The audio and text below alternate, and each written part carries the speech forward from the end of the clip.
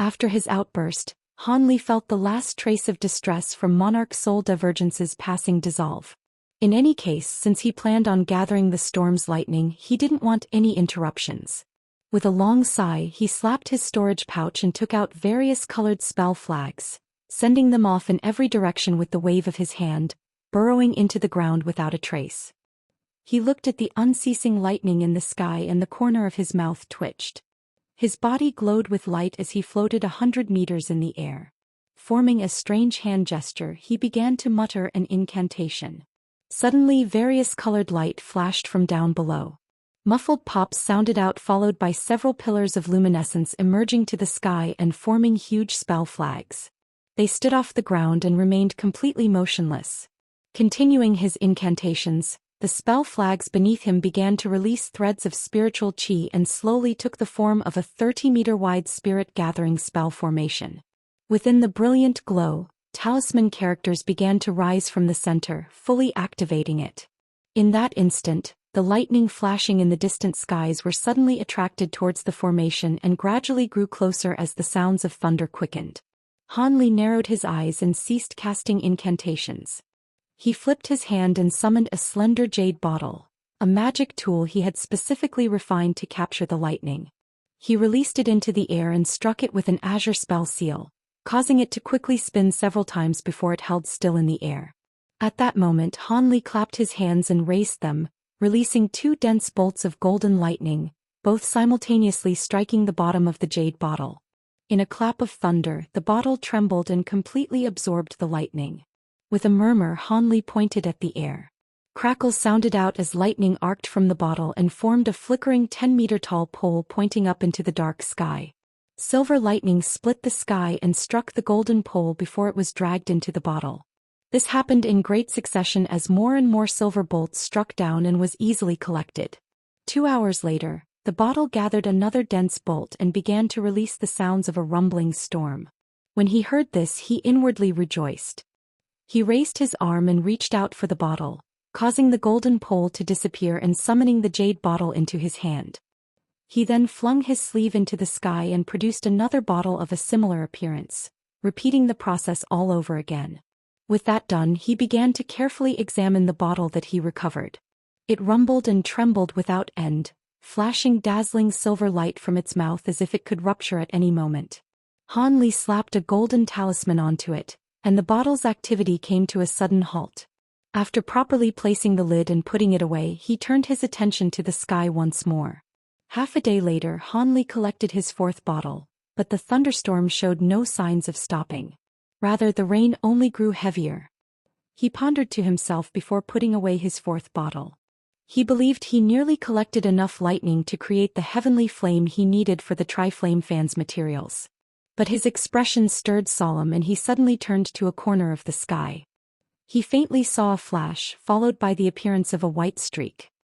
He knew that with the shining spell formation beneath him and the bolts of lightning wildly dancing above him, his position was extremely noticeable. The white streak hurriedly shot in Han Li's direction. It stopped 100 meters away and the light disappeared to reveal a woman in palace robes. She had a slender stature and a dainty appearance with a pair of vivid eyes, seeming to be a beauty in the prime of her youth. Her robes were made of some sort of rare material that not only shined with silver light but also glowed dazzlingly. Han Li swept his spiritual sense past her and discovered that this woman was a mid-nascent soul cultivator much like himself. She looked at him and sweetly smiled. She said with a soft, pleasant voice, "I am North Night Islands by Yaoi. Are you also here on business with fellow Taoist Fu?" Han Li's heart trembled and he astoundingly asked, "Are you a cultivator from the North Night Palace?" Bai Yaoi chuckled, "I am the North Night Palace's external affairs elder. Since we are located in a remote area, I am surprised that you know of it. May I ask for your esteemed name?" Han Li calmed down and answered, "My surname is Han, a vagrant cultivator from overseas.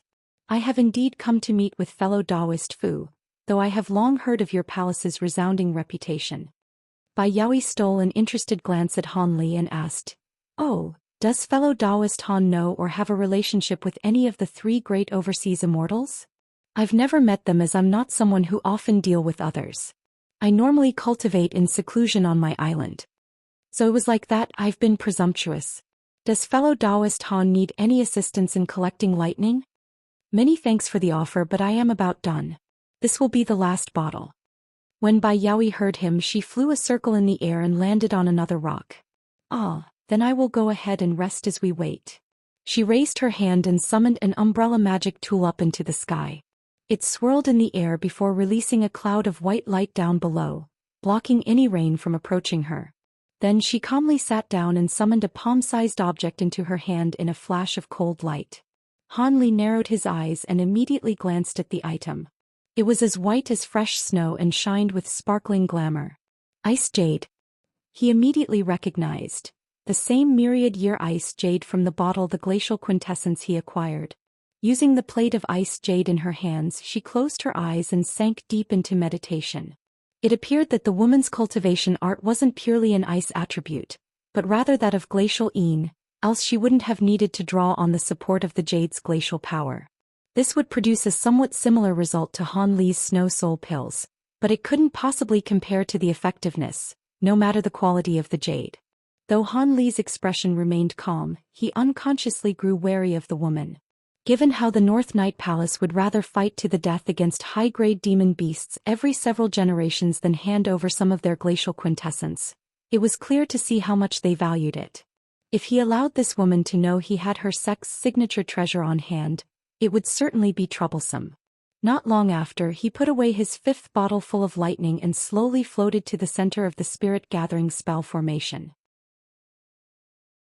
Then after striking it with several spell seals, it formed an azure barrier around him, blocking the storm from disturbing him.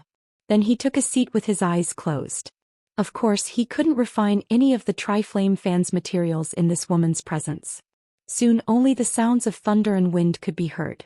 After an entire day, the rain finally began to slowly go away and the scorching sun appeared in the sky. The weather immediately became hot and humid as miasma slowly restored its domain, enveloping the entire range once more. In addition, the many insects that had taken refuge had again emerged from the ground. With great calm, Han Li slowly released his spiritual sense to a 10-kilometer range. Able to sense everything from the trees to the smallest insect all clearly in his mind, he sank into tranquil meditation. Whenever low-grade cultivators made their way up the mountain, they would immediately flee with terror after discovering the astonishing cultivation of the two nascent soul cultivators. As for Han Li and the palace-robed woman, they remained seated for 3 entire days. On the morning of the 4th day, another high-grade cultivator eventually arrived on the main mountain. This time it was a man with a towering stature. He had a grotesque appearance and dark, shiny skin. From the result of some unknown technique, he left behind an evil wind in his tracks as he flew here on a large tortoise shell. When this large man saw them both, he heartily laughed and found another boulder to sit on. However, he had no intention of meditating. Instead, he took out a sparkling golden book and began to read it. His scholarly actions made for a drastic contrast with his appearance. Although they had turned a blind eye to his actions, Han Li was in truth inwardly frowning. This towering man was also at mid-nascent soul stage. It appeared that Old Man Fu's objective would be unordinary to gather so many cultivators at their level. Following the new arrival, the 3 cultivators each tended to their own matters, not bothering to strike up any conversation. It wasn't until half a month later, when the miasma had mostly retreated, that 2 more striking lights flew towards the mountain with practiced coordination. The 2 streaks circled above and dropped down in the middle of the 3 to reveal the 9 Serenities sect Elder Wei and a beautiful black-clothed woman with thick eyebrows and a solemn face. While she remained silent and emotionless, Elder Wei looked at the 3 with a happy bearing and said, "You 3 have honored me with your timely arrival. I was originally making preparations in case any of you were missing, but it seems it wasn't necessary." The large man coldly smiled and bluntly said, "Although I have come, I am currently in a crucial point in overcoming my bottleneck. If Brother Fu's affairs disinterest me, I will immediately leave. Don't worry, Brother Yuan. You should know that I speak truly, since I've requested fellow Taoists Han and Bai to come as well. But before that, an introduction is due. This is my junior martial sister Chang Zhifeng, the 9 Serenities sect's internal affairs elder. Since you've stemmed from the Nanjiang's sacred poison sect, we'll especially need the assistance of a native like yourself, Brother Yuan. As for fellow Taoist Han, he possesses astonishing abilities and is a vagrant cultivator from overseas. Fellow Taoist Bai is. Old Man Fu then proceeded to give a quick introduction of one another. When the others heard Old Man Fu mention that Han Li possessed astonishing abilities, Cultivator Yuan and Bai Yaoi both looked at him with a trace of surprise. Han Li frowned when he heard this and said, "Fellow Taoist Fu is overpraising me. My cultivation is rather average. Or have you heard of my said, astonishing, abilities?" With a deep tone, Old Man Fu deeply said, "There is no need to hide it. Not only have you killed the old man Shao in the Jin capital, but after the trade meet, did you not also kill the illustrious monk Wicked Fire? Given your vast cultivation, what is there to say?" Monk Wicked Fire was killed by fellow Taoist Han? Cultivator Yuan suddenly looked at Han Li with a vastly changed expression. Bai Yaoi also revealed shock.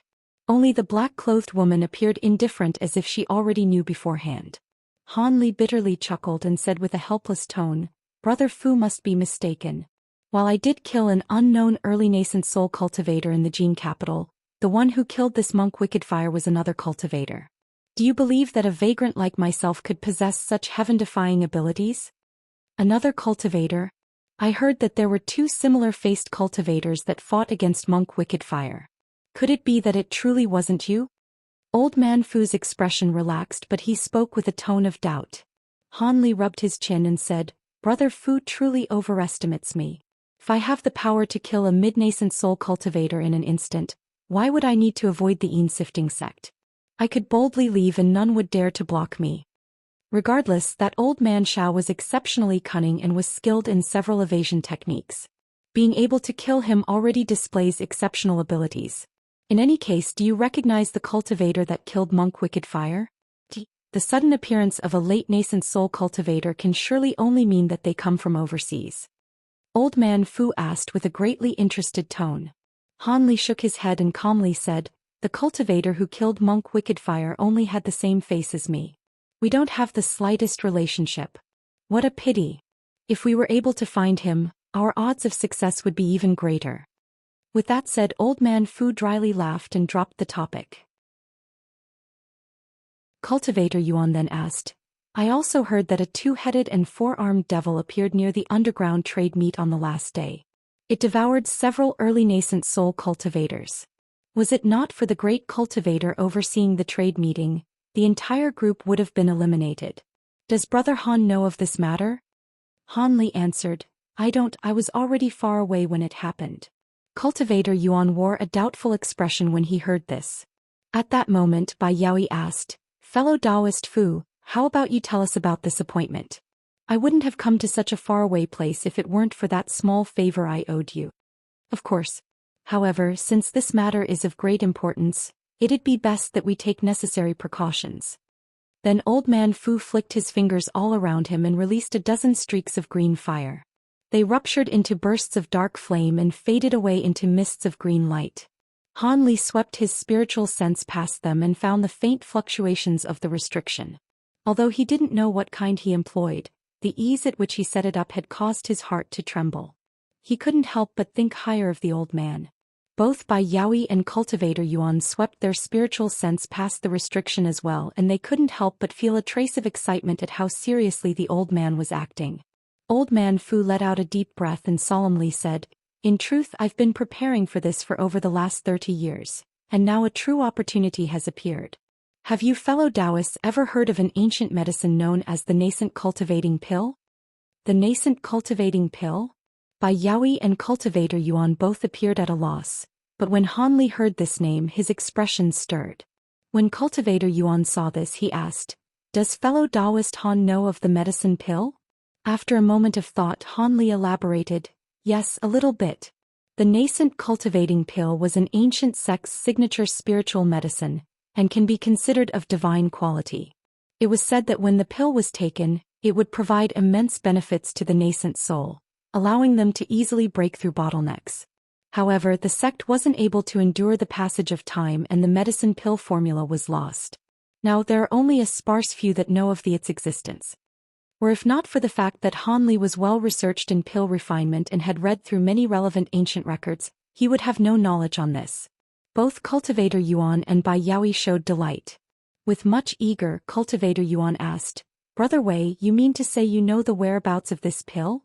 It stands to mention that after a cultivator entered nascent soul stage, the number of medicines and methods to break through bottlenecks, even from those of ancient times, were reduced to nearly nothing. And if someone came into possession of one, they wouldn't dare to mention it even to their kin. After so many years, such items from antiquity had mostly disappeared. Apart from the few heaven-defying items of legend, most nascent soul cultivators had to rely on cultivation advancement medicines to break through their bottlenecks.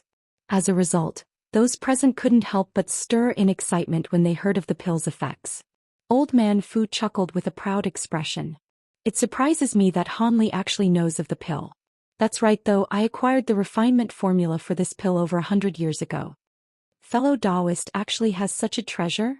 Cultivator Yuan knitted his hands together and his overwhelming excitement was betrayed from the slight red light blossoming over his dark face. Both Han Li and Bao Yaoi exchanged a similar glance of happiness. Old Man Fu nodded. "I am also proficient in pill refinement techniques. So long as I have all the materials, the refinement shouldn't prove to be a problem." Han Li furrowed his brow and asked, "From your tone, it seems you are lacking said materials." "Brother Han is quite sharp. Were it not for the fact that I was missing one of its main ingredients, I would have refined it years ago. It is for this reason that I wish for you to lend me your strength." Bai Yaoi frowned and said, "Since you weren't able to acquire it after so many years despite your position as a Nine Serenities sect elder, this item should be truly difficult to find." "Hard to find?" Old Man Fu bitterly chuckled. "This material should be extinct from this world. At the time I believed the pill formula to be useless, but I didn't think I'd find traces of it. As such, this caused me to write up plans." Cultivator Yuan impatiently said, "All right, Brother Fu, please don't speak in circles. Quickly now, properly tell us what you require." Old Man Fu calmly stated, "The flesh of an Umbraine horse." In his alarm, Han Li narrowed his eyes and asked, "An Umbraine horse? Where did fellow Taoist find such a thing?" When Bai Yaoi and Cultivator Yuan heard this, they exchanged looks of dismay. The old man chuckled and deeply said, "I happened to found traces of it 30 years ago right here in Nanjiang."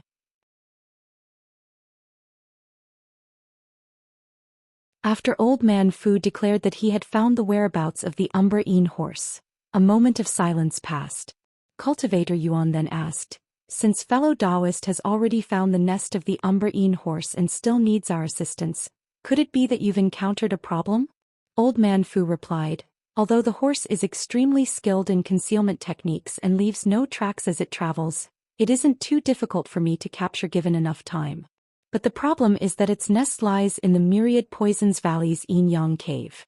I cannot chase after it there, and with its exceptional intelligence, the horse will only journey to the cave's entrance at most and won't take even a step out."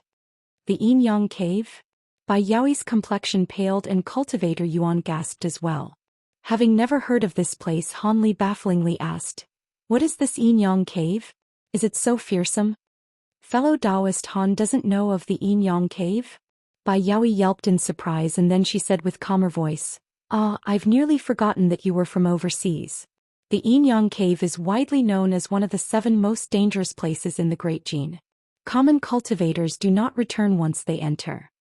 "What is so dangerous about it?" Han Li curiously asked. Old Man Fu explained, "As suggested from its name, it is a place where yin and yang clash. Let alone everything else, the soul-chilling yin winds that blow year-long are enough to scatter a nascent soul.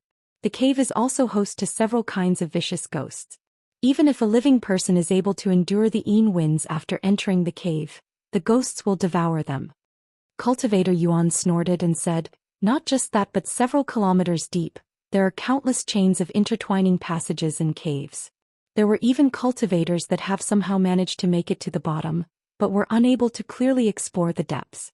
The yin winds would obstruct them from releasing their spiritual sense, and they could see no more than an ordinary mortal. There were even those that said the depths of the cave conceal a fearsome ghost monarch. However, this had forever remained unconfirmed as most are unwilling to brave the risks. Bai Yaoi relaxed her brow and added, "There is also little of value that was discovered in the cave. In ancient times, it was the location of extremely rare ores, but only inferior veins remain. Now that Brother Fu has discovered an Umbra horse, it would appear that the Yin Yang Cave isn't such a simple place." Having passed through Heaven Void Hall, Devilfall Valley and other such dangerous places, Han Li naturally experienced many of these dangers, and he icily said, "Since Brother Fu wasn't able to capture it after so many years, there must be some complications behind it." Old Man Fu confidently explained, "Correct, that is why I've been preparing for the past tens of years. I specifically refined several treasures to resist these ghosts. And to block to soul-scouring Yin winds, I've brought my sect's dark violet pearls. With this, you'll be able to weaken the Yin winds to half of their power." Cultivator Yuan and Bai Yaoi's hearts stirred when they heard this. The dark violet pearl was one of the 3 signature treasures of the 9 Serenities sect. Old Man Fu slowly asked, "How about it? If you do your best to assist me and manage to capture the Umbra horse, I will immediately use it to refine the nascent cultivating pill, and I guarantee you each a single pill. As the pill is something that can only affect your body once, it will have the same effect no matter how many you take. For anything else you might find inside, that would be left up to chance. Even if we encounter a fearsome ghost monarch within, we'll be able to deal with it well enough with our combined strength." The 3 were silent when they heard this. Even Cultivator Yuan, the most excited of them, wore a pensive expression. Bai Yaoi moved a strand of hair from her face and calmly asked, "Since Brother Fu has already made such preparations, why did you seek us out? If you wanted mid-nascent soul cultivators, it shouldn't be hard to find them in your 9 Serenities sect." When the other 2 heard this, their expressions stirred. Cultivator Yuan in particular closely stared at Old Man Fu's face. A fierce look appeared on the old man's face, and he angrily said, "This might be true for others but not to me. Because of grievances in the past, I've become hostile with most similar grade cultivators in my sect. Apart from my junior martial sister Chong, the rest are looking forward to the day I die. Even if they agreed to help, I fear they would be waiting for opportunity to betray me." Han Li was stunned by how empty these words were. Who could tell if they were true? However, since he said this, it would be difficult to further pursue the matter, and they could only remain silent. Bai Yaoi lowered her head in thought. Then she raised her head and said, "Given how dangerous it is to enter the Yin Yang Cave, I must properly think about it. Can you give me 3 days to come to a decision?" "Of course. We won't even begin until half a year regardless. We must first wait for the 20-year cycle when the Yin winds are weakest in the cave, and you should also prepare treasures to deal with the ghosts beforehand. But before we depart today, I will require you all to sign this Underworld River page with your blood essence, swearing a venomous oath that you cannot mention this to any other. I am a coward first and foremost and a gentleman later. I don't want this matter attracting any attention down the line." Old Man Fu smiled, and with a wave of his sleeve, a piece of yellow paper appeared in a flourish of black flames. "An Underworld River page?" Cultivator Yuan cried out in alarm. The wicked tool used to befall calamity on those who break their oaths. Hadn't it disappeared several hundred years ago? When Han Li heard this, he felt shocked. Old Man Fu indifferently replied, "I had to spend quite a sum in the underground market to acquire this. While it isn't nearly as outrageous as legends swear, it can at least keep you quiet for a short time." Fellow Taoist Han might not know of the death of the Heavenly Devil sect's Feng Tianxing, but fellow Taoists Bai and Yuan should know. Feng Tianxing was a mid-nascent soul cultivator like us, and I hope that none of you would wish to test its effectiveness. Cultivator Yuan's expression wavered for a long while, and then he decisively said, "Fine, I won't let something as valuable as a nascent cultivating pill pass me by. In half a year I will arrive on schedule." Afterwards, he summoned the flaming black page-o-meter in front of him with a wave of his hand. He then spat out a cloud of blood essence next to it. He dipped his finger in the blood essence and quickly wrote a few ancient characters on the page. Shortly after, a malevolent ghost face emerged from the black flames and wickedly smiled at the large man. Then, it sucked the bloody characters on the page into its mouth before disappearing into smoke. The strange scene caused Han Li's heart to thump. Old Man Fu recalled the page and examined it for a moment before revealing a satisfied expression. Then he turned his gaze to Bai Yaoi. The woman shortly hesitated before resigning herself and summoned the page towards her. Following the same events, the ghost had also made a strange and abrupt appearance. When Old Man Fu turned his sights on Han Li, he inwardly sighed. Although he felt a trace of fear towards this item, it appeared he didn't have a choice over the matter. He expressionlessly pointed at the page and summoned it. After staring at it, he bit the tip of his tongue and spat out a cloud of blood essence. He quickly wrote down that he swore not to divulge the details of the day's meeting, and in a flash of crimson light, the ghost face appeared once more from the black flames. It sinisterly smiled, and when it opened its mouth, but something suddenly stirred inside of Han Li and it let out a strange cry. Although the sound wasn't loud, all the nearby cultivators could clearly hear it. While the others didn't react when they heard this, the ghost face suddenly warped and it let out a howl before disappearing in a panic. Old Man Fu and the others were all dumbstruck by the sight. Han Li wore an odd look on his face and sighed.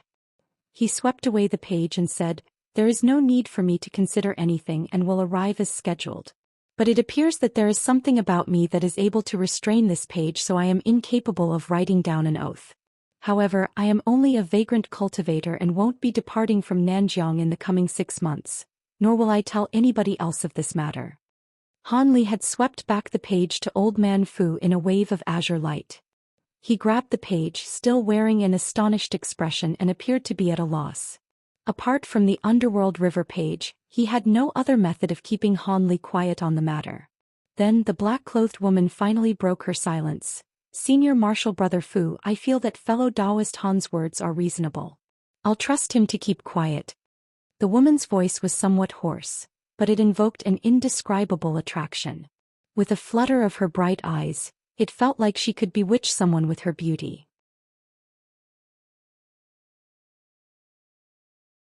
When Old Man Fu heard his junior marshal sister, he hesitated for a moment but eventually nodded after some thought. "Since the Underworld River page has no effect on fellow Taoist Han, I won't force the matter. But I will have to place a marker on your body. It will disappear of its own accord in half a year if you remain in Nanjiang, and I hope fellow Taoist Han won't force me to take action." Han Li smiled and immediately replied, "Go ahead, fellow Taoist Fu. I don't care to hide my whereabouts." With that, Old Man Fu grasped one of his hands in a gesture and released a blue light after an incantation was muttered. Han Li attentively watched him and saw that he was only using a common imprinting spell seal.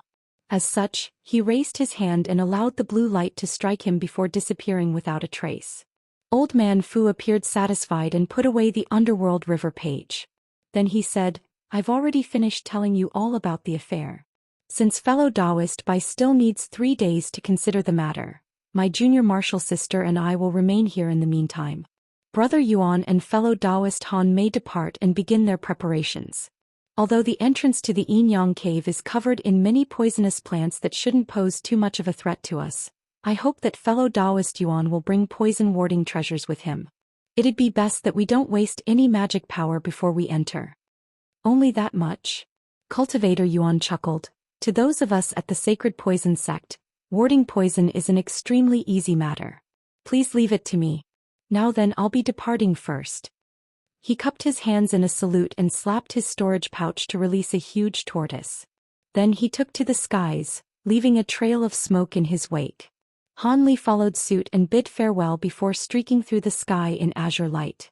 Half a year was a bit short, but he might have just enough time to complete the Triflame fan. As for preparing any ghost-warding treasures, there was no point as he already had the Divine Devilbane Lightning and the Weeping Soul Beast. Of course, he wanted to quickly refine the fan in case they encountered any unforeseen danger. With both the fan and the human-like puppet in his possession, he would be free of worries. With that in mind, Han Li flew off towards the Silver Serpent Mountains at the center of Nanjiang. 10 days later, Han Li appeared above a peculiar mountain range. The mountains only spanned for a couple hundred kilometers, but it was rather slender and winding like a huge serpent. The mountains were filled with verdant trees, with many strange ones that grew faintly silver leaves. It appeared the name of these mountains were well deserved. Han Li quickly passed by the other areas and directly flew towards the top of the Silver Serpent Mountains. Before he grew closer, he could already feel waves of hot wind strike his face along with the pungent scent of sulfur. Soon, several flaming and malformed volcanoes appeared before him. They would occasionally rumble and release gray ash into the air, creating a fear-invoking scene to a lesser existence. Even with this activity, there were streaks of various colored light passing nearby. Several tens of cultivators were darting in between these volcanoes. Most of them were at Foundation establishment with a few core formation ones mixed among them. This was to be expected. Core formation cultivators usually used their own core flames to temper their own magic treasure and had little other reason to come to a place like this, even more so with regards to a nascent soul cultivator. Ligh stopped in the sky and looked down below. As blue light flashed from his eyes, he looked down at the fire veins and swept his spiritual sense through the ground. Shortly after, Ligh found the area with the strongest fire vein and arrived between two of the volcanoes in a streak of light. He came to a stop when he was 3 meters above the area. Then he flung his sleeve and released 8 small golden swords. As they circled around him, he formed an incantation gesture and shortly shouted, invoking a ring from the swords. Brightly glowing with light, they fiercely cut down into the ground as 10-meter-long streaks. Suddenly, a series of eruptions sounded out from below as blinding golden light flared. The sword lights returned from their attack and circled back around him. He had created a 60-meter-wide crevice deep into the earth. The cultivators refining magic tools in the nearby areas naturally took notice of Ligh's alarming actions. There were even a few of them who flew over in curiosity. Ligh grew sullen at this turn of events and released the immense aura of his cultivation, sweeping his surroundings with a suffocating spiritual pressure. All of the cultivators in the nearby 10 kilometers who felt this were alarmed, and those who originally thought to investigate the commotion hastily withdrew.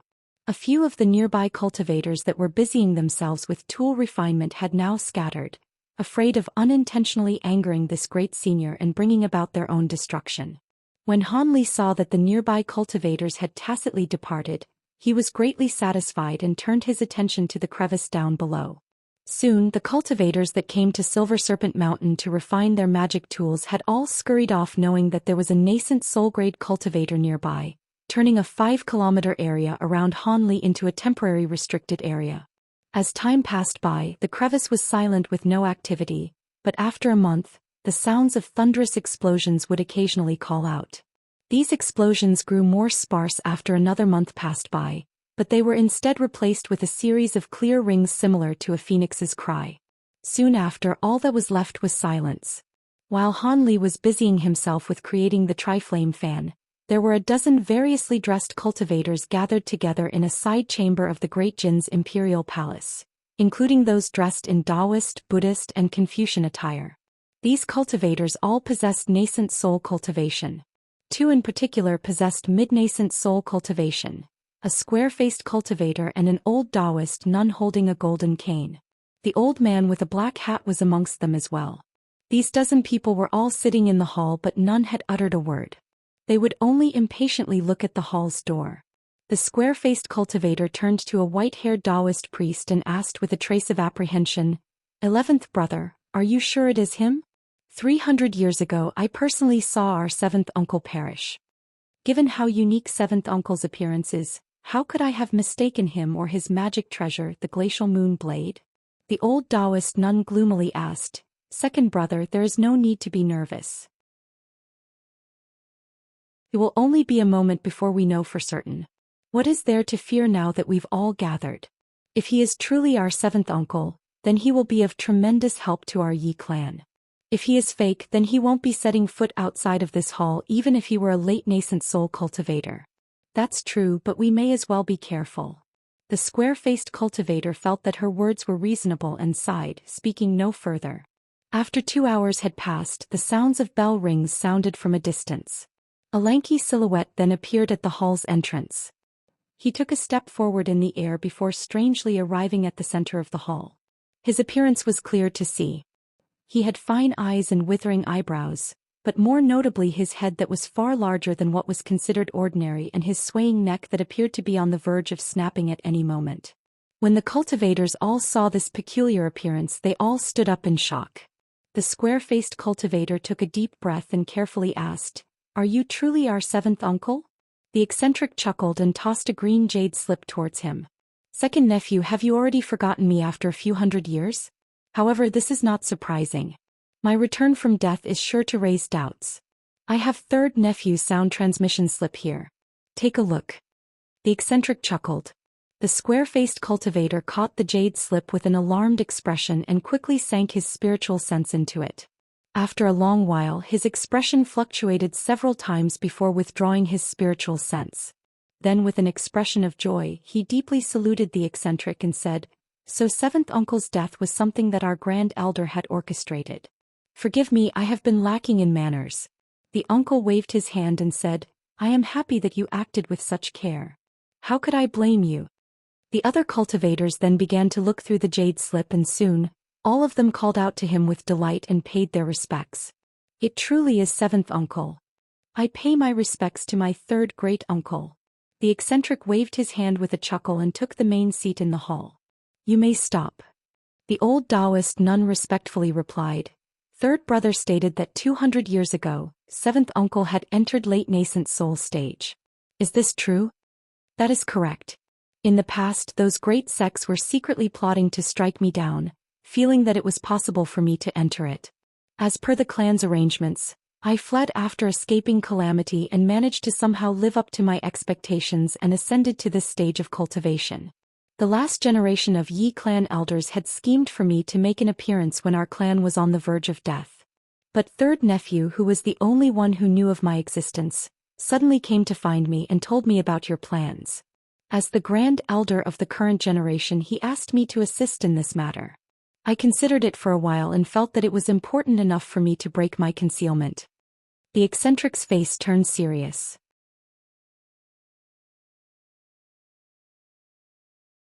The square-faced cultivator happily said, "With seventh uncle and third brother, we will have two great powers assisting us in acquiring the treasure. And with all of our clan's internal disciples and the external cultivators we've hired, we will be able to contest against the 10 great sects of the righteous and devilish Tao. Our expedition to Nanjiang will have great hopes for success." The eccentric slowly said, "I'll only be lending my strength and nothing more. Whether or not the Yi clan will be able to escape the control of the righteous and devilish Tao will be up to you lot." The square-faced man and the old Taoist nun both rejoiced upon hearing this and uttered humble words. Afterwards, the elders of the greatest clan in the Jin Empire schemed for half a day more before departing from the hall. In a hidden room in the chambers of the imperial city, the huge figure of a two-headed four-armed devil was shrouded in pitch-black devilish qi with purple-black light twinkling from his eyes. After an unknown amount of time, the devil eventually shouted, and the qi surrounding him coiled as it rushed into his body like streams to the ocean. His body crackled in great succession as he held his arms in an incantation gesture, and his body assumed the form of an ordinary youth with a face that resembled Han Li. This was the elder devil that had concealed itself inside the Yi clan. The devil spoke with a sneer, "Not bad, I've mostly recovered from my injuries. So long as I don't encounter any of those ancient eccentrics, none will be able to cope against me in the Great Jin. Those Yi clan members should soon take action, and with my familiarity with ancient matters, they will certainly bring me along. When I'm there, hee. In the Sifting sect's secret cave outside the Jin capital, Gu Tianhao said to the Endless Sky Saintess, "I've already acquired information that the 9 Serenities sect's Fu Qing has appeared in Nanjiang. Were it not for a tip we received, we wouldn't have known that he had joined the underground trade meet with that wretch surnamed Han. It is possible that he is accompanying Fu Qing. Since our sect's grand elder has matters to attend to in the area, he will be making a trip in passing and will personally deal with this Han fellow if he manages to discover him. Is fellow Taoist Lin interested in going?" Fu Qing. The Endless Sky Saintess Lin Yinping shook her head. "His appearance doesn't mean that Han fellow is also there. I've also received news that a squadron led by Grand Immortal Su has been sent into the Great Jin and will soon meet me at the Jin capital. I will have to stay behind for a while. If we still haven't found any concrete information, I'll bring the group to Nanjiang." Gu Tianhao paused with surprise and then happily said, "Fellow Taoist Su has also come? This is great news. The Grand Elder will be happy to hear this. Then how about I wait with you and meet with them together?" After all, the Grand Elder had instructed me to accompany you at all times. The Endless Sky Saintess nodded with a smile. Then something came to mind and she frowned. Hasn't that Han fellow appeared on the coast where 3 small sects had taken him in as a guest elder? Have you spies acquired any information on the matter? We found nothing. That person is truly cunning. Apart from helping them with a single affair, he hadn't made an appearance ever since. While I've heard this person has a relationship with the Heavenly Talisman sect, it was merely a passing friendship. I'd reckon he wouldn't bat an eye if the 3 sects were destroyed. That's true. How could he care about the survival of those sects given that he originated from the Heavenly South? In any case, before I arrived in the Great Gene, I've already sent spies to find out this person's true identity. There should be information on him now that so much time had passed. We can ask about it when Grand Immortal Su arrives, so we'll be better prepared the next time we deal with him. With a moved voice, Gu Tianhao said, if you can truly acquire information on him and his techniques, he will be far easier to deal with. Do you know specifically when Immortal Su will arrive? Recalling the matter of the sacred beast, she resentfully said, around 2 to 3 months. With both Immortal Su and your sect's Grand Elder, he won't be able to run this time. Gu Tianhao's heart stirred when he heard this. Although the woman said that they were pursuing Han Li because he killed many soaring tribes cultivators, this person had the abilities that could match a late nascent soul cultivator. The Endless Sky Saintess couldn't possibly spend so many resources solely for the sake of revenge. After all, people who were dead do not come back. Neither was it wise to continue provoking a fearsome existence as this cultivator soon met Han. She was certain to have another reason why she remained the Great Gene for so many years. It appeared he would have to find out what their secret was. As Gu Tianhao schemed, he betrayed none of this on his face. The Endless Sky Saintess wasn't nearly as calm as her appearance had suggested as well. She didn't know how much longer she could conceal the disappearance of the Holy Beast's incarnation. During these years she hadn't taken the initiative to contact the higher realms even once. Fortunately, as the Holy Beast's incarnation was only restrained, its true body had remained ignorant of what had happened, but she would have to rescue it before this went on any longer. When they moved to recover it, she could only hope to exploit the Een-sifting sect cultivators as much as she could and prevent heavier losses towards her own. With that in mind, she resolved herself. In an area bordering Nanjiang and another province, there was a smiling old man that was traveling using body lightning techniques.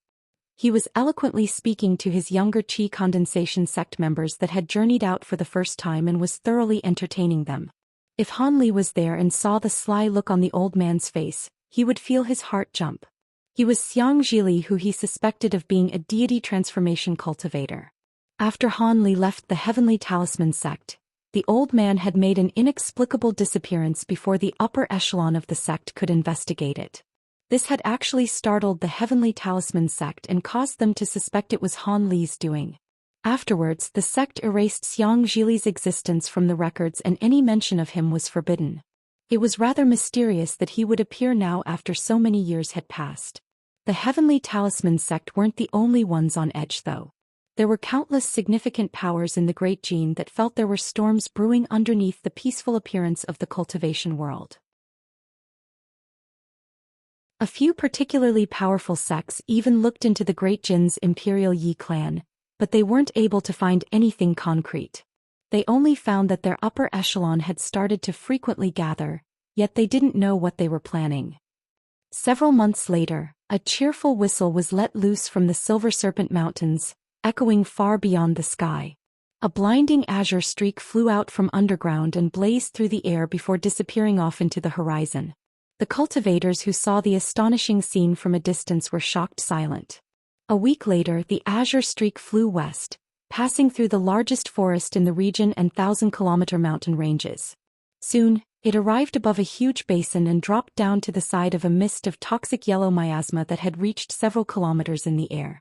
Just as Han Li landed, an old man stood up from the group of nearby sitting cultivators and smiled. "Fellow Taoist Han, you're a bit late. Fellow Taoists Bai and Yuan have already arrived several days ago." Han Li saluted them and said, "I was refining a magic tool and had just completed it a few days ago. I hope you won't take offense." Bai Yaoi examined Han Li and softly said, "It is no matter." The Yin winds will be weakened over a period of 3 months. A few days won't matter much. Since fellow Taoist Han has hurried over here after refining his magic tool, how about he take a couple days to rest and recover his magic power? Old man Fu grunted and said, fellow Taoist Bai is correct. Since we're to enter the Yin Yang cave, we need to preserve enough magic power before entering. The towering man surnamed Yuan and old man Fu's junior martial sister Chong hadn't spoken, but they both appeared to silently agree. Very well, it seems that it would be rude of me to refuse. We'll enter the valley after a few days of rest. Han Li nodded and glanced at the yellow miasma a few hundred meters away from them. It faintly concealed the black entrance to the valley. With a flip of his hand he summoned a twinkling green midgrade with spirit stone. Then he sat cross-legged on the ground and closed his eyes. Although the others were full of magic power, they rested as well, honing their spirits to an optimal state. After 2 days quickly passed, Han Li stirred and old man Fu promptly shouted, "We set off." The group then stood up and surrounded themselves in barriers of light. With my poison-warding scepter, the myriad poison valley will be easily traversed. However, be careful of the small venomous insects in the mist. Do not allow them to cut through your protective light. If it weren't for the unknown restrictions that were placed on the valley during ancient times, it would have been safer to fly in. With that said, Cultivator Yuan summoned a jade scepter glowing in silver light before heading into the poisonous miasma. The others followed suit. Cultivator Yuan pointed his scepter at the edge of the mist and uttered an incantation. Then a silver wave shot out towards the mist, pushing it away and greatly thinning it out. The large man then used a body lightning technique before rushing in, with the others employing their own techniques to charge into the valley.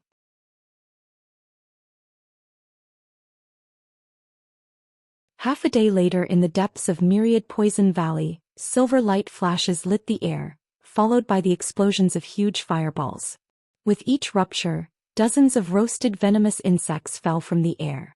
Following a massive rise in temperature, a small sea of flames instantly rose from the ground and turned the insects to ash. Bai Yaoi clicked her tongue and said, "Fellow Taoist Han's control over magic techniques have reached perfection. If you said you were fire-attributed, none would dare to question it." "It is only a result of practice," Han Li indifferently replied. "When I possessed lesser cultivation, I had a preference for using fireballs." Then silver light illuminated the area, and the group of nascent soul cultivators became visible as they walked through the sea of fading flames. Han Li swept his gaze into the distance and came to a sudden stop with a frown. While the sea of flames was thinning the poisonous mist, it faintly revealed something in the distance.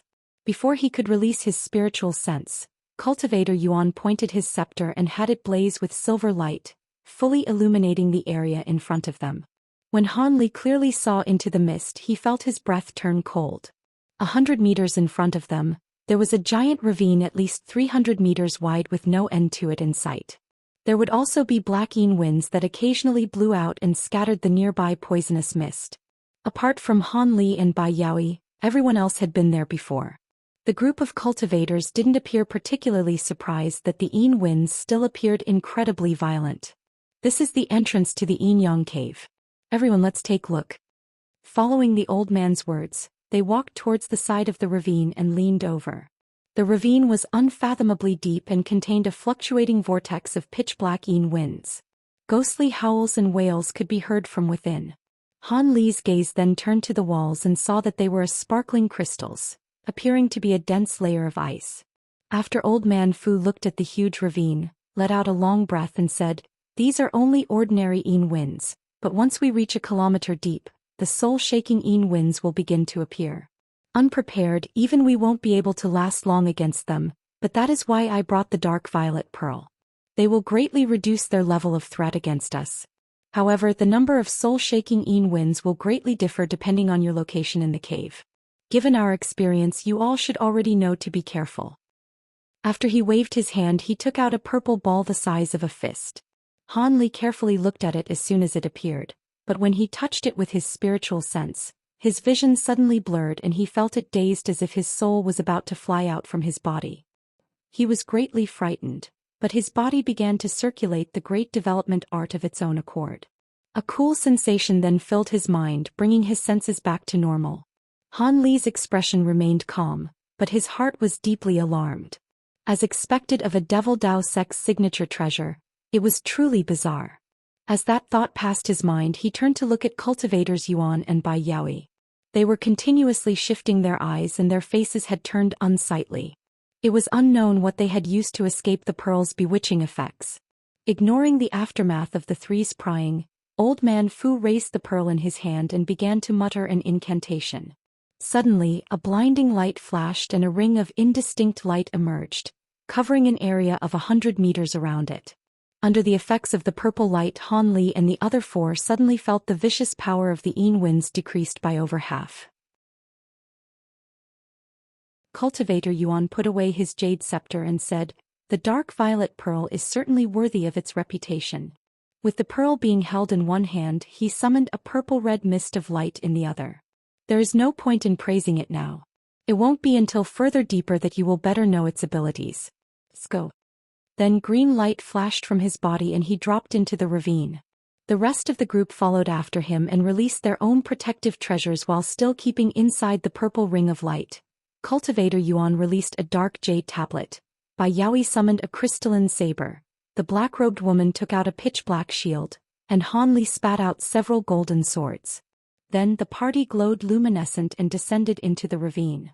They were soon engulfed by the pitch-black vortex and their surroundings returned to normal. There were 8 cultivators above a small lake in Nanjiang, all wearing a different style of clothing and listening to a black-clothed figure in front of them. These fellows were the Yi clan leaders that had gathered at the imperial palace several months prior. The eccentric with the large head was standing with a swaying figure among them. At his side stood the square-faced middle-aged cultivator, and behind him was the elder devil in the guise of Han Li's face.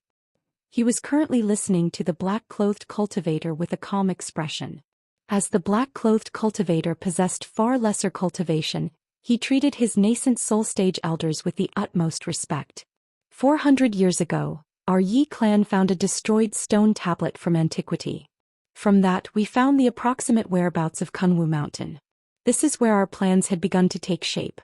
The mountain is known as the Holy Land of Cultivators during ancient times, but for some unknown reason, they used their grand abilities to sink it into the ground. Let alone the many ancient cultivator dwellings on the mountain, the ancients had sealed 2 divine spirit treasures alongside it. If our Yi clan is able to acquire these treasures, our strength will multiply and we will be able to stand against the great sects of the righteous and devilish Dao. Over the last 100 years, we've dispatched many of our clan disciples over the majority of the Great Gene before finally discovering the area recorded in the ruined fragment beneath this lake. We have already called forth our clan's formation grandmasters to dissolve the restrictions. Because this matter was of such grave importance, it was under direct supervision of the Grand Elder. And only a few others were informed. The black-clothed cultivator paused. This ancient restriction was far more profound than we had imagined, with each layer spread across an area of 50 kilometers. A dozen formation grandmasters had spent over 100 years before finally researching a method to dissolve the seal. By using the power of heaven and earth, we will attempt to turn the sealing restrictions against themselves and clear everything. However, the process of destroying the restrictions has been a huge undertaking. It had already consumed an enormous amount of materials, and required a great number of spell formations to be placed down, but most importantly, the process also required incredibly rare materials. These materials were slowly acquired with care and our actions had been incredibly stealthy. After all, if we allowed this matter to become known, the opportunity would have been seized from us. Over time, the restriction-breaking spell formations had been gradually established, and now the project is on the verge of completion. The clan's spell formation grandmasters will only need another month before the final formation is placed. When the time comes, we will create a grand-scale concealment formation and fully suppress the thunderous aftermath of breaking the restrictions. Then the elders will be able to enter Kunwu Mountain and seize the treasures. After he finished, the black-clothed cultivator stood off to the side and remained silent. Kunwu Mountain. That was our objective? Inconceivable. I originally believed it was an ancient cultivator residence. So only something as mystical as Kunwu Mountain would have divine spirit treasures. For a time, the cultivators couldn't help but mutter among themselves with unconcealed excitement. the exception being the Eccentric with a large head, the square-faced middle-aged cultivator and the elder devil. With a sullen expression, the square-faced cultivator's expression sank and he snorted, "Don't be so excited just yet. Breaking the formation is only the first step in acquiring the treasure. If it were so simple, why would our third brother have us gather here and have our seventh uncle lend his assistance? Furthermore, our third brother will be delayed for about a month before joining together with us. He has to dodge those spies after all." The Yi clan elder in Taoist robes couldn't help but ask, from second brother's words, "Do you mean to say that there is something amiss with Kunwu Mountain?" The square-faced cultivator replied, "More than just amiss. It is possible that we will not return." "How can that be?" An elder dressed in Confucian robes yelled, "Seventh uncle and third brother are both grand cultivators. Even the more formidable restrictions shouldn't be able to harm them." "If only it were so simple," the square-faced cultivator grimly said. "Think about it. Kunwu Mountain was the holy land for ancient cultivators. Why would they seal it along with 2 divine spirit treasures? Who knows what astonishing secrets and dangers lurk within?" When the others heard this, they couldn't help but look at each other in dismay. The Eccentric chuckled and said, "Enough of that for now. Those are only the worst possibilities. Perhaps there were some other reasons they were forced to. You don't need to be worried, but you will have to be careful when the time comes. And if anything happens, I won't leave it be." With that said, the anxiousness on the cultivators' faces had disappeared. Then the square-faced cultivator turned to look at the disguised elder devil behind him and said, "Elder Han, you are proficient in many ancient records. We will very much require your assistance when we enter. Be at ease, we have already found 2 devilish artifacts. After this matter is done, we will hand them over to you." Fun fact: the name of Kunwu is famous for various different reasons. It was a famous name belonging to a god, a famous pottery inventor, and even a treasure sword in the Song dynasty. Also, apologies, there was a slight error in continuity. The black-robed Yi clan elder was actually the square-faced middle-aged Yi clan elder that was mentioned earlier.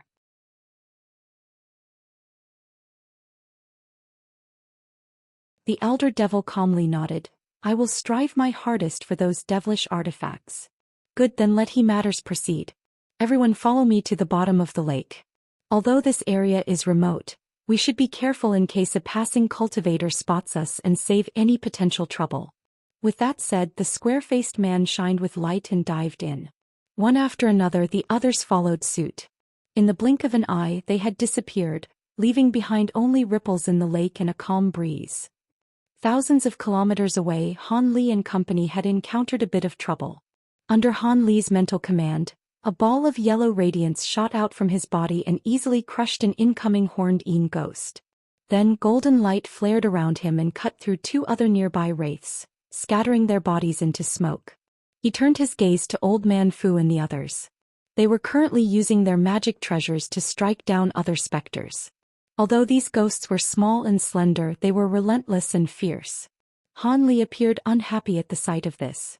After Cultivator Yuan tore through a ghost with a flick of green flame, he said, "Brother Fu, we've been traveling for several days now, but we still haven't found any trace of the Umber-Een horse. And while these low-grade ghosts are weak and feral, they impede our progress dealing with them." Han Li shared these same sentiments. Old Man Fu replied, "There is no need to be so anxious, Brother Yuan. The cave is large and the horse is very skilled in concealment. As for these ghosts, they are destroyed with little effort. So long as you occasionally replenish your magic power with spirit stones, we'll be able to last for quite a while." Bai Yaoi glanced around her and sighed. "While that is true, blocking the soul-shaking Een winds already consumes a significant amount of magic power. With our current cultivation, we'll be able only to hold out for 2 months more." They were currently in a huge passage that was 100 meters tall. The walls twinkled with freezing inky ice, and black winds far denser than at the entrance continuously spun nearby. Their wails were enough to inspire trepidation. But when the winds entered the range of the dark violet pearl's ring of light, they greatly weakened. Even so, Han Li and company maintained a blinding light all over their bodies, not daring to allow the winds to make the slightest contact. Hordes of small ghosts unceasingly manifest from the accumulated Een Qi and charge towards them like moths to the flame. In a glint of cold light, the last of the current wave of ghosts was cleaved through by Yaoi's flying saber, clearing the way for the time being. Then their magic treasures were recalled to their side as they floated forward. The storm of Yin winds inside the cave prevented their spiritual sense from looking afar, and without sight they didn't dare to make haste. Otherwise they would have been able to search through the cave in only a matter of days. After the time it took to finish a meal, the Yin winds ahead of them suddenly turned violent as they appeared at a fork in the road, one large passage and two smaller ones. A cold glint flashed from Han Li's eyes and he said, "Another one? This will not do. If we have to travel through multiple paths, we won't be able to search through all the caverns in 2 months. We have to split up." Cultivator Yuan looked at the pearl in the old man's hand and shook his head. "There is only one dark violet pearl. Without its protection, blocking the soul-shaking Yin winds will take up too much magic power. The amount of time we will be able to stay in the caves will be greatly reduced." Unfazed, Old Man Fu said, "If it's a matter of the pearl, I can consume a bit of blood essence to give you the protection of the pearl temporarily. So long as the strength of the Yin winds remain constant, the protection should be able to last about a week. That should be enough for us to look deep into each of the passages, but we'll need to wait to find you again after the dark violet pearl's light disappears. We'll have to leave behind marks of magic power on all of us so that we'll be able to find each other." Bai Yaoi then frowned and asked, "Although it isn't very likely, what will we do if one of us encounters a high-grade ghost?" Cultivator Yuan snorted and said, "If it's a ghost that a mid-nascent soul cultivator can't deal with, it would have to be a ghost monarch.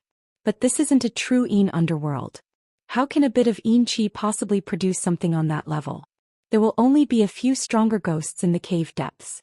The rumored one here is only a legend. No one had personally seen it. Additionally, we'll have to take the risk regardless. Once the period of weakened Yin winds come to an end, we'll no longer be able to remain here." When Old Man Fu and the black-robed woman heard this, they exchanged a glance and revealed a trace of hesitation. Originally, they hadn't thought to separate in order to maintain their safety, but there were far more passages in the Yin Yang cave than they originally anticipated. If they didn't split up, it was very possible they would return empty-handed.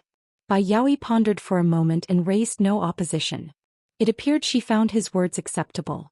Old Man Fu eventually came to a decision and said, "All right, we'll follow your suggestion. But everyone will have to take care.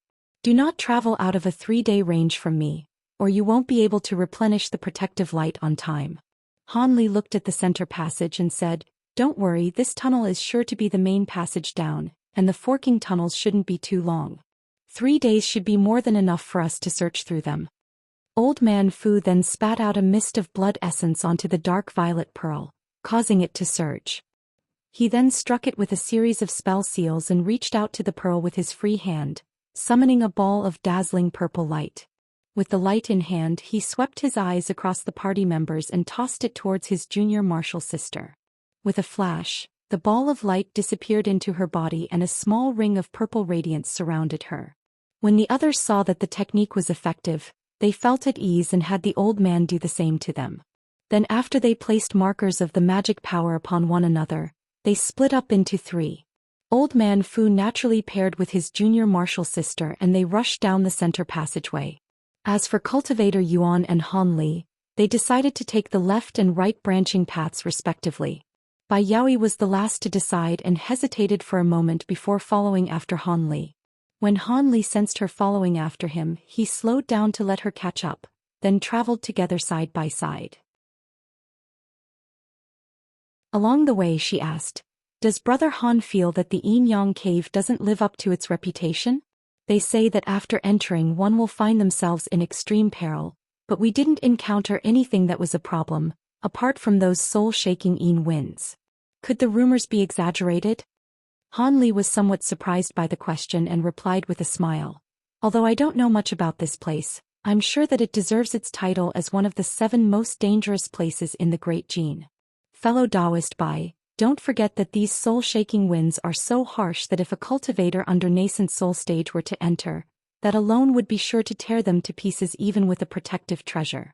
And it also stands to mention that we're only safe because of the dark violet pearl's protective light, not to mention that we've only encountered the lowest grade of Yin ghosts over the past few days.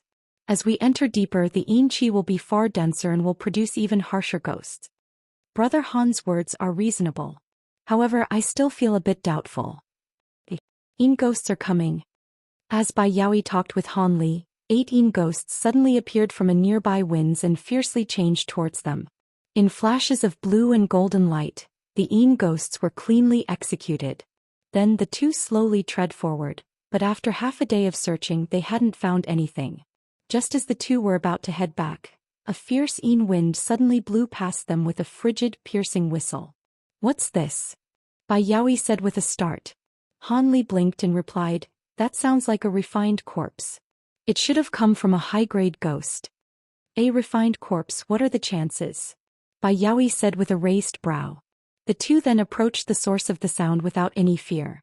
After they turned a corner, they found themselves at the entrance to a cavern that was 10 meters tall. It howled incessantly with exceptionally violent Yin winds, and the faint sounds of a ghostly whistle could be heard within. What's that?" Bai Yaoi glanced inside and saw something that was sealed in the glistening ice. She raised her hand and struck it with a fist-sized fireball. With a sudden bang, the scarlet flames melted the ice to reveal the object's true form. It was a blue flying sword that was stuck halfway into the wall. But in the instant the ice melted, the lively flying sword began to shine with a dim light and let out a clear ring. Then it began to tremble as if attempting to shake itself free. Bai Yaoi was astounded by the sight and with a wave of her sleeve, released a rope of crimson flame. With embers flickering in the air, it wrapped around the sword and pulled it into her hand.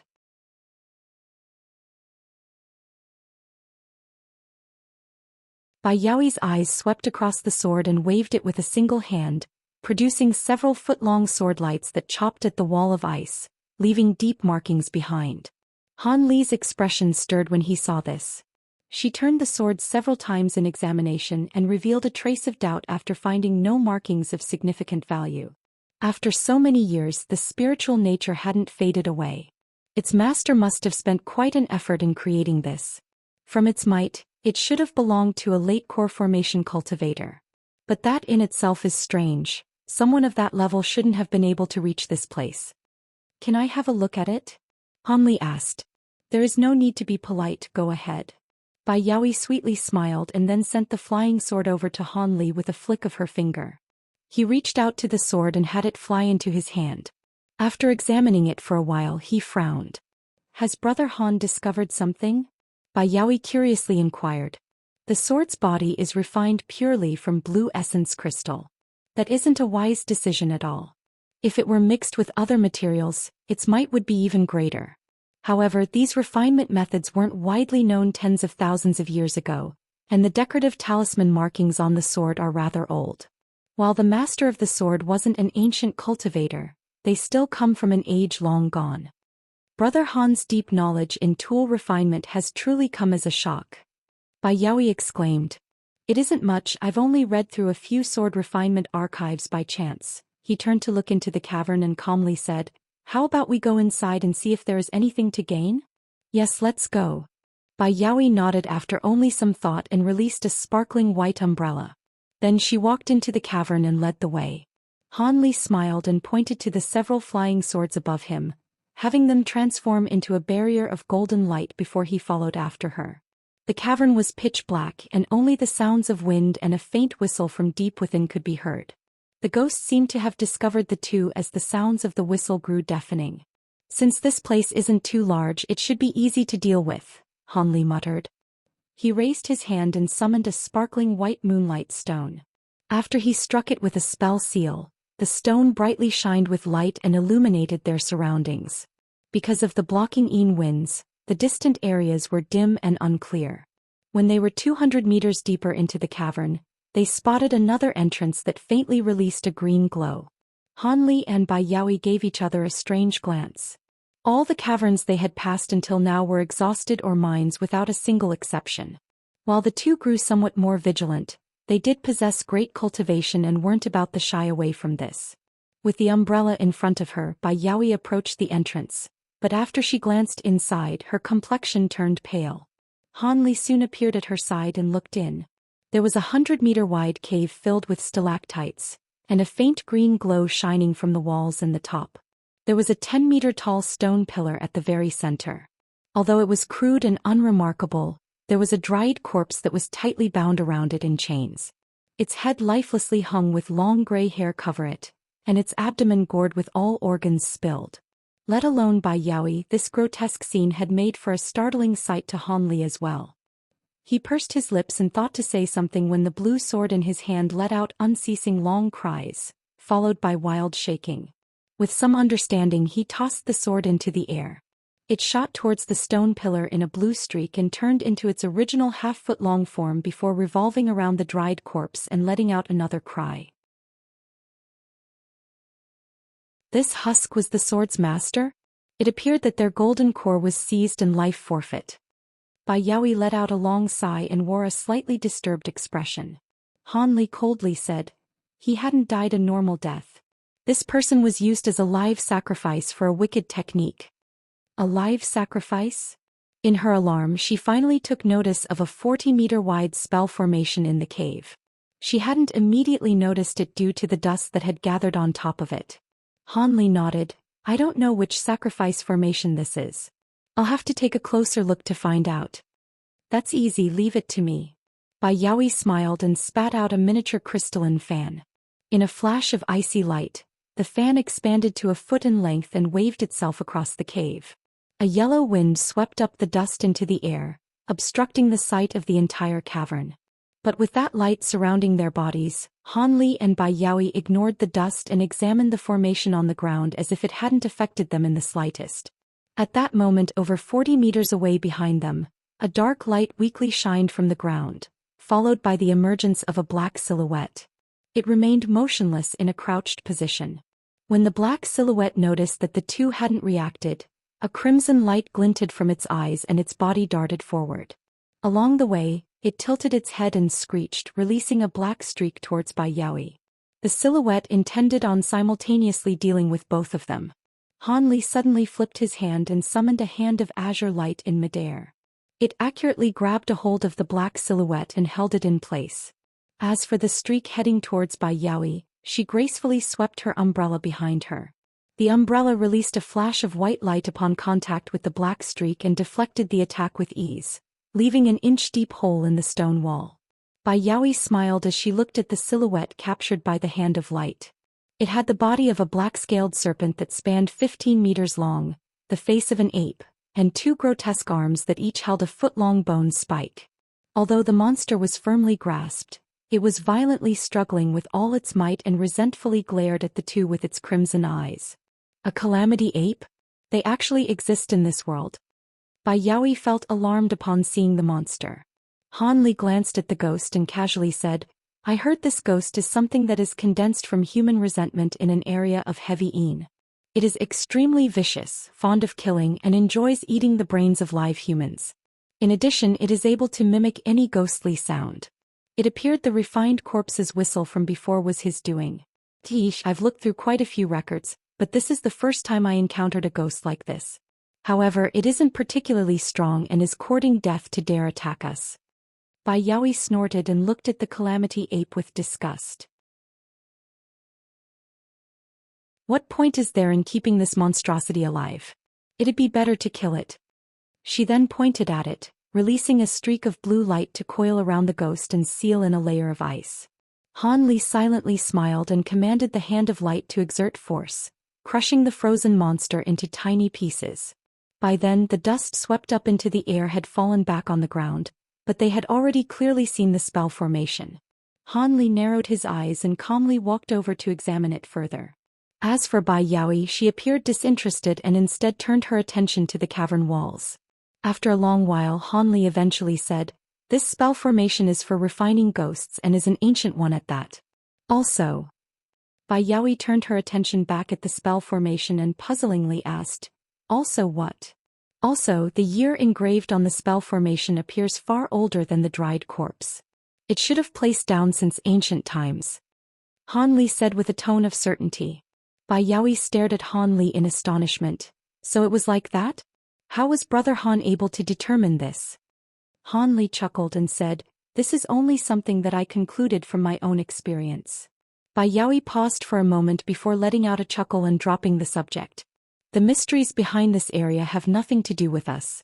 Since there are no other things here, let's leave. She raised her hand and took the blue flying sword into it before placing it in her storage pouch. Li nodded and the two began to leave. But just as they approached the entrance, Li suddenly felt a strange, uneasy sensation. He couldn't help but stop and turn to look at the chain-dried corpse. "What, is there something amiss?" Bai Yaoi asked with a trace of confusion. Li didn't immediately reply. Instead, his gaze flickered and he pointed in the distance. A muffled sound of thunder rang out and golden light flashed from his fingertips, striking the dried corpse on the stone pillar with an arc of thin lightning.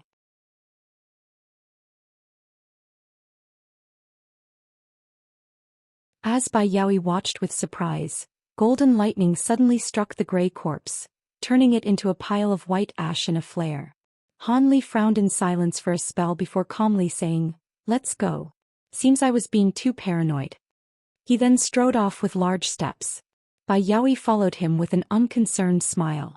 Shortly after, the two continued on their way through another passage. When the two were far away, a purple light overwhelmed the blacking winds blowing nearby, producing an inky silhouette from underneath the stone pillar in the cavern. The silhouette was jet black and had vague features as if it were completely made from shadow. All it presented was a pair of glowing green eyes.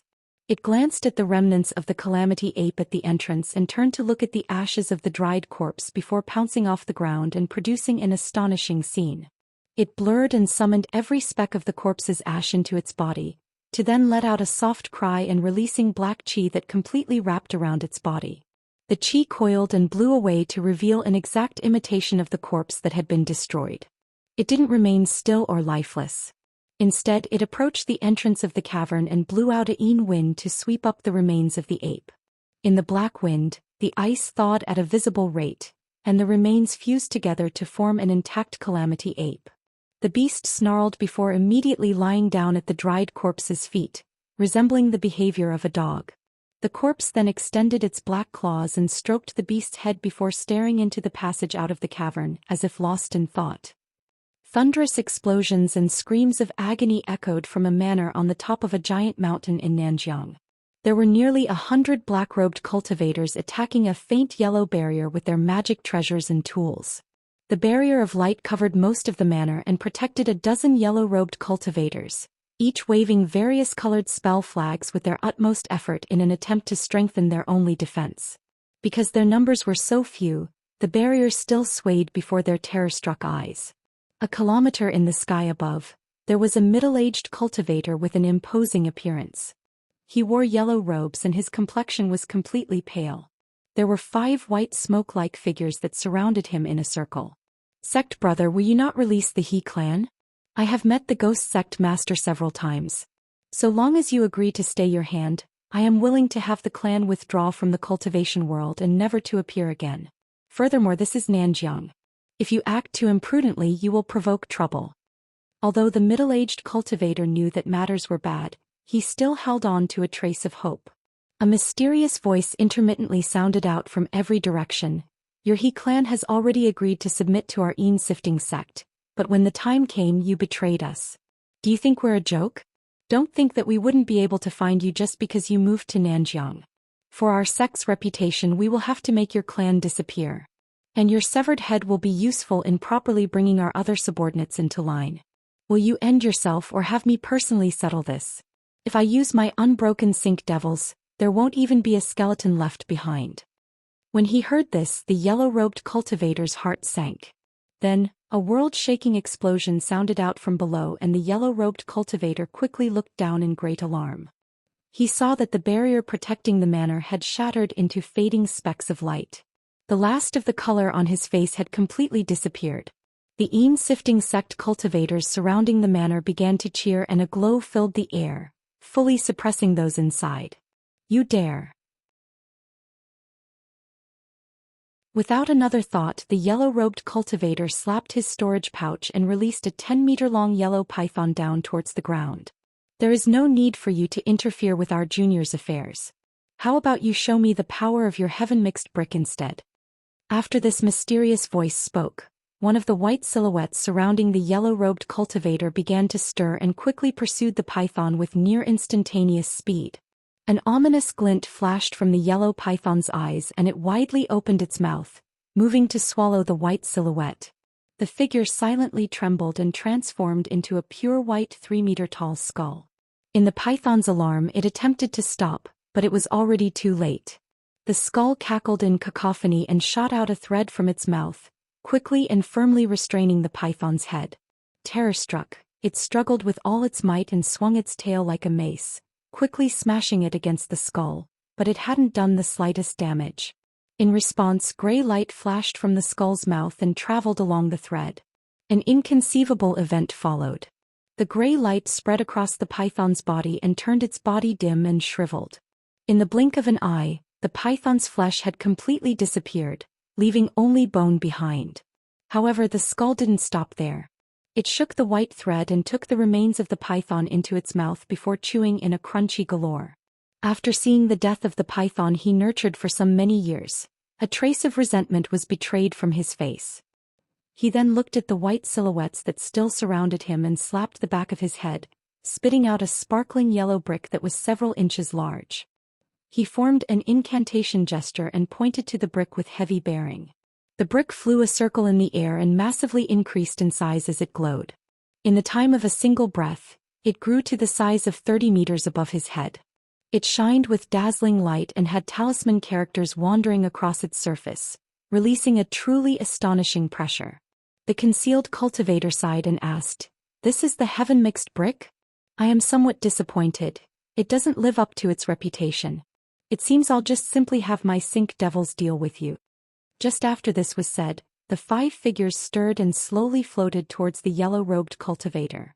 The man paid no heed to the disdainful words and swept his gaze past the silhouettes before letting out a resounding roar, causing the brick above him to spin in the air. With the brick's mass, it created a tornado in an instant, concealing the cultivator within it. However, the white silhouettes ignored this and shot into the tornado without another thought.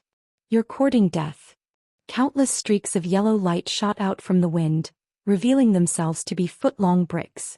In sounds of rolling booms, the white silhouettes were pelted by the lights.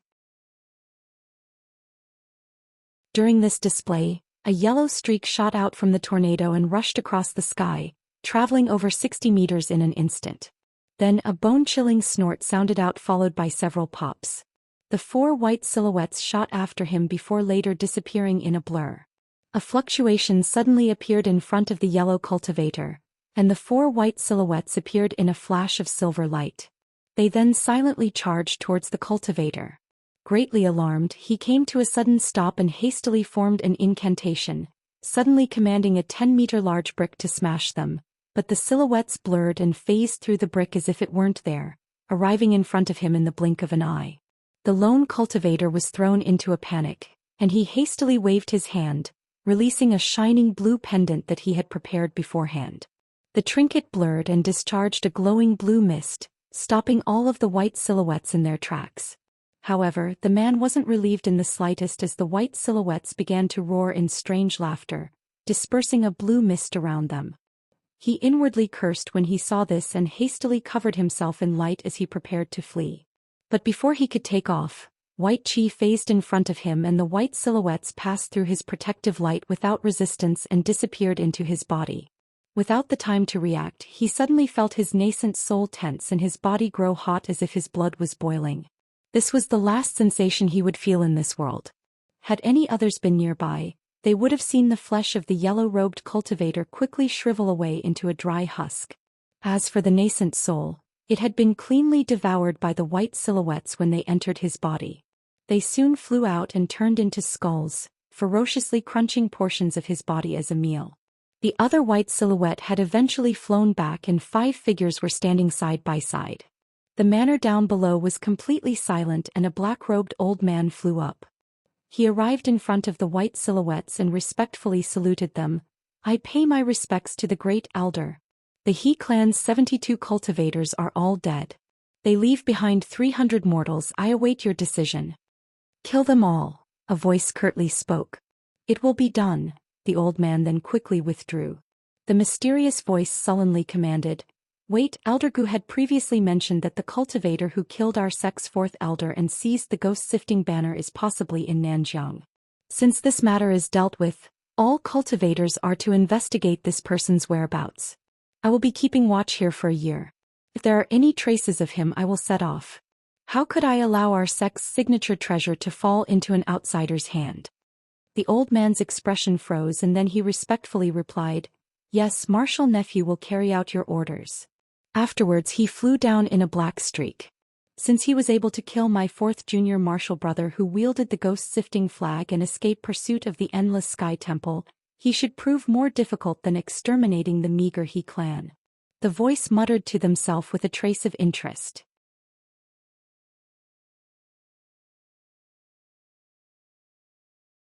Nearly a month later at the bottom of the Yinyang cave, Ligh stood in a giant wind cavern and held his hands in an incantation gesture. A dozen golden swords were revolving around him, shredding the countless moths flooding him into thin lines of black chi. The moths were several inches long and completely black. With each flap of their wings, they released thin blades of wind towards him, but they were all easily blocked by the golden light. But with each fallen moth, two came to take its place. Ligh grew sullen with annoyance. He tossed a spirit beast pouch from his waist and summoned a swarm of sparkling golden beetles into the air. When the black moths met the gold-devouring beetles, they suddenly began to shrink back as more of their numbers fell to the ground. When he saw this, he withdrew a majority of his flying swords and stepped into the depths of the cavern. The Yin winds here were blowing with far greater frequency and blocked his more powerful spiritual sense from seeing even 10 meters ahead. At the very least, he didn't have to worry about being harassed by the moths. After walking to the approximate center, his eyes shined with blue light, allowing him to see the nearby surroundings with clarity. But when he looked in a certain direction, he couldn't help but gasp. He walked 60 meters before tossing out a moonlight stone and carrying it in the air with a mist of azure light, illuminating 10 meters around him. Underneath the white light, a skull-sized black crystal was half embedded in the wall. But what was astonishing was that the gem was flickering with a haunting light and would release black moths without end, swarming towards Ligh and the dazzling moonlight stone in a mad rush. However, the gold-devouring beetles had intercepted them midway, but when each moth was killed, they simply faded away as if they never existed. This is the third one, but it is able to use the nearby Yin Chi to create dark Yin moths. How peculiar, Ligh muttered. When Ligh took a closer look, he saw the black crystal release a flare of black light. A pop sounded out, followed by the appearance of a meter-wide moth. It fiercely glared at Ligh with crimson eyes. Ligh raised his brow at the sight and flicked his finger, releasing a bolt of golden lightning and dispersing the moth in an instant. Although it was certain to have a few peculiar abilities, the divine Devilbane lightning was its natural nemesis. Then he reached out for the crystal without any hesitation, and a large hand of sparkling blue light appeared in front of him. With a bang, the crystal was taken out from the wall. In the instant the crystal was grasped, the surrounding Yin winds were decreased by over half. All the moths had turned into black chi in a bright flash and blew away in the wind. Ligh didn't appear particularly surprised by this and instead mulled over the two smaller crystals he found earlier in other wind caverns. These strange crystals caused Ligh to click his tongue in amazement, but he decided to leave the matter for later. After his first return to Old Man Fu for another application of the dark violet pearl's protective light, he split up with Bai Yaoi. Now that she wasn't following him, Ligh made full use of his abilities. Over the last few days, while he slowly headed deeper into the cave, he was several times faster than the others. He also came across high-grade ghosts with greater frequency, but his flying swords and golden lightning made short work of them. He hadn't needed to use the Weeping Soul Beast even once. It was starting to make sense why high-grade cultivators hadn't explored the Yinyang cave. Deeper inside, he had found little apart from a few abandoned magic tools and inferior ore veins. But several days ago, when he pursued a ghost, he unintentionally entered a small wind cavern. He initially had little interest in exploring it, as the Umbra Yin horse they were looking for shouldn't be able to survive in a place with fierce Yin winds. In addition, the frequent Yin winds in the cave would force him to consume even greater amounts of magic, even with the protection of the dark violet pearl's light. As such, it would prove quite difficult of him to tread deeper inside, but after he discovered the first black crystal he became interested in exploring deeper. With the divine Devilbane lightning protecting him and the myriad spirit milk to replenish his magic power, he also had little to fear. Ligh hadn't seen these black crystals before in any records. Although they resembled Devil Essence diamonds at first glance, they were completely different. They weren't nearly as hard as Devil Essence diamonds and didn't contain devilish essence either. They appeared to be strange wind attribute gems that were condensed inside these caverns for countless years, but they also contained large quantities of yin qi. When Ligh searched through tens of wind caverns, he only managed to find 3 of them. The first 2 he found were the size of a fist, but the third and most recent one he found was the size of a skull and could produce ghosts. After examining the gem for a long while and finding that it hadn't made the slightest reaction, he stuck several restriction talismans on it before placing it in a large jade box and into his storage pouch. After a cursory search through the large wind cavern to make sure he hadn't missed anything, he withdrew to the passage where he came. He traveled another kilometer and was searching through another small cavern, eventually finding that the tunnel became increasingly narrow. In the end he was met with a wall of ice. Ligh sighed but still continued forward. He raised his hand and released a streak of azure light, sinking deep into the icy wall. He didn't stop there and pressed his hand against it and swept his spiritual sense through. After finding no mechanisms or restrictions, he turned around and moved back without another thought. He was several times faster on the way back than when he was exploring forward. Although he didn't know the exact shape of the Yin-Yang cave, they should be close to the heart of the cave given the variety of ghosts they've encountered. However, none of them had yet to discover any trace of the Yin horse, much to Ligh's impatience. Since he had hurried to refine the Triflame fan in preparation for this trip, he didn't want to return empty-handed. It was an extremely difficult affair for a nascent soul cultivator to break through to a later stage. All cultivators who ascended to mid-nascent soul stage in the heavenly south were blessed geniuses, and of these talents, only 3 were able to break through to late nascent soul stage. And although there were more late nascent soul cultivators in the Great Gene, they were still rarely seen. As a result, Ligh had considered using the copulation essence arts with Mu peeling to break through the bottleneck to late nascent soul stage, but it wasn't a guarantee. Now that the nascent cultivating pill appeared before him, he couldn't allow the opportunity to pass him by. If they truly couldn't find the Yin horse, he would have to see if he could acquire the medical formula of the nascent cultivating pill from Old Man Fu. Although his chances were slim, if he could acquire the formula he could try looking the Yin horse elsewhere. After all, there were many places in the world where yin qi naturally gathered. Li's mind mulled over this matter as he flew through the tunnel. But suddenly his expression stirred and his attention turned to his front. A flicker of green light flashed in front of him and was flying in his direction. He instantly waved his sleeve in response, releasing a mist of azure in front of him. The green light was captured by the mist and dragged in front of him, revealing a gleaming sword that had a red jade slip attached to it. Ligh pursed his lips and raised his hand, taking the slip into his hand before tossing the sword back into the air. The green sword let out a ring, circling in the air before flying through yin winds without a trace. Ligh ignored it and instead sank his spiritual sense into the jade slip. They found traces of the Yin horse. A short moment later, Ligh withdrew from the jade slip with a smile. Then with a flip of his hand he summoned a white formation plate. He tapped it and in a flash of azure light, it became as glossy as a mirror. 4 differently colored lights appeared on different places of the plate.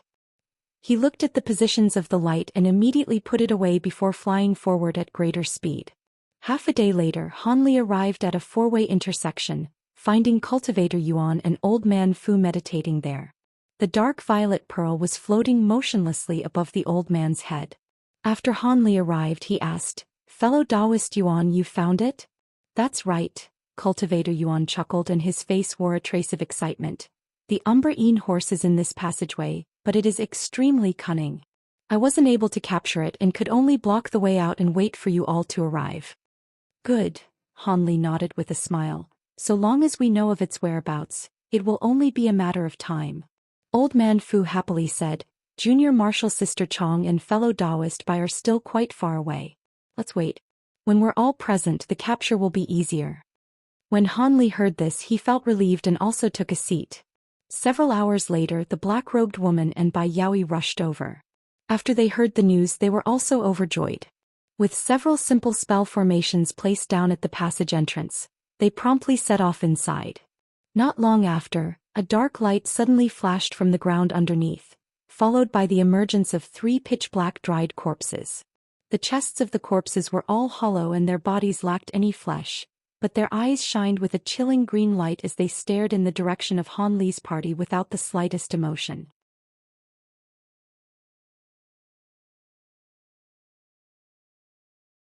The party of Cultivator moved east down the passage, and looked through all the caverns they encountered.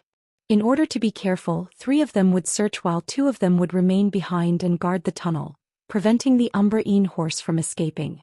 Not long after, the party arrived where Cultivator Yuan discovered the horse, an unremarkable small cavern. This time, the black-robed woman and Bai Yaoi were guarding the tunnel as the others went inside. When they entered, they discovered something strange.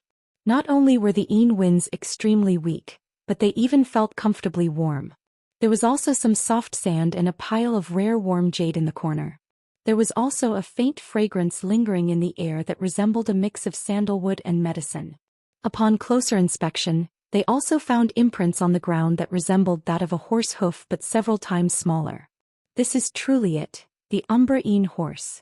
With the hoof prints and the fragrance, Old Man Fu rubbed his hands together in excitement. With a trace of red light shining from his face, Cultivator Yuan said, "Since Brother Fu said this, it must be true. Let's pursue it. The passage forward isn't very wide.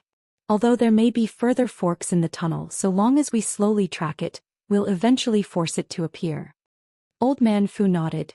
"Yes, that's reasonable. We'll..." Suddenly, he was interrupted by the sounds of an explosion, and the earth beneath them became unsteady as the cave quaked with ferocious roars. In the 3's alarm, their bodies glowed as they shot off in the direction of the noise. In the blink of an eye, they trailed back the way they came. The 2 women were looking ahead of them with shock as the thunderous footsteps shook the ground, each step more brutal as if the source was growing closer. An astonishing roar then sounded out. The 5 cultivators all exchanged a glance and each took out their magic treasures, awaiting what was to come with readied stances. Although the black Yin winds prevented them from seeing very far, blue light flashed from Han Li's eyes, allowing him to view the ghost that was 300 meters away. He couldn't help but gasp cold air at the sight. It was a huge wolf that was covered in green fur. It was 10 meters tall with a head the size of a small building and huge crimson eyes. Its 4 claws were as sharp as blades, cutting into the ground with each step. But what was most alarming to Han Li was the green corpse flames that would spew out from its mouth each time it opened. Whenever the green flames touched the ice walls, it would leave deep and uneven grooves glowing with green light. A corpse wolf. The name suddenly lit up in Han Li's mind, but a common corpse wolf should only be a common ghost. Even larger corpse wolves shouldn't be this gigantic. The sheer size of this monster was far beyond the scope that was recorded and possessed a cripplingly intimidating aura. Just as he was about to warn the other 4, his eyes suddenly caught sight of something burrowed in the huge wolf's head. "That's the Umbreen horse. What does Brother Han mean?" Astounded, Old Man Fu turned to look at Han Li. "The formidable ghost ahead of us and the horse are together," Han Li briefly replied. "The Umbreen horse?" The others revealed joy when they heard this. They could faintly see the giant wolf through the Yin winds then. Although they couldn't grasp its true form, the magnitude of the monster caused their hearts to tremble, and the joy on their faces quickly vanished. The black-robed woman sullenly flicked her fingers, releasing over 10 spheres of white light. The spheres didn't strike the huge wolf but flew upward instead and burst high in the air. Dazzling white light lit the tunnel and allowed them to see the wolf's sinister form. Their faces unconsciously changed. Given their vast experience, they could all tell how formidable this enemy was. But in that instance, they also saw something white lying down on the wolf's head. Although it was half submerged in fur, it appeared to be a white horse head with green eyes. "Everyone be careful. We cannot allow the Umbreen horse to escape. This corpse wolf should be a variant beast. Although it will prove troublesome, it should be an easy task for the 5 of us to slay it. Fellow Taoist Bai, you are in charge of capturing the Umbreen horse. With that said, Old Man Fu slapped his storage pouch and released chains that shined with black light. It flew forward and wrapped around the giant wolf like a snake. The others were quick to take action as well. The black-robed woman released 3 scarlet flying swords. Cultivator Yuan took out a jade pendant, producing several winged scorpions, and Han Li spat out several flying swords that swept forward in a wave of light.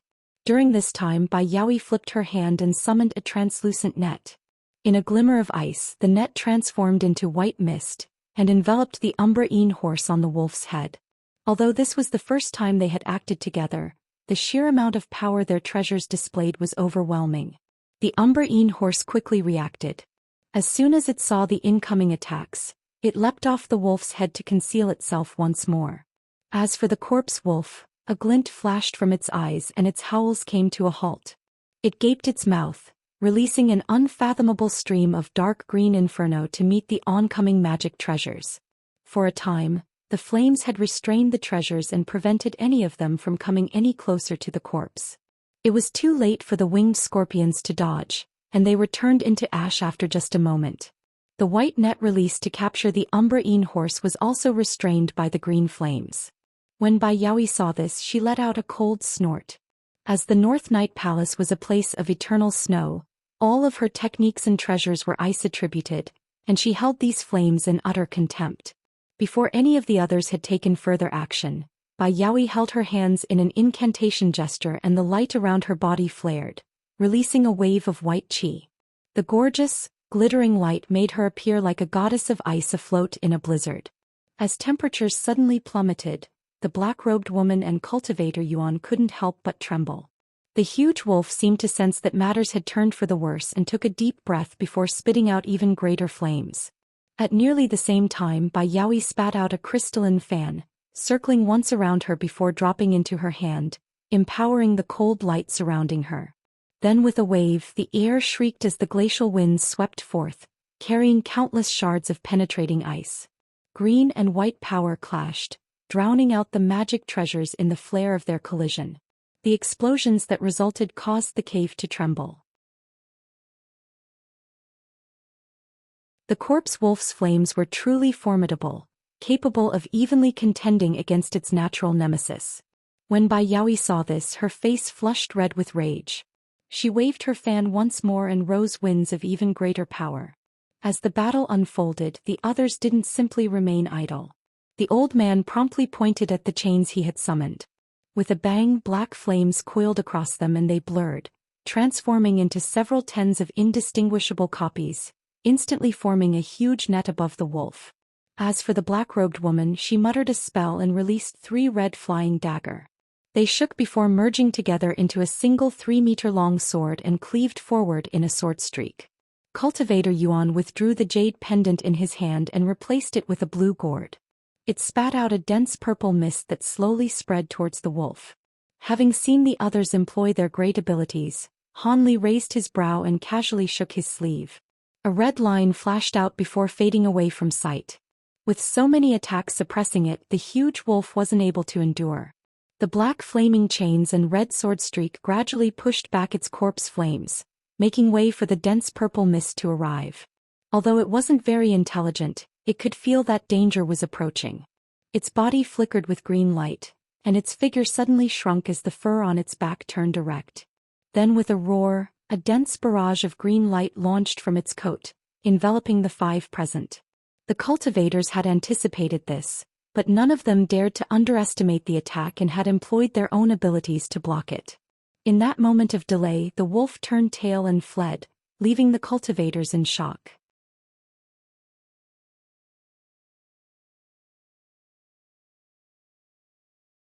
As the corpse wolf moved to escape, a crimson light flashed near its side to reveal a red needle. It flickered and pierced through the green flames, protecting the wolf's body in a crimson line, cutting through with incredible sharpness. In the huge wolf's alarm, it attempted to turn its head and avoid the attack, but the needle had already pierced through its neck. A deafening painful howl followed, and the black qi that gathered around its legs disappeared into the nearby winds. When the group saw this, they rejoiced. "Pursue it!" someone yelled. The party then began to glow, intending to quickly fly after it. However, a cry sounded out from a pouch at Han Li's waist. Although it was soft, Han Li's expression vastly changed and he flicked his hand, shooting several azure sword streaks at an area over 30 meters away. As the attack drew closer, a dark light shined from the ground to reveal several jet-black figures. One of them had easily repelled the sword streaks with a flick of their finger. Afterwards, winds began to erupt with great strength and the three figures were partially concealed. These three were the same dried corpses that had appeared at the intersection that the cultivators had passed. It was unknown what they conspired or how they evaded the spell formations that had been placed, but they managed to tail them with profound concealment. Just as Han Li and company were about to give chase, one of the dried corpses had revealed a trace of its aura in a moment of carelessness, allowing Han Li's weeping soul beast to detect it. These dried corpses were entirely shriveled and were of differing heights. Han Li even recalled having seen one before as he had struck it with lightning and turned it to dust. While Han Li betrayed shock from his face, the others all let out a cry of alarm. "How can that decayed corpse move?" The black-robed woman shouted out in astonishment. "When I discovered it, it was without life." Bai Yaoi was also particularly surprised as she had discovered one alongside Han Li as well. "You recognize these ghosts? We can't deal with them now. We must first give chase to the Unbroken horse. Fellow Taoist Han and junior martial sister Chong, deal with these ghosts for the time being. The rest of us will chase after the horse. If it conceals itself once more, it will be difficult to find again." Although Old Man Fu was greatly alarmed by the appearance of these three mysterious ghosts, he obviously prioritized the capture of the Unbroken horse. From his point of view, Han Li and his junior martial sister shouldn't have a problem dealing with these three strange refined corpses, neither would his three have any problem with the corpse wolf. None of the other party members had raised an objection as well. After the black-clothed woman curtly agreed and Han Li nodded, Old Man Fu and the others flew in the direction of the corpse wolf without further hesitation. Han Li then put away his flying needle and stood beside the black-robed woman, both of them coldly glaring at the dried corpses. Although Ghost Dao techniques were abnormally sly by nature, he found it incomprehensible that one of them was able to survive a strike from divine Devilbane lightning. Nevertheless, he still maintained a calm appearance, despite the increased vigilance in his heart. As for the black-robed woman, she was an elder of the Nine Serenities sect and possessed much understanding of both devilish and ghost techniques. Not daring to underestimate these corpses either, she had her giant red sword revolve above her in a display of dazzling glamour, protecting her rather than attacking. The three corpses facing them were the first to move. The taller of the lot took 2 large steps forward and opened its mouth to spit out a gray thread towards the woman. "You're courting death." She snorted with a sullen appearance. With a flick of her sleeve, over 10 fireballs shot out in succession. Soon after, she pointed to the huge sword above her head and it sliced through the air, releasing a crimson sword streak. She believed that this unremarkable thread was simply condensed corpse flames and that fire techniques should be able to restrain it. But then the thread passed through both the fireballs and the red sword streak without resistance, thoroughly absorbing their entire being with just a touch, and continued to rush forward without any sign of slowing down. The black-robed woman swept her sleeve in alarm and produced a small green shield in front of her. It glowed with light and massively expanded. At nearly the same time, the huge sword above her head chopped down towards the gray thread.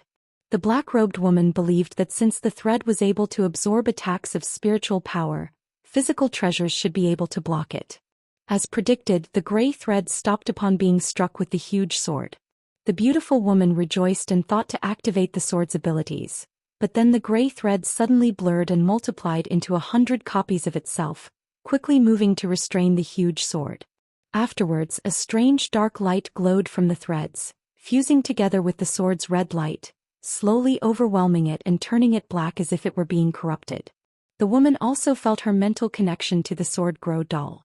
Her heart sank and she slapped her storage pouch without another thought, summoning a dermic wheel into her hand. But before she could use it to free her sword, thunder rang out, followed by a bolt of dazzling lightning. The golden bolt struck the gray threads in rumbling wrath and freed the large red sword. "Many thanks, Brother Han," the woman hurriedly uttered before forming a hand gesture and recalling her sword into her sleeve after splitting into 3 red streaks. With her weapon freed, Hanli didn't pay any further attention. Rather, he was staring at the air with a tight frown. The gray threads he had scattered apart condensed back into its original form after only a short delay. As for the other two dried corpses, they hadn't yet taken any action. When the black-robed woman saw this, her expression turned unsightly, but she continued to look at the gray thread in the air. This isn't ordinary corpse chi but that of a baleful corpse chi. Could this be a Ghostfiend thread? She cried out with a deeply pale complexion. Baleful corpse chi? Hanli found the name familiar and after a moment of thought, he recalled it being mentioned in the Great Development Treasure scriptures. His expression wavered for a time. This was a grand ability of the Ghost Dao that few cultivators ever could witness. As the name implied, baleful corpse chi was originally corpse chi, but fused with the lingering resentment of a fresh death, what was otherwise known as baleful chi. Baleful corpse chi was said to be extremely difficult to manufacture, at minimum requiring the corpses of core formation cultivators along with other unknown conditions. When it took form, it was said to be everlasting and was capable of absorbing elemental chi and corrupting various magic treasures. As expected for one of the greatest abilities of the Ghost Dao, it was beyond difficult to deal with. However, he hadn't heard of a Ghostfiend thread before, but given that it was created from baleful corpse chi, it was no wonder it was so troublesome. It seemed his divine Devilbane lightning was able to disperse it but not exterminate it entirely. As these thoughts flew through his mind, all three of the corpses simultaneously raised their hands and flicked their fingers, each releasing gray threads. The black-robed woman deeply gasped and unleashed the dermic wheel from her hand, chanting a series of evocations. The wheel whirled in the air and shined with a seven-colored light, covering both Hanli and her in a barrier. Seven-colored light, a Buddhist treasure? Hanli had already raised his hand with arcs of lightning sparking between them, but when he saw her take action, he paused with a trace of surprise. The threads then struck the seven-colored barrier but were all completely repelled. Hanli wasn't astonished by the barrier's effectiveness. Since Buddhist techniques were specialized in restraining the Ghost Dao, even something as vicious as Ghostfiend threads shouldn't be able to break through Buddhist light in an instant. But what surprised Hanli was the fact that a devilish sect elder even possessed a Buddhist treasure. The three hadn't stopped their attack after seeing that their threads were repelled. Instead, their fingers stirred and countless gray threads began to take form in the air and weaved countless layers of threads on top of the seven-colored barrier, as if intending on thoroughly trapping the two within it. A cold glint flashed from Hanli's eyes and he slapped his hands together, raising them to release two dense arcs of golden lightning at the barrier of light protecting them. As loud crackles sounded out, a net of lightning appeared on the surface of the barrier and instantly dissolved the gray threads. The three corpses didn't seem to care when they saw this. They simply shot out more Ghostfiend threads from their hands and restored the form of the gray chi that had been scattered. Fellow Taoist Chong, open it up. With that said, thunder rang from Hanli's back, revealing a pair of silver wings. She thought to persuade him otherwise, but after seeing the wings, she immediately uttered an incantation and created a fine opening in the barrier. His wings flapped and he disappeared in a flash of silver light. The three corpses suddenly stopped when they saw this and began to look around. Then the light flashed once more meters behind them to reveal Hanli. The corpses instantly flicked their fingers in response and shot dozens of gray threads at him.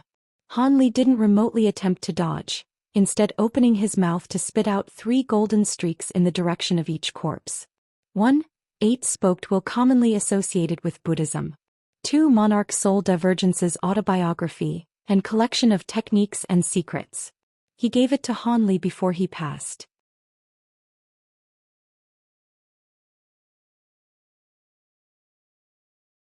It was clear that Hanli's golden light was far faster than the gray threads. In sharp gusts of wind, the three small golden swords pierced through the corpses' abdomens. At nearly that same moment, the Ghostfiend threads had arrived in front of Hanli and were about to strike him. However, Hanli let out a shout and a ring of seven-colored light suddenly appeared around him. When the threads touched it, they became disconnected from the world. When the black-robed woman saw this seven-colored light, she was stunned. Hanli then expressionlessly pointed at the three dried corpses in the distance. 3 bolts of lightning escaped from the small swords, followed by loud pangs of thunder, each of them covering the 3 corpses in a net of lightning. Before the corpses could even let out a groan, the lightning turned them into clouds of black dust, continuing to tear at the dust clouds and prevent them from reforming, but it appeared that the corpses were undying in the face of the divine Devilbane lightning. Ligh frowned at the sight of this. The black-robed woman rejoiced upon seeing him restrain them and happily put away her light barrier. She flew over and proposed, "These refined corpses had fused baleful corpse chi with their own bodies. I fear we won't be able to kill them. We'll have to use restrictions to seal them for the time being. There is no need to waste such effort, it is unknown what strange abilities these ghosts have. Common restrictions might not be able to seal them. Rather, let's just finish them off." Finish them off?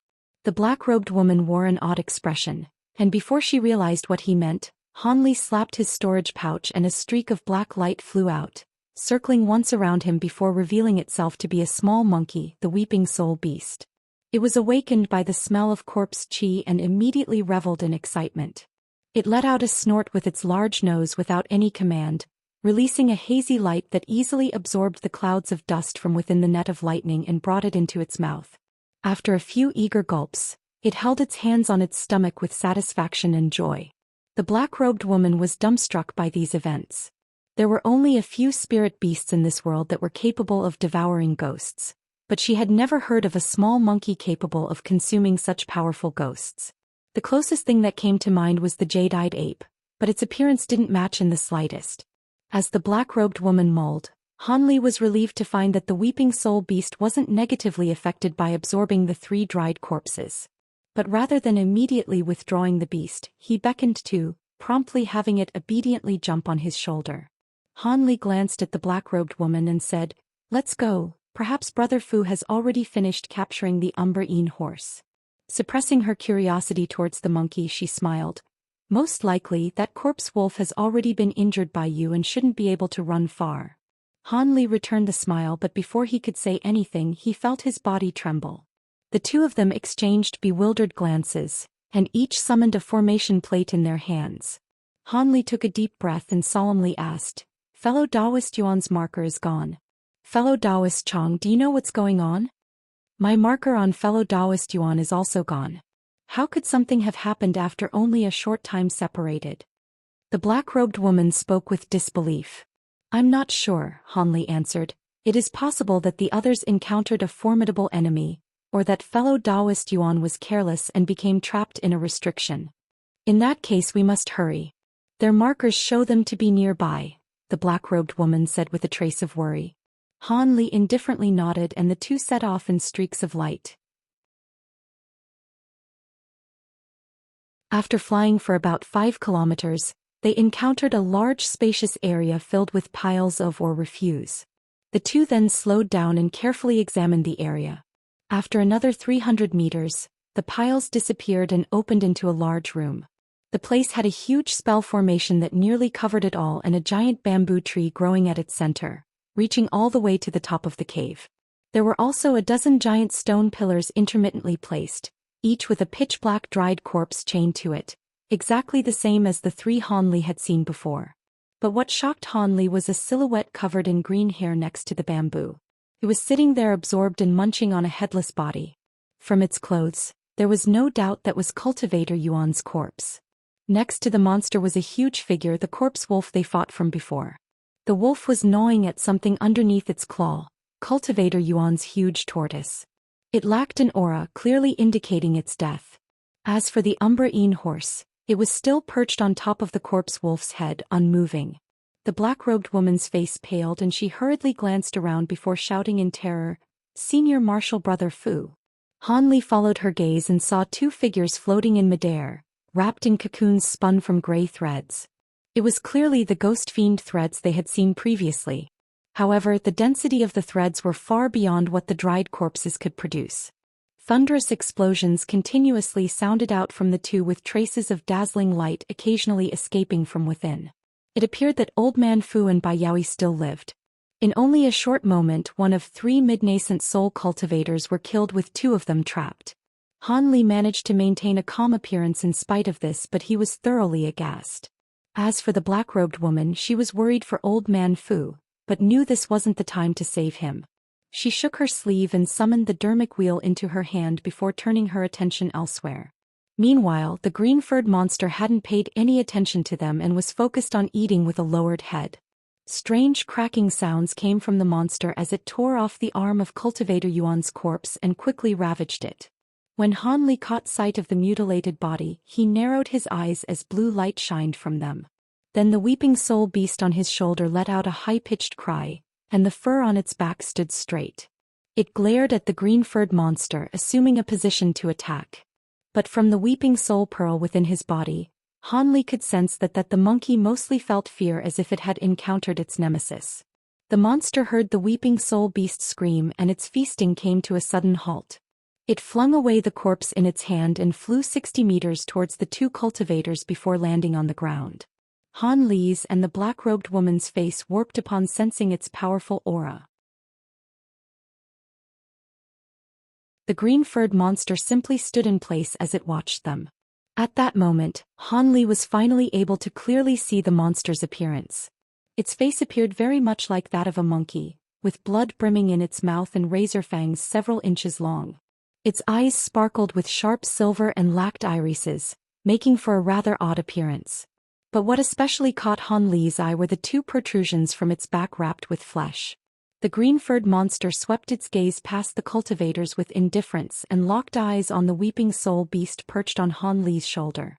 Then its face revealed an odd expression resembling bewilderment. When the weeping soul beast met the green monster's gaze, it leaped 10 meters in front of Han Li and pounded its chest with all its might, causing black light to surge all around it. In the blink of an eye, it grew 30 meters tall to become a vicious ape that had the image of a malevolent crimson ghost on its back that appeared to move with life. The green-furred monster seemed to sense something from the weeping soul beast's transformation and hastily took several steps back. At that same time, the bags of flesh protruding his back trembled and tore apart, revealing two 3-meter-long wings that shined a dazzling silver. Silver-winged Nightfiend. The black-robed woman shouted out its name with a face full of terror and his complexion paled. In the mortal world, silver-winged Nightfiends were refined corpses that were capable of flight and were seconded only by gold-clad lunar corpses. They were a fearsome existence that were said to be superior to even late nascent soul cultivators. Not only were they a natural prodigy of wind and earth-attributed movement techniques, it was nearly invulnerable, incredibly strong and quite skilled in illusion and bewitchment. As these thoughts quickly flashed from Han Li's mind, he tightly pursed his lips. Light flashed from the beast's wings, and its fear of the weeping soul beast immediately disappeared. It loudly uttered, "I didn't expect more would come to find me. It's been quite some time since I've had fresh meat. You will all make quite a meal." These words were spoken as clearly as a human's voice.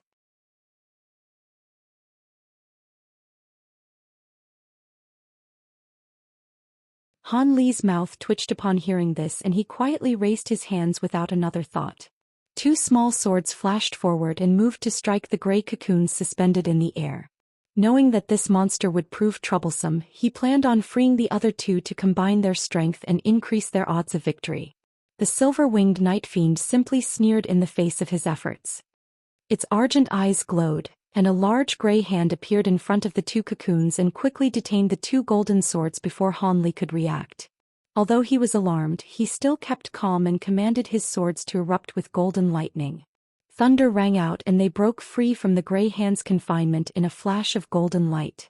However, a dense barrage of threads shot out from the cocoons, covering the swords once more, and the scattered portions of the large hand began to quickly reform. Han Li frowned and clenched his hands in a fist, released arcs of golden lightning from his body in a cataclysm of thunder. With a net of lightning dancing around him, he appeared like a god of lightning that had descended upon this world. When the weeping soul beast glanced at Han Li, it couldn't help but reveal amazement on its face. "How interesting," the silver-winged Nightfiend said with an emotionless tone, "to actually be able to break my Ghostfiend threads. You must be the one who destroyed my doppelgangers. Indeed, and you are unexpectedly capable of human speech. You must be quite intelligent, so you should know what's in your best interest." Han Li glanced at Cultivator Yuan's remains and then pointed at the Umbreen horse at the side before coldly stating, "If you hand over that Umbreen horse and release my two comrades, we will immediately depart." Then the giant transformed weeping soul beast snarled and a piercing crimson light shined out from the malevolent ghost image on its back. Without the slightest hesitation, the Nightfiend answered, "You can have that little animal, and I might even consider allowing you and your comrades to leave. You'll truly agree?" When the black-robed woman heard this, joy lit on her face. At the moment, her dermic wheel was already summoned in the air and glowing with light. Ligh remained silent when he heard this.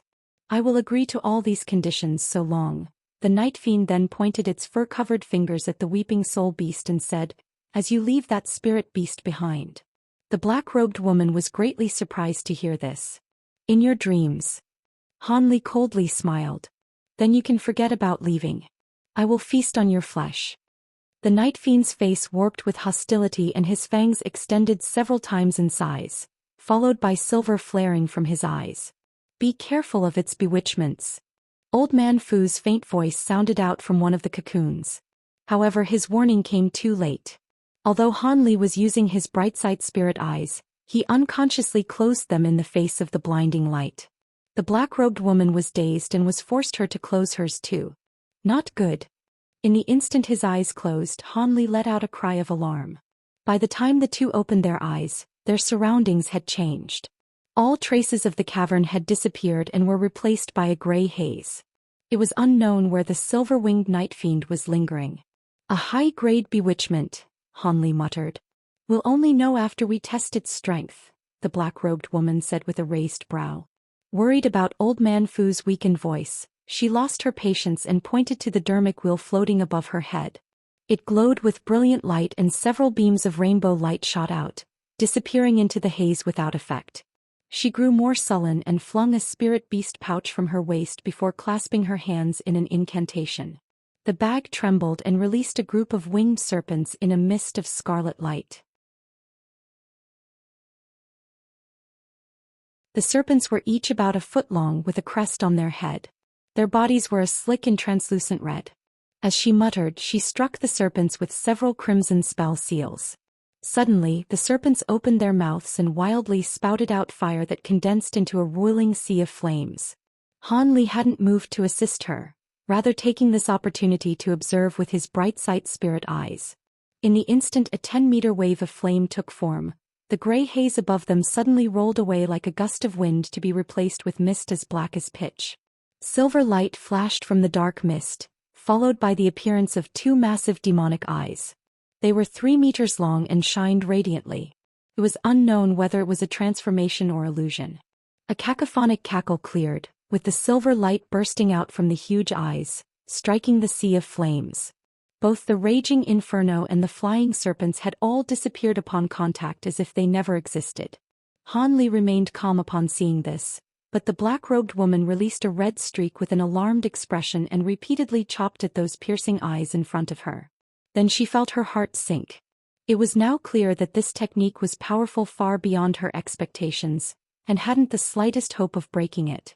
The strange cackle continued to grind without end and with greater volume, now more thunder than laughter. In the time being, even more eyes began to appear, each one just as large as before. Soon the demonic orbs filled the sky above the haze surrounding them. They suddenly began to light up and changed into bright crescent moons. Afterwards, footsteps emerged from the haze along with harsh wails, almost as if the Nightfiend would emerge at any moment. These overwhelming circumstances unnerved the black-robed woman and she asked, "Brother Han, do you have a method to dissolve this technique?" If this mysterious fellow Taoist Han wasn't able to dispel this technique, she had resolved herself to consume a large amount of blood essence to employ a secret technique. Instead of replying to her, Ligh raised his hand and released a dense bolt of golden lightning. In a clap of thunder, it struck one of the crescent moons in the haze. A resounding explosion sounded out as the golden lightning ruptured along with the crescent. At nearly the same time, the other eyes collapsed into endless streams of silver dust, filling their surroundings with blinding light. The black-robed woman suddenly felt her world spin around her and couldn't help but close her eyes once more. By the time her senses returned to normal, she discovered that she was in the cavern once more without a trace of mist or light to be found. She felt greatly relieved to be freed of the bewitchment and managed to collect herself. The silver-winged Nightfiend was now across from them at the base of the bamboo stem and remained still. However, his wings were folded in front of him to block the dense bolt that Ligh had released. With crackles and light still sparking from the wings, he grimly looked in Ligh's direction. The black-robed woman now spotted a pitch-black mirror held in the Nightfiend's green hand. It wasn't large or remarkable but glowed with a wicked inky light. If a person looked at it they would sense their mind sinking in. How that's baffling. You were able to find me from within the illusion. With the assistance of the evil moon mirror, my silver eye bewitchment should near twice in power. Even more formidable spiritual sense shouldn't be able to see past it.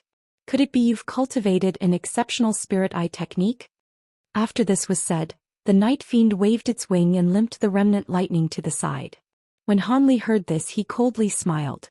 In utter silence, he shook his sleeve and released several tens of golden flying swords around him with a clear ring, gathering to his front as a wave of gold. Meanwhile, thunder rang out from his back with the appearance of a pair of silver wings. Not stopping there, Ligh took a deep breath before spitting out a snow-white pearl covered in twirling purple flames. As soon as it appeared, the temperature in the cavern steeply dropped. The silver-winged Nightfiend was indifferent to the appearance of Ligh's flying swords and only slightly surprised at the appearance of his wings. The snow crystal pearl wrapped in purple apex flames, however, caused its face to grow solemn as it recognized the formidable threat. Then for a finishing touch Ligh slapped his storage pouch, filling the air with a swarm of golden beetles, clasped his hands in an incantation gesture, summoning a barrier of 7-colored light around him, and flipped his hand to summon a glowing purple mirror in the air. Apart from his greatest killing measures, he now displayed the full might of his long-gathered power. Now that he faced a fearsome enemy that was superior to even a late nascent soul cultivator, he couldn't afford to hold back.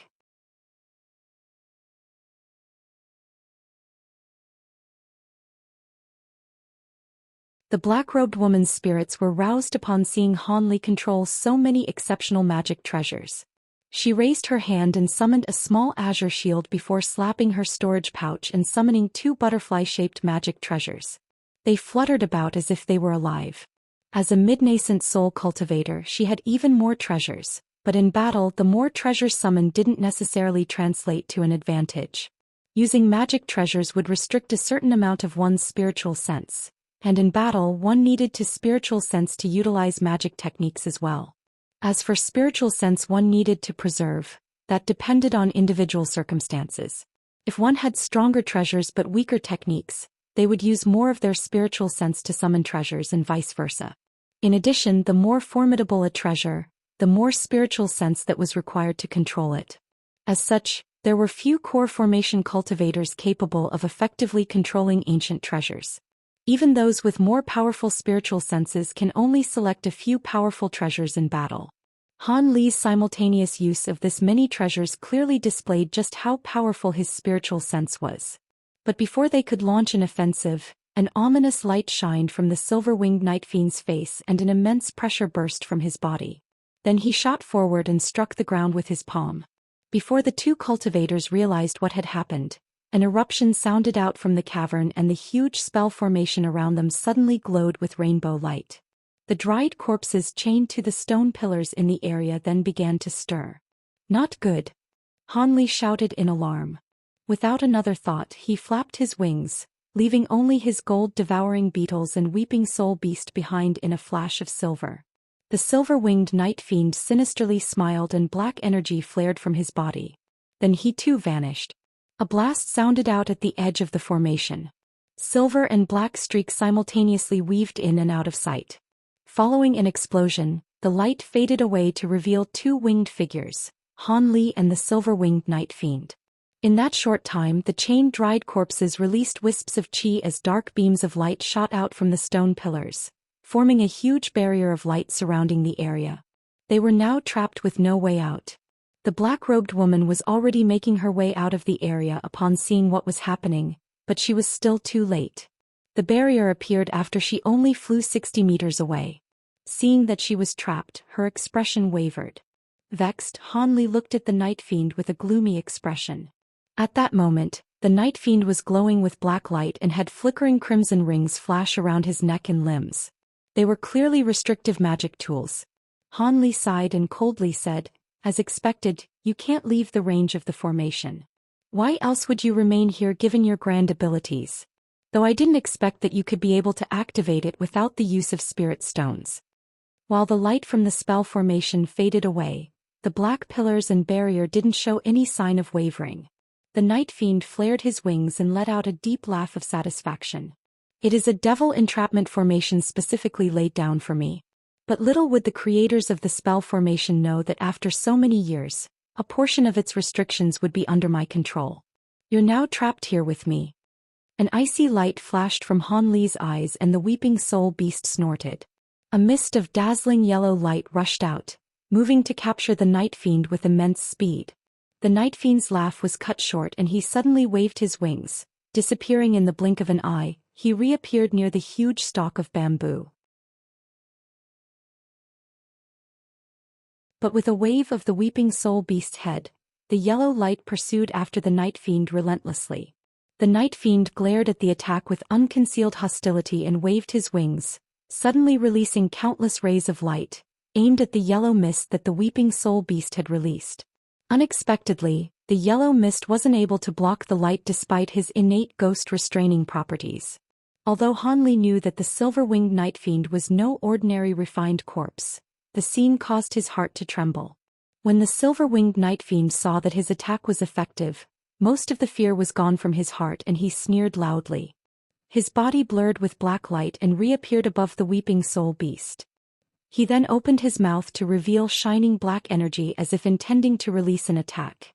However, he suddenly heard loud buzzing above him and looked up in astonishment, instead releasing the black light from his mouth towards the sky and striking a 3-meter-wide golden cloud. They were Han Li's gold-devouring beetles. When Han Li made use of lightning movement, the beetles had remained in place. Now that the Nightfiend appeared near them, he ordered them to attack without reservation. The black beam was corpse chi that the Nightfiend had refined for countless years. Not only was it incredibly corrosive and cold, but it even contained vicious corpse poison. The gold-devouring beetles were normally resistant to poison and other effects, but upon contact with this light, the beetles began to fall from the sky in troves. A third of their number had been reduced from this single strike. The rest all scattered and were no longer concentrated in a single place. In that brief moment, the weeping soul beast had already launched another attack, releasing one more yellow mist with a snort. The Nightfiend then calmly flapped his wings and reappeared over 30 meters away, dodging the yellow mist. Silver light then flashed and thunder clapped from where it originally stood, followed by Han Li's appearance. He wordlessly waved his arm and had his flying sword sweep towards the silver-winged Nightfiend in a golden tide. The purple mirror circling above his head shined with light and shot a purple ray after them. Meanwhile, he stealthily flicked his finger from his sleeve and a red line briefly appeared. With that done, he glanced at the gold-devouring beetles lying on the ground. Their wings suddenly stirred and they buzzed to the air once more, much to Han Li's relief. However, they appeared quite weakened from the previous attack. Additionally, the black-robed woman had used this opportunity to command her 2 white jade butterflies to attack. The 2 jade butterflies flared with white light before expanding to the size of a person. Then with rapid waves of their wings, a white tornado appeared in front of her. After an incantation, the tornado transformed into 2 white flood dragons that charged towards the Nightfiend with overwhelming momentum. But when the Nightfiend saw so many attacks heading in his direction, he sinisterly smiled. He held onto the evil moon mirror in one hand and summoned a fist-sized ball of light with the other. The ball was gray, but it contained a cold, serene shine. He icily glanced at the attack that would first strike, the golden sword light. He slapped his hands together and the ball of light vanished into the mirror. Soon after, black radiance flashed and countless similar balls of light rushed out and quickly fused together. In the blink of an eye, a 10-meter-wide ball of light appeared with the silver-winged Nightfiend at its center. As the sword light swept across it, it fiercely struck the ball. With a soft bang, the huge sphere popped like a bubble, fragmenting into many smaller balls. The golden light swept past the Nightfiend and flashed as several tens of flying swords shredded him to countless pieces. Afterwards, the sword lights shot out from the many small orbs of light in the vicinity. When Ligh saw this, he felt alarmed and doubt sprung up from his mind. There was no way he was able to kill the Nightfiend with only his flying swords. As expected, an inconceivable scene occurred. The small balls of light gathered together and reformed into another huge ball. The shredded Nightfiend was also perfectly restored inside. Ligh frowned. The purple ray of light and the two wind dragons then aggressively struck, resulting in the same scene. The huge light was destroyed and scattered, only for it to become whole once more. The silver-winged Nightfiend looked at the cultivators with an icy smile, but he didn't take any action. Rather, he simply waited as balls of light flashed from the mirror in his hand, causing his surrounding light to grow even stronger. A grave expression appeared on Ligh's face. Although he didn't know how that light barrier worked, it was anything but good. Aghast, the black-robed woman instantly formed an incantation gesture and controlled her wind dragons to circle in for another attack. They easily shattered the light once more along with the Nightfiend's illusion, but this time the wind dragons didn't depart after their initial attack. Instead, its jaws gaped open and released countless blades of white wind in every direction, preventing the balls of light from condensing back together and scattering them to even smaller pieces. For a time, howling winds raged at the core of the sphere. Ligh didn't have his flying swords join in on the attack. He instead narrowed his eyes, blue light flickering from them, and observed everything.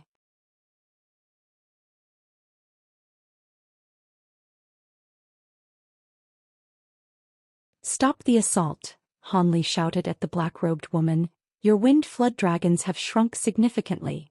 In truth, she didn't need the warning, having already felt that something was amiss. When she heard Ligh, she had immediately formed an incantation gesture in alarm. The wind dragons ceased releasing blades of wind and shot away from the vicinity. As the dragons coiled in the air, it was clear to see that their size was reduced by nearly half. The balls of light had been repeatedly split by the blades of wind but condensed back together in the instant the wind's dragons left. The huge ball now had also reached 100 meters wide, nearly taking up a third of the space inside the spell formation. The silver-winged Nightfiend reappeared in the ball of light with a cold laugh and sneered. Ligh sighed, having saw this in the past when he fought against Wen Tianren, Arch-Saint Sixpath's disciple, back in the scattered star seas. At the time, he had used a peculiar treasure to warp himself in a purple cloud, preventing Ligh from injuring him with his flying swords. Ligh had relied on the overbearing might of the Een Devil Execution to break through it and destroy Wen Tianren's arm. The ability that the silver-winged Nightfiend was using was the same in nature but clearly far more powerful. Though Ligh had busied himself with cultivation ever since and didn't have the time to condense another Een Devil Execution, he did have other techniques that could produce similar tyrannical power. It was a pity that his bamboo cloudsworm swords were unable to form the Aurit sword formation, else the silver-winged Nightfiend would be dead for certain, no matter how bizarre the technique. Having thought this, a plan came to mind. He took a deep breath and slapped his storage pouch, summoning a scarlet talisman into his grasp. Flame-like characters flickered on its surface along with the image of a lifelike flood dragon. This was a spirit subjugation talisman that Ligh had refined with the scarlet flame flood dragon's soul after he was done creating the Triflame fan. And the reason why Ligh was late in his meeting with the others at the entrance of Myriad Poison Valley. Because he had experience in refining the talisman once before, it was now far stronger and could produce even more power. He slapped it onto his body and the talisman entered his body, followed by the appearance of an illusory flood dragon above him. Glowing in red light, horns grew from his head and scarlet scales emerged all over him. In only a moment he assumed a half-transformation of the flood dragon and his magic power had risen to the peak of mid-nascent soul stage. Fellow Taoist Han. Upon seeing this transformation, both the black-robed woman and the Nightfiend couldn't help but shout out in shock. When the Nightfiend in particular sensed Ligh's rapid rise in cultivation, his smile disappeared. Then Ligh grasped his hands in a gesture and the tens of flying swords surrounding him began to spin. After letting out a clear ring, they blurred, turning into 6 identical copies of themselves. These hundreds of golden sword light gathered together, flaring with the light of a scorching noon sun. As the flare disappeared, a giant 30-meter-long sword materialized above the Nightfiend's regenerative ball of light, releasing an astounding pressure that caused even the demon to betray a trace of shock. With the huge sword formed, Ligh then pointed to the snow crystal pearl, having it shoot towards the sword in a purple streak. At that same time he activated a technique on the giant sword with a mental command. A terrifying explosion sounded out. Bolts of lightning as dense as an arm began to arc across the surface of the sword, wrapping around in intertwining radiance as thunder roared without end. Then the snow crystal pearl arrived at the sword's handle. Purple light flashed and the pearl merged into it without a trace. Soon after, purple flames blazed on the hilt and gradually spread across the blade, fusing together with the golden lightning. The Nightfiend's expression turned unsightly and his complexion turned pale. Currently, the huge ball of light had expanded to nearly half of the area within the barrier, forcing them to slowly retreat. As the giant sword floated, both the black-robed woman and the Nightfiend awaited to see what would happen with bated breath. Even a late nascent soul cultivator wouldn't dare to receive such a strike. "Destroy," Ligh commanded. The giant sword rang with a deafening boom before cleaving downward and flaring with a blinding golden aura. Before the sword even made contact, its surface trembled from its spiritual pressure. In a flash, the weapon struck the giant ball and thoroughly annihilated it with resounding vibrations of spiritual pressure. Once the light from the impact faded away, the ball of light was nowhere to be seen. As for the Nightfiend, he appeared in a place not far away and was staring at the huge sword with a grim expression. The Nightfiend hadn't dared to test the huge sword's might and used his wings to escape. However, the evil moon mirror in his hand had stopped emitting any radiance as the ball of light was now fully wiped away and could no longer regenerate. Just as the Nightfiend's gaze roamed and plotted his next move, he suddenly heard a sharp howl of wind and a red line suddenly appear 3 meters behind him, intending to pierce through the back of his head. As monster who possessed equivalent power to a late nascent soul cultivator, his spiritual sense was able to easily detect it. Although the attack came as a surprise, he simply folded his wing and blocked it. Bang! Much to his alarm, as soon as the red line struck his wing, it suddenly burst into a huge fireball. He soon found that the fireball was nowhere close to the threat it appeared to have been, and his alarm quickly faded away, but when the flames disappeared, the red line had as well. Just as he thought to search for it, he heard thunder ring out in front of him. The huge sword was cleaving down towards him. Additionally, the flood dragons had moved above the Nightfiend at an unknown time. With a command, the black-robed woman had them swing their heads with a gaping mouth, releasing a dense barrage of wind blades. The Nightfiend immediately abandoned any thought of pursuit and hung the evil moon mirror on his chest. He then solemnly reached out to the incoming sword, summoning 2 fists of Ghostfiend threads. They were each 3 meters large and moved to block the weapon. Of course, it wasn't that he couldn't move but that he wished to test the sword's strength. Meanwhile, his wings grew twice in size and formed into a silver screen above his head, easily repelling the blades of winds. The fists and the sword collided, resulting in 2 explosions. The sword had cleaved through one of the fists with great strength, but it was clearly weakened from the strike and was blocked by the second fist. But just as the sword collided with the second fist, the red line made a sudden appearance, positioned to strike at the Nightfiend's chest. No! The monster's heart trembled and he hastily moved his hand forward, but was too late. In a blur, the needle pierced through the evil moon mirror, causing it to shatter in a flare of black, but he was able to quickly catch the needle afterwards. "You dare destroy my mirror?" The Nightfiend's body trembled and his face twisted with rage. The needle he held in his hand was set aflame and burning red as hot iron, though he completely ignored it. Ligh's purpose in destroying the mirror was quite simple. Because it was troublesome when paired with the strange bewitchment techniques, he decided to eliminate it altogether. Ligh felt somewhat baffled by the rage it displayed, but he wasn't about to cease his attacks. With an incantation gesture, the dim giant swords split apart. Nearly 200 sword lights immediately created a huge net and swept down at the Nightfiend without mercy. If it dared to use his wings to block the strike, the swords would split the Nightfiend to pieces as they were reinforced with auric essence. As for the snow crystal pearl, it spun in the air, releasing several fist-sized fireballs that floated down towards the Nightfiend. But no matter how enraged it may be, he wasn't about to be fooled into receiving Han Li's attacks. With a flap of his wings, he moved elsewhere and glared at him with fury, his silver eyes turning blood-red. With pure hatred, the Nightfiend uttered, "I hadn't intended on wasting strength and wanted to only use illusions to deal with you lot, but no more. I will personally extract your soul and take my time savoring it." His body blurred once more before appearing above the corpse wolf's head. He then wordlessly stepped on it and fanned his wings, producing a layer of yellow light afterwards. He sank into the ground and brought the wolf with him. Earth movement. Han Li immediately frowned and pointed to his magic tools, recalling them. The ground began to tremble and the entire spell formation around them shook. It began to glow with yellow light and release black chi, followed by the painful and blood-wrenching howl of the silver-winged Nightfiend.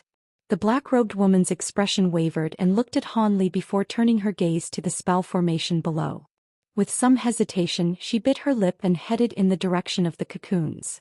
Along the way, she raised her hand and released a shear-shaped magic treasure towards them. It glowed with radiant light.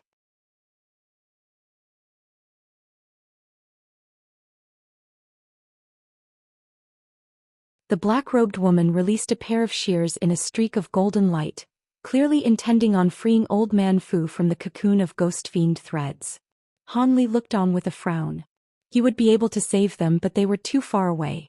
Bang! When the shears approached, a green silhouette emerged from the ground and arrived in front of the cocoons in a blur. Then it swiped at the air with a red hand and released several claw streaks towards the shears, blocking its path. When they saw this, they had believed it was the silver-winged Nightfiend, but when light faded away, they were thoroughly shocked. The green silhouette had a wolf head, a human body and scarlet eyes. It was the giant corpse wolf from before, but it had taken human form through some unknown method. Now it was glaring at the black-robed woman with clear malice. But what Han Li noticed in particular was that the Umbreen horse had disappeared. Could it be underground or conceal itself elsewhere? As these thoughts ran through his mind, blue light flickered from his eyes and he looked downward. His face twisted with alarm and he hurriedly shouted, "Behind you!" Then he flicked his fingers, releasing an azure sword streak in the direction of the black-robed woman. When she heard him, she felt her heart tremble and instantly reacted, pointing to the small azure shield in front of her. It arrived behind her in a blur and she concentrated all of her magic power into the dermic wheel floating above. Radiance shined from it, strengthening her protective barriers with its 7-colored light. Just as she strengthened her defenses, a golden silhouette flashed close behind her. It was the silver-winged Nightfiend. He had underwent a massive transformation. He no longer had any of his green fur and was instead covered in faint golden scales. As for his silver wings, they now glowed with azure and white light. Even his stark silver eyes also had faintly golden irises. But what was most astonishing of all was that he no longer emitted any corpse chi from his body. Rather, he appeared to lack any chi at all, as if he were a spiritless existence. As soon as the Nightfiend appeared, he raised his arm and it surged several times in size. His pitch-black claws flared with golden light before swiping at her, but the small azure shield had rushed behind her as well. As soon as it appeared, the shield wildly grew several times in size and brilliantly glowed in a display of fortitude. The Nightfiend, however, paid this no heed. With his golden glowing arm, the claw passed through as if it didn't exist and moved onto the woman's protective barrier. Then the clear sound of an explosion sounded out. The glowing claws trembled for a moment before tearing through the protective barrier. Following the sounds of tearing flesh, the claw tore into the woman's chest and destroyed her heart before penetrating the entire way through. Han Li's heart sank at the sight. As soon as the corpse had approached her, disaster was unavoidable. It was only then that his azure sword chi had arrived from the distance. But with a simple wave of Nightfiend's wings, the light easily absorbed the sword chi. However, Han Li's actions hadn't been in vain. The strike had given the woman an opportunity to save herself. Red light flashed from the crown of her head, followed by the appearance of her nascent soul holding onto an inch-large sword. As soon as it appeared, it instantaneously moved over 30 meters away in a flash. Terror struck its face. After teleporting several more times, it managed to make a clean escape. The silver-winged Nightfiend sinisterly grinned and flung away the woman's corpse before disappearing again. Then a faint silhouette appeared at the nascent soul's side and spat out a net of gray threads, capturing the nascent soul just as it attempted to teleport once more. "Please save me." Her nascent soul loudly cried and attempted to use her sword to cut through the net. But without a body she was without strength and her strike was repelled. The Nightfiend didn't give the woman another opportunity. He reached out to the nascent soul and a gray hand appeared, grabbing her out of the net. Then in a flash a foot-long gray cocoon took shape and floated in the air. When the Nightfiend's figure became fully visible, he turned his eyes from the cocoon to Ligh and let out a chilling laugh. "I thought you would have tried to save her, but it seems you're not as selfless as I thought." With a calm expression, Ligh indifferent said, "I would have saved her if I could, but wouldn't that just put me into your trap? You can put that huge net away now." So it wasn't a coincidence you were able to see through my illusions," the Nightfiend uttered with some surprise. A huge gray net appeared 30 meters above him. It was unknown what sort of technique he had used to wonderfully conceal it. If it weren't for Ligh's well-developed bright-sight spirit eyes, he wouldn't have been able to see through such a sinister trap. But even if he hadn't detected the net, he still likely wouldn't have taken action. The new form of the silver-winged Nightfiend was truly weird. His wind movement techniques were far more powerful, as if he had reached the stage of obscuring Windflow. If it weren't for the spirit eyes, he wouldn't have been able to detect any trace of him. Additionally, his recent strike was able to easily penetrate the black-robed woman's defenses, a display that left him stunned. The demon coldly snorted and raised his hand, beckoning to the corpse wolf. It immediately flew over and arrived at the Nightfiend's side in the blink of an eye. It then maliciously glared at Ligh. However, a howl sounded out from beneath and the weeping soul beast pounded its chest in a display of might. In their last battle, the weeping soul beast had remained still as per Ligh's orders. It was only able to observe the battle and felt stifled at its inactivity. Now that the corpse wolf arrived, it bared its might without reservation. The wolf instantly revealed an expression of terror and cowered in the face of the weeping soul beast's stare. When the silver-winged Nightfiend saw this, he sullenly spat out a gray pearl. He then flung it into the corpse wolf's mouth. After it swallowed the pill, its body began to emit gray corpse chi and its fear was suppressed. Ligh used this opportunity to observe the black-robed woman's azure shield. Now masterless, the shield floated in the air, its dim surface as smooth as ever. He frowned at the sight and turned his attention to the faint gold scales on the Nightfiend's body. His expression suddenly stirred as something came to mind. Then the silver-winged Nightfiend raised his head to the sky and let out a long screech. His body blurred and disappeared into wind. The corpse wolf let out a snarl as well and spat a stream of corpse flame at the weeping soul beast down below. It snorted out a cloud of yellow light without another thought. The wolf blurred and began to circle around the weeping soul beast with multiple copies of itself, not daring to touch the mist. Additionally, while far more nimble due to its smaller size, but the wolf didn't dare to rashly approach the weeping soul beast. The weeping soul beast had snorted out more light, cleverly turning the yellow mist into a protective barrier around itself, then sweeping its large fists around in a wild fury.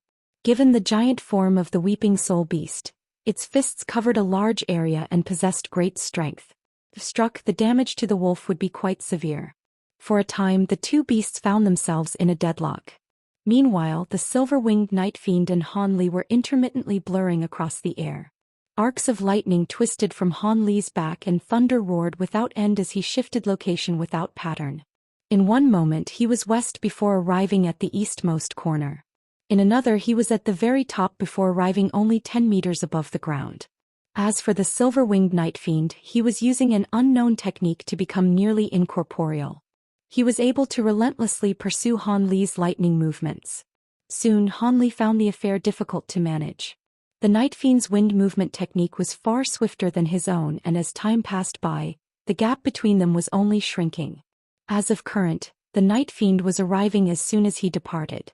When Ligh's figure blurred once more, he didn't immediately set off. Instead, he pointed to the snow crystal pearl in front of him and had it spin, immediately releasing a sea of purple flames around him. Then he had his tens of small golden swords erupt, creating a barrier of sword light over 30 meters wide around him.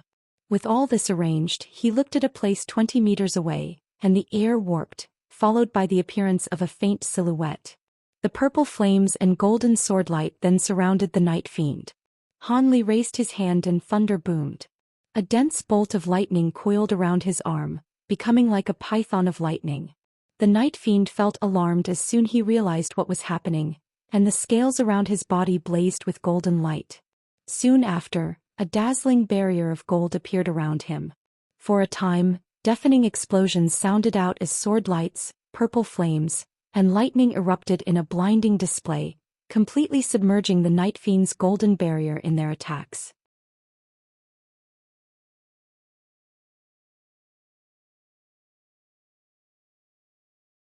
Leaving thunder in his wake, Ligh flickered over 60 meters away.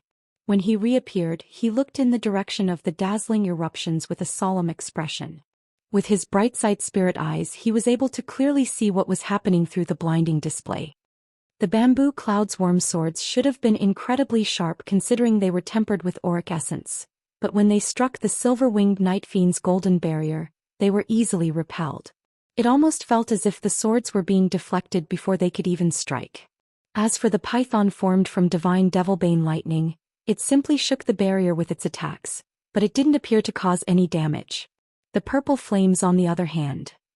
With a cold glint flashing from his eye, he saw that a huge chunk of faintly purple ice had covered the golden light barrier and was slowly freezing it over.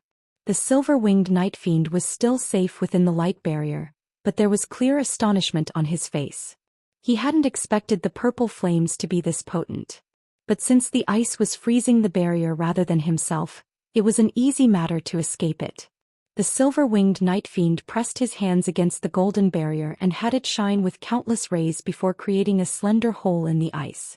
The entirety of the purple ice then slowly began to break apart. Ligh's heart trembled. With a wave of his hand, he had all of his flying swords return to revolve around him. Soon, the Nightfiend blurred and reappeared outside the scope of the purple ice.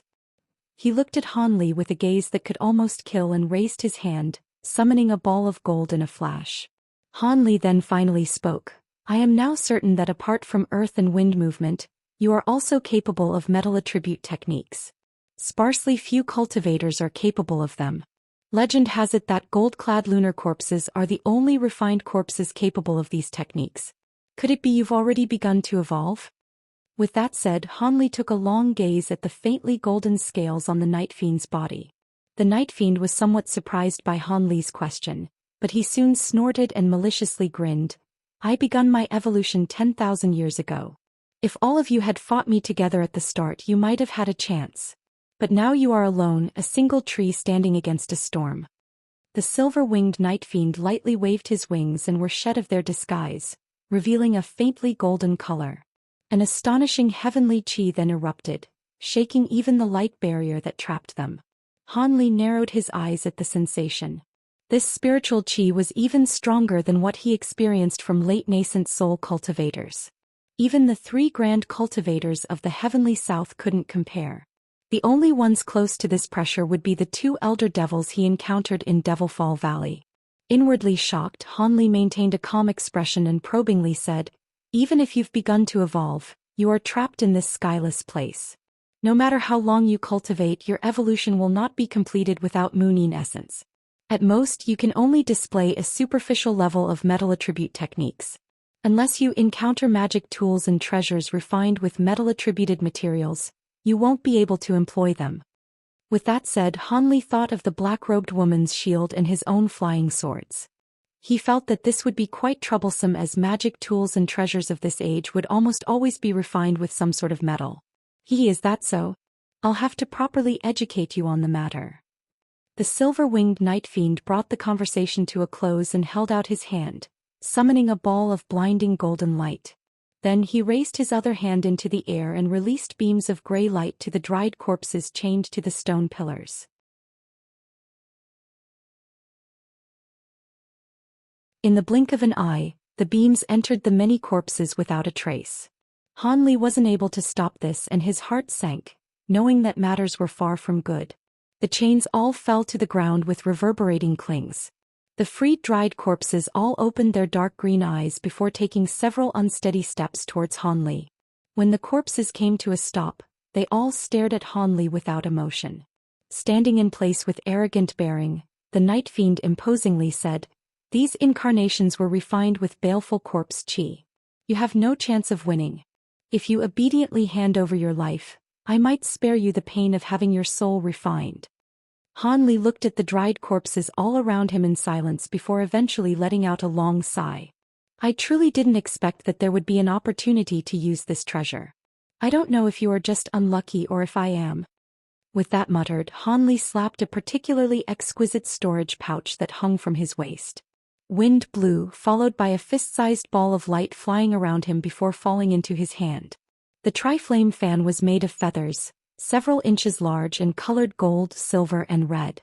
Talisman markings and spirit patterns densely covered its surface in multiple layers, resulting in intermittent fluctuations in the color of its spiritual aura.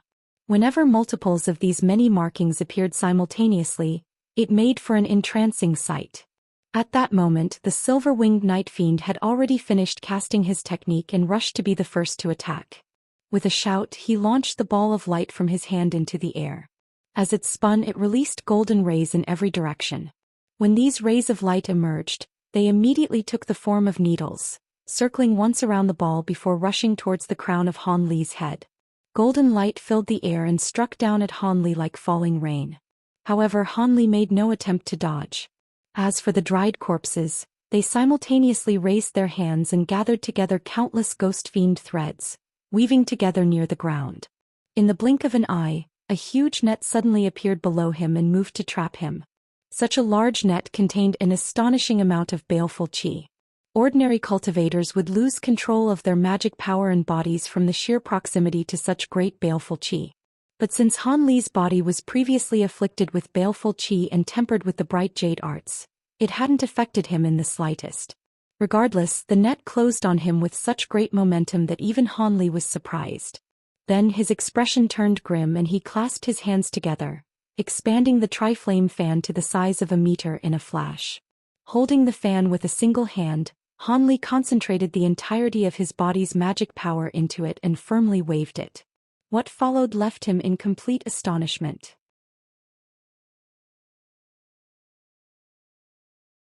He sensed the fan absorb most of his body's magic power in an instant, nearly causing him to throw it away in fear. Fortunately, the fan eventually ceased absorbing his magic power and let out a phoenix's cry. The fan trembled and a tricolored flame surged out, condensing into a meter-wide phoenix with feathers of gold, silver and red. This strange scene left Ligh at a loss. He originally thought to wave the fan once more at the golden needles, but his current magic power was quite lacking.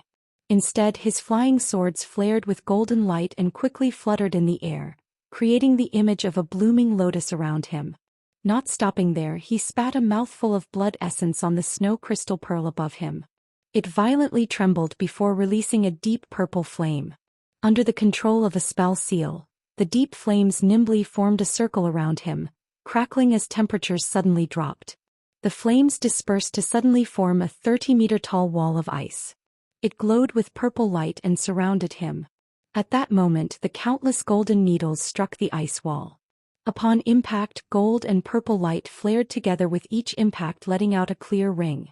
Specks of golden light lit the wall, and holes that were several inches deep riddled it, but continued to hold firm against the repeated waves of assault. While the wall was only 3 meters thick, the damage had already shredded a foot, much to Ligh's concern. Although Ligh didn't know it, the Nightfiend was quite astonished as well.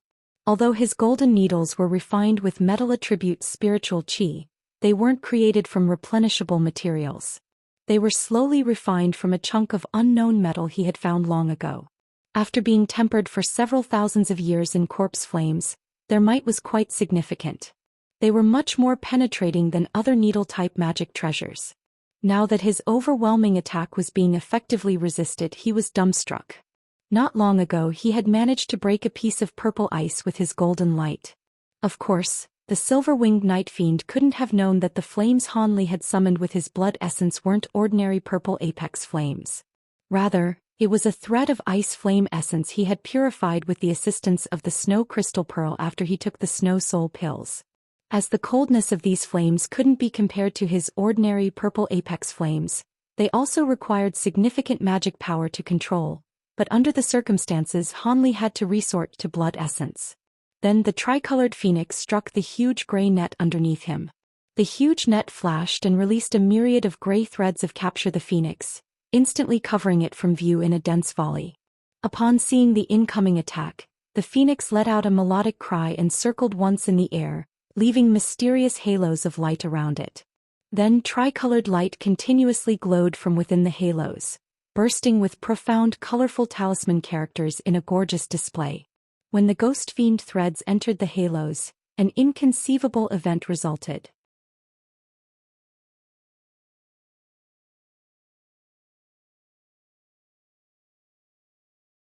Within the tricolored phoenix's halos of light, the vast barrage of Ghostfiend threads trembled before evaporating into wisps of gray smoke.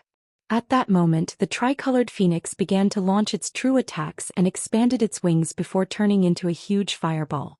The halos of light around it pulsed for a moment and suddenly surged in size all around it. A wheel of gold, red, and silver light took form within the giant surrounding net of Ghostfiend threads. Talisman characters of various sizes roamed around it, each one incredibly profound and awe-inspiring. This gorgeous scene captured Hanli's and the silver-winged Nightfiend's attention.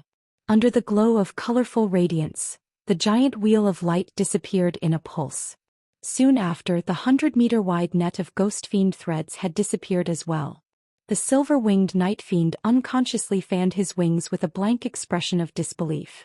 That giant net consisted of nearly all the baleful corpse chi he had ever cultivated. Now he only had barely enough to control his corpse incarnations, and they were no longer capable of any significant attacks. A single wave of a fan had decimated countless years of dedicated cultivation. Given its immense power, if he were trapped in that tricolored wheel of light, his death would be certain. The wheel of light's flames strangely also made no changes in temperature. It operated underneath otherworldly laws, accessing cosmic power that should only belong to deity transformation cultivators. Although he had never encountered cultivators on the same level as a true gold-clad lunar corpse, he had experienced countless years in this world. The recent strike contained a very slight amount of cosmic power, but it was enough to inspire fear in the silver-winged Nightfiend. What treasure is in his hand and how can it be so fearsome? Given his cultivation, if he had a suitable top-grade treasures on hand, he wouldn't be completely at this attack's mercy. But ever since he gained awareness, he has been trapped in the spell formation and never had the opportunity to refine such a treasure. Were it not for the cultivators that entered the cave, he wouldn't have been able to turn them into corpse fiend incarnations and his actions would have been incredibly restricted. Although he acquired a large assortment of treasures from the cultivators he killed, there were none that caught his eye apart from the evil moon mirror. With only one treasure being of acceptable quality, he had invested great time and effort into it, resulting in many exclusive abilities requiring it. As such, Hanli's destruction of the mirror that thrown the Nightfiend into a rampage. As of current, the endless strikes from the golden needles had destroyed nearly half of Hanli's ice wall. Under these circumstances, only one thing came to Hanli's mind. He summoned a small bottle from a slab of his storage pouch and he poured a drop of myriad-year spirit milk into his mouth. With abundant magic power flowing through his meridians, Hanli put the bottle away and coldly glared at the distant Nightfiend. He tightly grasped the fan once more and spun it in his hand. Radiant light blossomed from the fan and shining talisman characters began to flicker. This time Hanli planned on exterminating him. Fortunately, the silver-winged Nightfiend was restrained to this area and couldn't escape. No matter how powerful the attack, it wouldn't have mattered if it didn't land. The Nightfiend's expression betrayed horror. Given the scope of the fan's recent attack and the limited area within the light barrier surrounding them, he had no choice but to resist the attack. Cursing in his mind, the Nightfiend gritted his teeth and pointed to the golden ball of light floating in the sky. It immediately stopped releasing rays of light and shot into his body with a crackle. A layer of sparkling golden light then emerged around his body.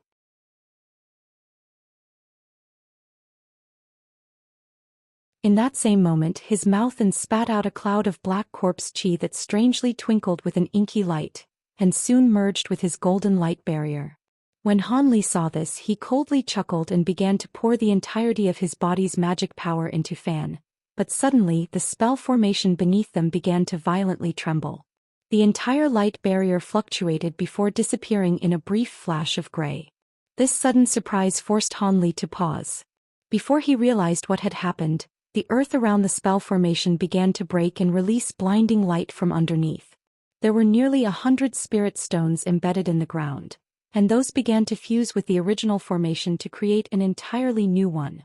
This is... Hanli recognized what had appeared after just a moment. A huge teleportation formation was activating. This caused his heart to sink. Who knew where this could take him? He flusteredly put away his wall of ice and thunder rang out, immediately moving to escape from the range of teleportation, but Hanli was clearly too late. The formation suddenly began to drone and blinding white light covered hundreds of meters out, starting at the center of the spell formation. When the light faded away there was nothing left behind. Hanli, the silver-winged Nightfiend, and the other cultivators had completely disappeared. No one could have known that this also happened in 3 other rarely known places in the Great Gene, all trapping unknown and dangerous monsters. The high-grade cultivators of the Yi clan were all gathered above a small lake in Nanjiang, currently in a fluster. The square-faced middle-aged cultivator had grabbed the clothes of an aging old man. With an ashen complexion he shouted, "What's going on? Wasn't the spell formations we placed supposed to conceal the spectacle of the seal's destruction? Is there something wrong with them or did they just not activate? All cultivators within several thousands kilometers will be able to see what is happening. Countless cultivators will gather here, and it will result in the extermination of our entire clan." Behind him, the other Yi clan cultivators were looking particularly grim. At the heart of the small lake, there was a 100-meter-wide white pillar shooting up to the sky as far as the eye could see. There were 6 other various-colored lights surrounding it. The white-haired old man, the spell formation grandmaster responsible for dissolving the seal, felt panicked and said, I don't know. I clearly examined the concealment formations yesterday and commanded my disciples to activate it this morning. Second brother release nephew Long. He had put meticulous effort into dissolving the seal. Quickly, activate the concealment spell formations if they are dormant. If there are any mistakes, immediately correct them. If we can repair the issues soon, at worst we can resolve this problem by killing all the cultivators in the surrounding 1,000 kilometers. The one who spoke was a Confucian scholar in his 30s. He had white robes and flawless skin, but his words were completely ruthless. As soon as that was said, the square-faced cultivator immediately let go of the old man. Then the Confucian scholar pointed to the other Yi clan elders, and they bowed following his orders. Yes, Grand Elder. They promptly departed. With the orders given, the scholar turned to the white-haired old man and asked, the concealment spell formations have gone awry, but what about the seal destruction? The scholar's emotionless voice caused the old man to tremble. He replied with a respectful tone, Grand Elder, there should be no problems. The seal on Kunwu Mountain has already begun to crack and is only growing weaker. In about a year's time the entire seal should disappear. The young scholar indifferently said, Yes, that will do. Immediately gather together the lower-grade disciples and prepare to depart. Conceal yourself where we planned. If anybody dares to show themselves in that year, they will be subject to the clan's punishments. The old man's heart trembled once more upon hearing this and he quickly acknowledged the order. Then he dropped down to the ground and went out of sight. The other cultivators had regained their calm at this point and were calmly floating in the air. The location of the concealment spell formations wasn't far away, and given the speed of the nascent soul cultivators, it only took a short moment before they returned. One of the Yi clan elders that went to investigate had returned with expressions of furious alarm. Grand Elder. The concealment formations have all been destroyed, and the disciples that managed them have disappeared without a trace. When this was said, the scholar's expression sank and a cold glint flashed from his eyes. When the other cultivators heard this, they were thrown into panic.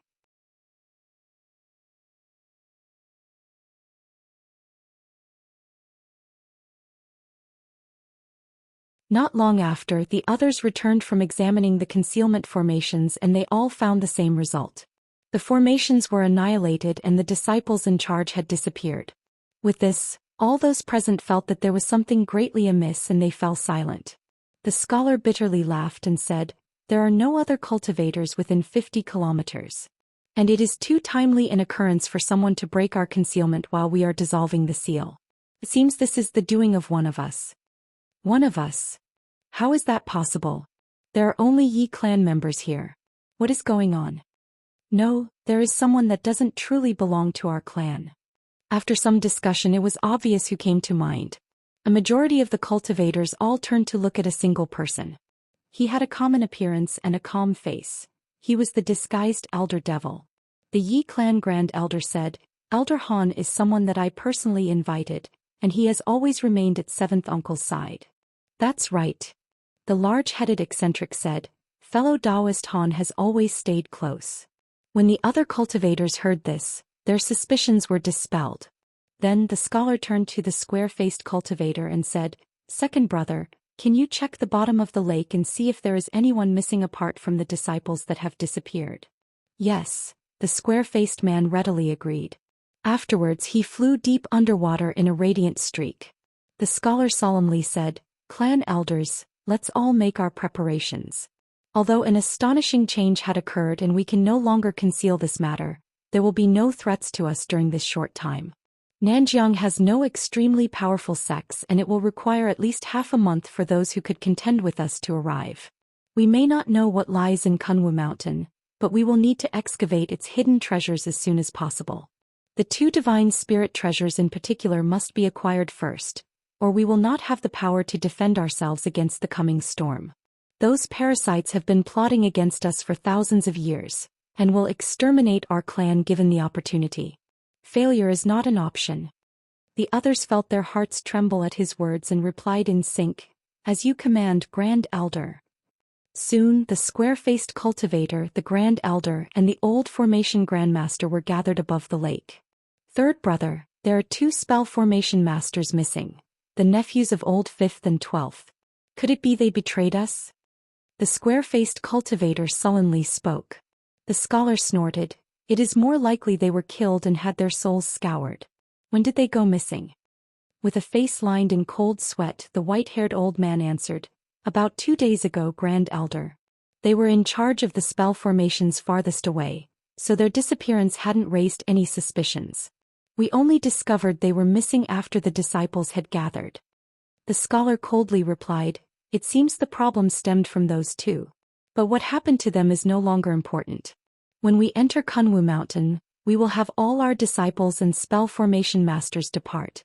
Have we verified the location of the seal's opening?" "Yes, it is 10 kilometers north and 3 kilometers deep. The opening itself should be 100 meters wide."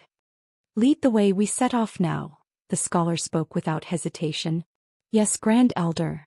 The white-haired old man bowed.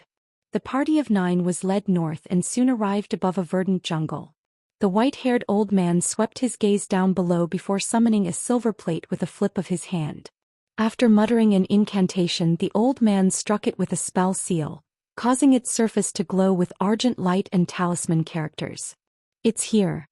The old man looked at the spell plate for a moment before confirming its location. "Good." The scholar then turned to the old Taoist nun and said, "Ninth sister, release your spirit beast. We're descending."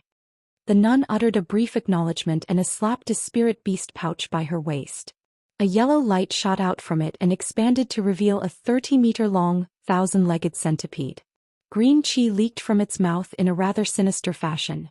Apart from the white-clothed old man, all the Yi clan cultivators flew onto the centipede's back. The nun shouted out a command and a layer of yellow light surrounded the centipede's body, covering all of the cultivators that sat on it. Then it dug straight down, disappearing in the blink of an eye. The old man floated above around for a moment. After seeing no sign that the Yi clan cultivators would return, he let out a long sigh and flew back.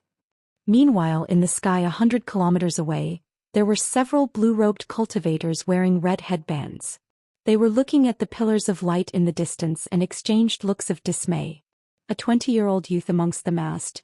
What could possibly cause such an astonishing scene? The tan middle-aged cultivator in charge spoke with a grim expression. It certainly isn't ordinary. Junior Marshal Brother Yu quickly report back to the sect. I will bring the rest of the disciples to take a look. When he heard this, he flew off on his magic tool. The others then traveled towards the light. In place further away, there were over 100 variously dressed cultivators gathered together on a tall mountain. They all possessed lesser cultivation, with a majority of them at Qi condensation stage. Although their cultivation was low, they clearly saw the pillars of light in the distance. They all stood up and gazed in the direction of the light. Underneath a desolate mountain, there stood a plump old man at a half-open stone gate. He was looking at the pillars of light in the distance with a pensive expression.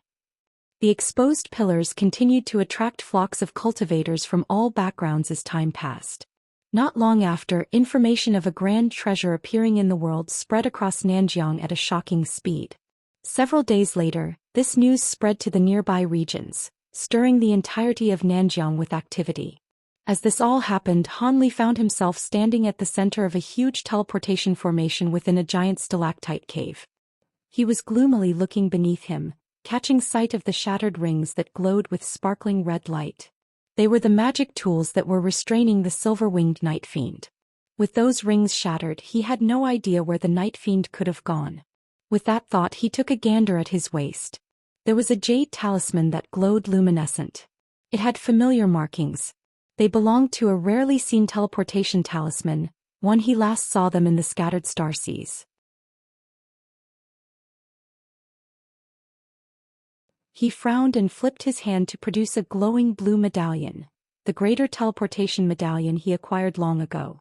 Fearing that he could be completely torn apart from the spatial pressure, he had summoned the medallion into his hand before the teleportation had finished. Of course, he couldn't have expected that just as the formation's light was about to absorb him, a similar talisman would suddenly appear at his waist.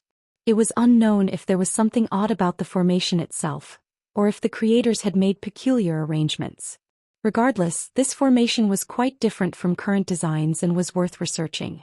As Ligh thought this, he reached for the talisman at his waist, but before he could even touch it, it shattered into specks of light.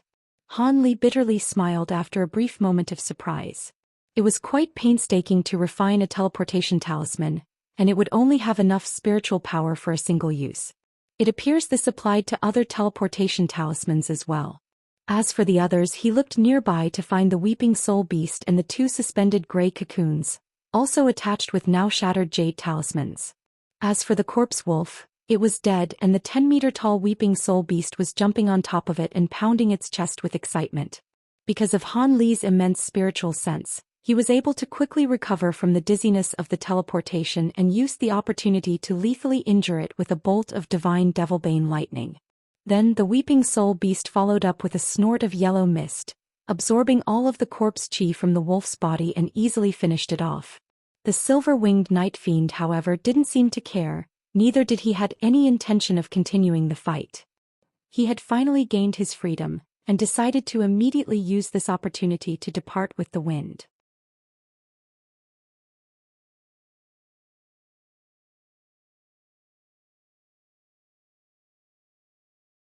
Ligh had no intention of chasing after the silver-winged Nightfiend in this new place. Without the barrier trapping the Nightfiend, he wouldn't be able to easily slay it with the Triflame fan. Also, he turned to look at the Weeping Soul Beast, who was now waving a white object in its hand, and smiled. Upon closer inspection, it was a small delicate horse with 2 green eyes and was half a foot tall. It was the Umbreen horse, the objective of their dangerous journey. Just as the teleportation began, it concealed itself once more on the corpse wolf's body. As a result, it was captured when the Weeping Soul Beast had used its yellow mist to extract the corpse wolf's chi. If Ligh hadn't noticed and commanded the Weeping Soul Beast to stop, the Umbreen horse might have been devoured. As for the 2 flying swords that the Nightfiend had captured, it paid them no mind after the teleportation, and Ligh was able to easily take them back. Unfortunately for the black-robed woman's nascent soul, the Nightfiend had swallowed it before escaping. The sole thing that left him gloomy was that his crystal flying needle had been captured by the silver-winged Nightfiend. Fortunately, the Nightfiend shouldn't be able to erase his spiritual marks in a short time.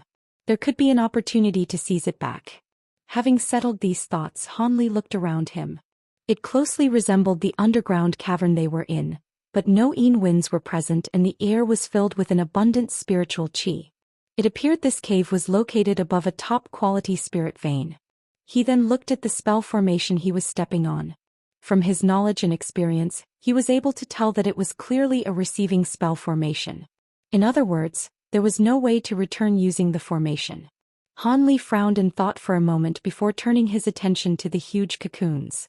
They contained strong pulses of spiritual qi, clearly indicating that Old Man Fu and Bai Yaoi were still alive. Hanli hesitated for a moment before waving at the weeping soul beast and summoning the Umbrine horse into his hand. Then he placed it in a spirit beast pouch after sticking several restrictive talismans on it. With that done, Hanli raised his hand and released 2 dense bolts of golden lightning at the gray cocoons. An explosion sounded out as the lightning wrapped around the cocoons in a huge net. This battle between the lightning and the threads lasted for a time. Without the control of the silver-winged Nightfiend, the Ghostfiend threads began to disperse layer after layer within the lightning. Eventually the cocoons burst to reveal Old Man Fu and Bai Yaoi. The two had pale complexions and unsightly expressions. After spending so much time trapped by the Ghostfiend threads, they were certain to have gone through excruciating pain, considering their magic power had been forcefully absorbed by the threads. Old Man Fu relaxed and saluted him. "Many thanks for your rescue, Brother Han." Bai Yaoi gave a bow and wryly smiled. "If it weren't for Brother Han's great abilities, I fear we would have all perished. Who could have known the Yin-Yang cave was home to a silver-winged Nightfiend? We weren't able to defend ourselves when that monster ambushed us. In the struggle, fellow Taoist Yuan lost his nascent soul and perished." Hanli faintly smiled when he heard their thanks. Although the two appeared grateful, Hanli noticed a trace of fear deep within their eyes. After all, the two were able to clearly sense the battle as they were trapped. Hanli not only had the power to contend against the silver-winged Nightfiend, but was even able to force him to flee. The two absolutely wouldn't stand a chance against him, and given the fact that they were teleported to some mysterious place where no one else was around, they couldn't help but feel greatly uneasy. If Hanli possessed malicious intentions, things wouldn't end well for them. Without any regard to this, Hanli tossed a spirit beast pouch to Old Man Fu. "The Umbrine horse is in there. If you manage to produce extra pills, give me 2 of them. Is this acceptable?" Old Man Fu's heart relaxed and he said, "Of course. If I produce enough, they are yours." Bai Yaoi smiled. "I also have no objections. I am quite ashamed to have entirely relied on your power. It is only natural for you to receive a higher share." Hanli then looked in the direction of the cave's exit and narrowed his eyes. "Good. Fellow Taoists, you should rest here. I'll scout ahead and see how it looks outside." "Brother Han, please go ahead. We could use the rest." Old Man Fu raised no objections. Bai Yaoi nodded and sat down cross-legged. Hanli smiled and azure light glowed from his body before he streaked forward. At the same time, he fully released his spiritual sense in case the silver-winged Nightfiend was hiding anywhere nearby or if the two cultivators planned on sneaking away. His tracking markers on the two still had a few days before they expired. As Hanli was no saint, the thought of killing them for their treasures briefly appeared in his mind. However, he knew too little about the nascent nurturing pill. Even if he were able to acquire the formula for it, his odds of creating it weren't very high. The two had also given him a favorable impression, so he had no desire to kill them. As such, he had taken the initiative to release them after a moment of thought. When he left the main chamber, he found a flight of stairs that went up. He wasn't able to see where it ended. Strange, could it be they were deep underground? Feeling somewhat surprised, he flew directly up. Not long after, Hanli grew astonished. He had flown up the stairs for a while, but it still kept going. Although he had only flown for a short time, his speed was quite impressive. If it weren't for the fact that his spiritual sense was able to clearly see his surroundings, he would have suspected he had fallen into a restriction of some sort. How could a passage possibly be so long? Hanli had flown several kilometers before finally seeing the light at the end. When he flew out from the passage, his environment lit up and he found himself in a large paved area. The entire floor, which spanned over 3 kilometers, was made of stone bricks. and he could smell the sweet fragrance of plants. The spiritual chi was even more dense than down below at the teleportation formation. However, this all paled in comparison to what he saw when he swept his gaze forward. At the end of the paved area, there was a tall cliff face, and when he looked up he only saw a mountain without end. There was also a tall mountain wall behind him. It appears that he was lying at their valley. Ligh looked to the sky for a long while only to find a few winding cliffs. Then without another thought he took to the skies. After flying several kilometers, Ligh eventually flew out from the valley, revealing a sight he couldn't believe. Soon he hastily shot forward and circled his surroundings before returning to his original place. The only word that came to Ligh's mind was big. Ligh had seen countless mountains over his lifetime, the largest of them being the Heavenly Star Island's sacred mountain. The huge mountain before him appeared to be a pillar reaching for the heavens, and what he saw alone could even be divided into 81 stories to house a vast number of cultivators to his lowest estimate. He was currently at the base of the huge mountain, and couldn't make an accurate comparison in size to the Heavenly Star Island's sacred mountain, though he could take a guess at which was larger. When he raised his head he saw a deep turquoise sky without end. The valley he emerged from was nothing but an insignificant crack in the mountains. But what especially troubled Ligh and rendered him speechless was that the mountain had a huge restriction placed on top of it. When he looked to the outskirts, he saw a white light barrier appearing to cover the mountain in its entirety. Such a massive sight left Ligh in awe.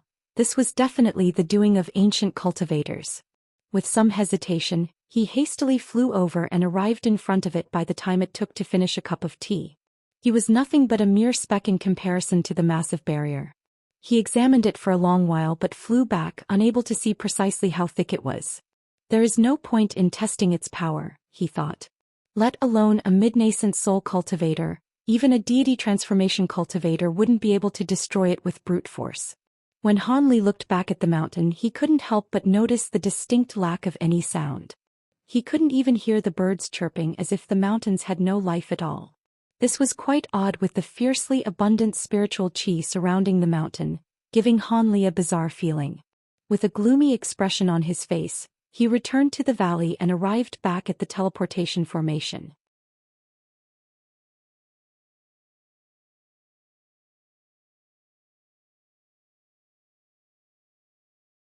When he returned to the cave he found Old Man Fu and Bai Yaoi meditating. Ligh had no intention of bothering them. Rather, he paused momentarily before slapping his storage pouch, taking out a pile of formation flags and plates, and tossing them into the air. Multicolored light enveloped the entire cavern. It was a simple spell formation that had the effects of concealment and detection, allowing an early warning if anybody were to trespass.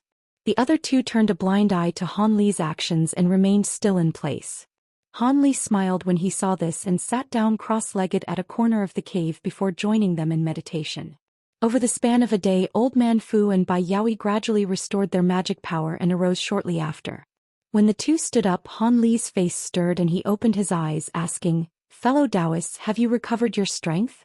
Bai Yaoi sweetly smiled and replied, "Many thanks for your protection, Brother Han.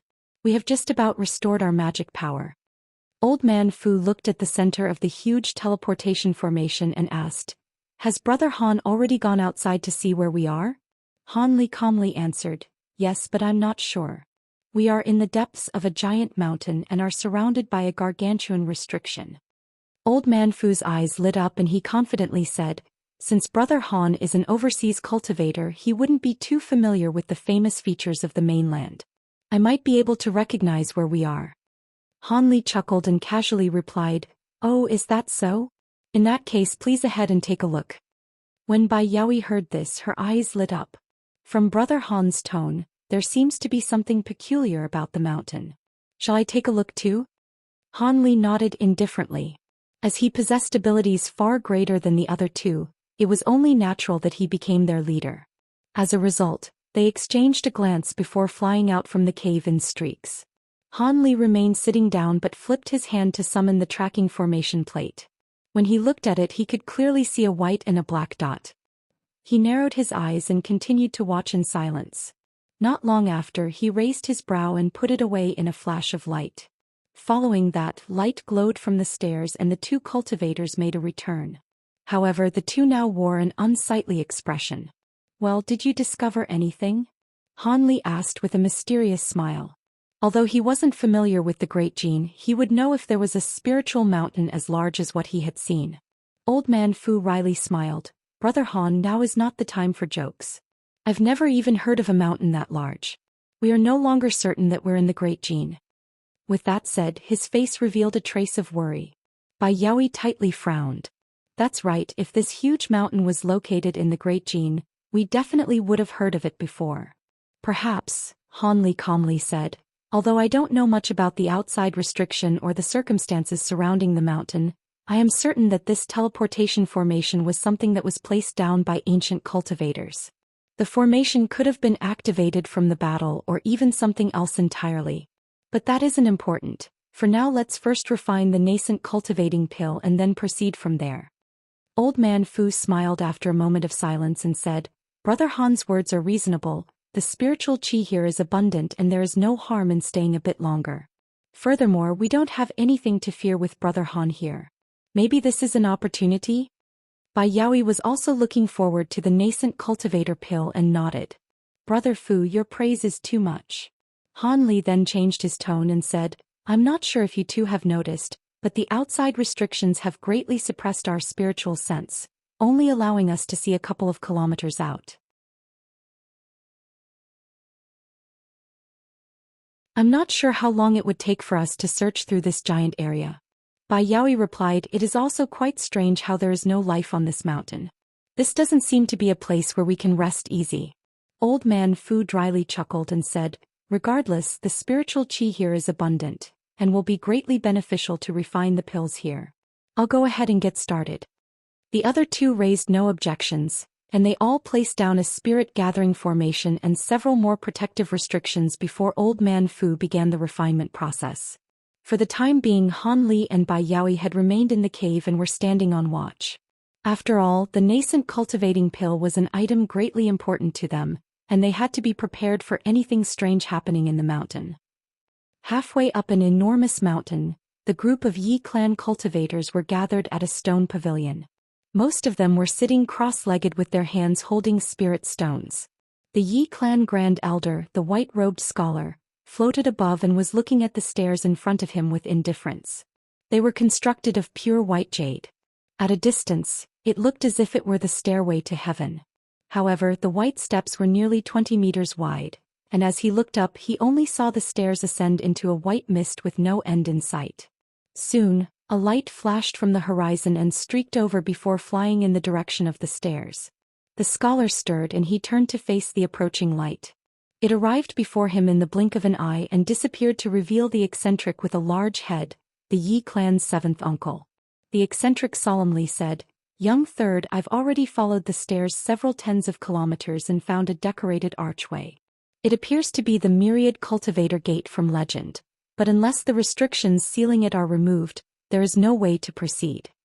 The scholar let out a sigh and said, "If that's true, then over 10,000 ancient cultivators must have lived on Kunwu Mountain in the past. We'll only be able to access their residences after we enter." The eccentric looked down to the cultivators resting in the pavilion and frowned. "However, the sealing restrictions are quite unordinary. We should work on dispelling it as soon as we can. We don't have the time to waste." The scholar helplessly said, "Of course, but the magic power of our elders are lacking as of current, and they will need time to rest. We can't split from them. Though we might be fine, this place can't be safe." The eccentric could only respond with a sigh. "That is so. I didn't expect that passing through the opening in the seal to Kunwu Mountain would prove so difficult. It is fortunate that we are all at nascent soul stage or someone would have surely died." The scholar smiled and was about to say something else when his expression sank and he turned around. "What is it?"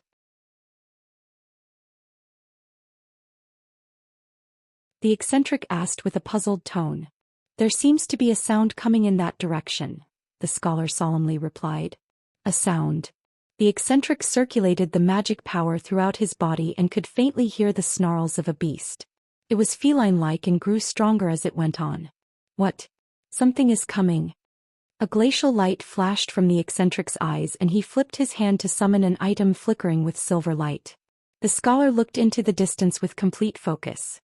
Soon, a purple cloud appeared and was flying in their direction. In the blink of an eye, it arrived near them and stopped 300 meters away. The scholar and the eccentric could faintly see a black figure within the mist along with a pair of scarlet eyes. The eyes brimmed hostile fury. The eccentric's bearing sank and he raised his hand, releasing a silver streak from his hand. It disappeared from sight, but at that moment a pair of huge bird talons suddenly emerged from the purple mist. Following a bang, silver light flashed. A loud beastly snarl sounded out and the huge talons were rigidly grasping onto the object, an exquisite silver blade. It was several inches long and brilliant. However, the talons did drip with green blood and the monster was howling with pain. With an ominous glint shining from its eyes, the purple mist suddenly faded away, leaving only two vicious demon eyes left in sight. But even they disappeared after a few blinks. Both the cultivator's air then quickly shifted. The monster was proficient in concealment techniques. Given how their spiritual senses were limited on the mountain, it would be greatly troublesome to fight it. The two exchanged a glance before casting their techniques. The eccentric spat out a yellow flying sword and circled once into the air before expanding to 3 meters long. Afterwards, sword light flourished from it as it danced in the air and released several streaks of dazzling sword chi, surrounding a perimeter of 30 meters. With a cold snort, the scholar shook his sleeve and summoned a small green flag into his hand. He tossed it to the ground and a green chi rushed out from it, creating a fog that protected the Yi clan cultivators that were resting nearby.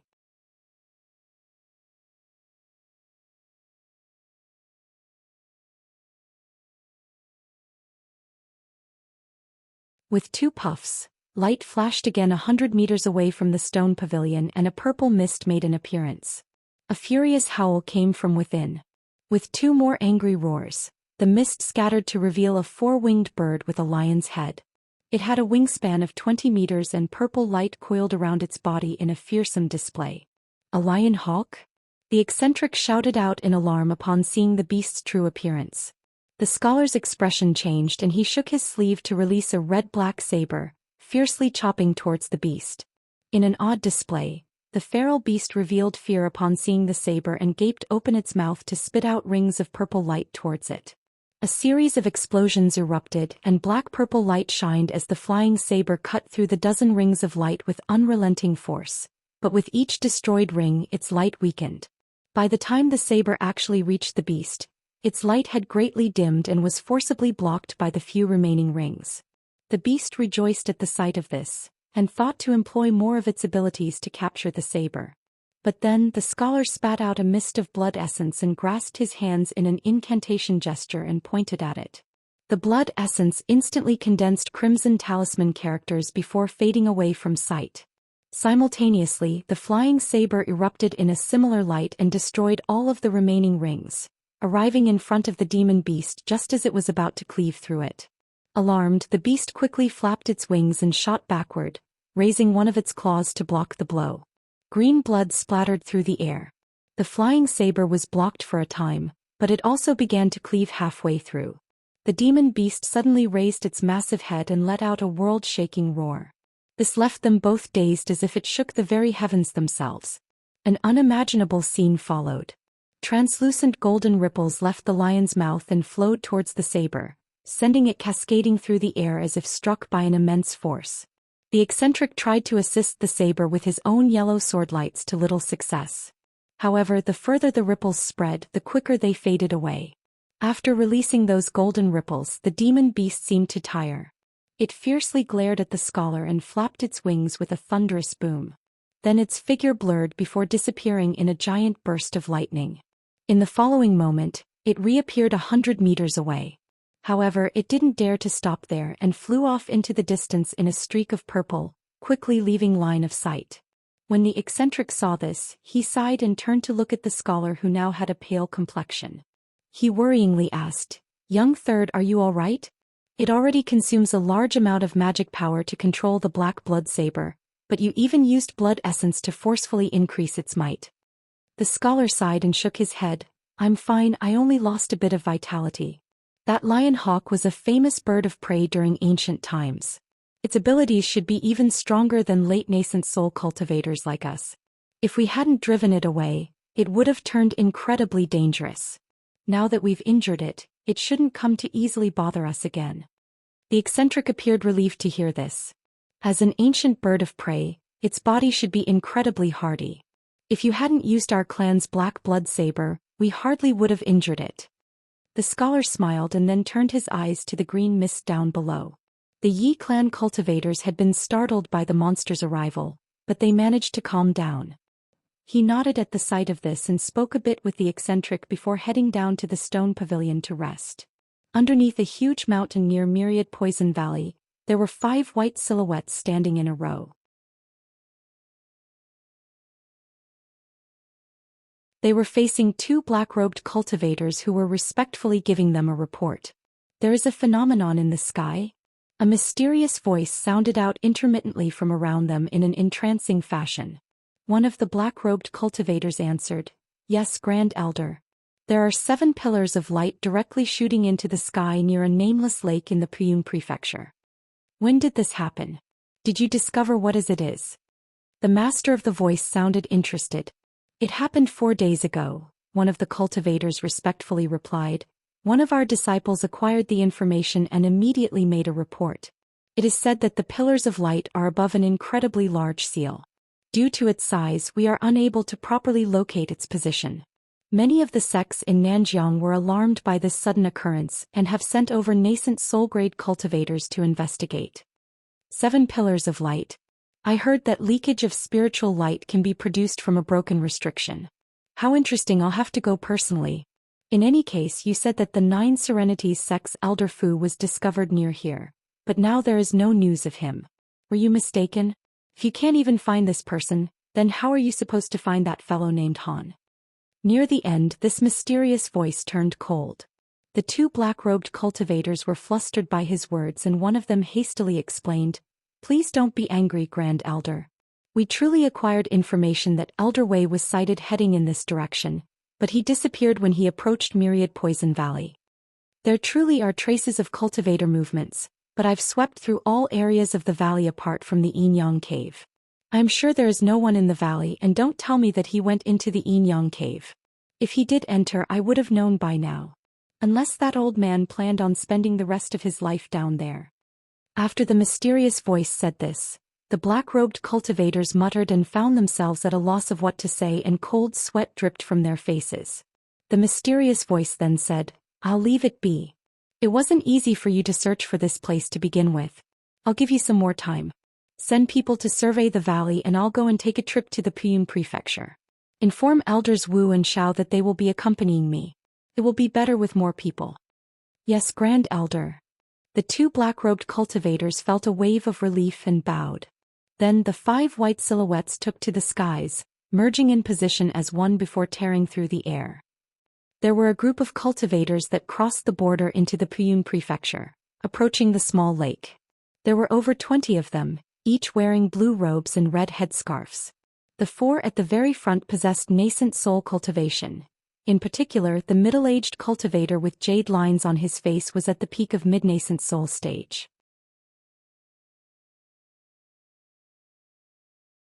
His body possessed an icy cold aura, giving others a feeling of great danger.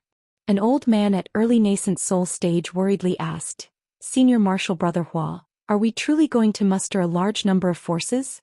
We've brought a majority of our disciples with us. If there are any mishaps, our strength will greatly suffer."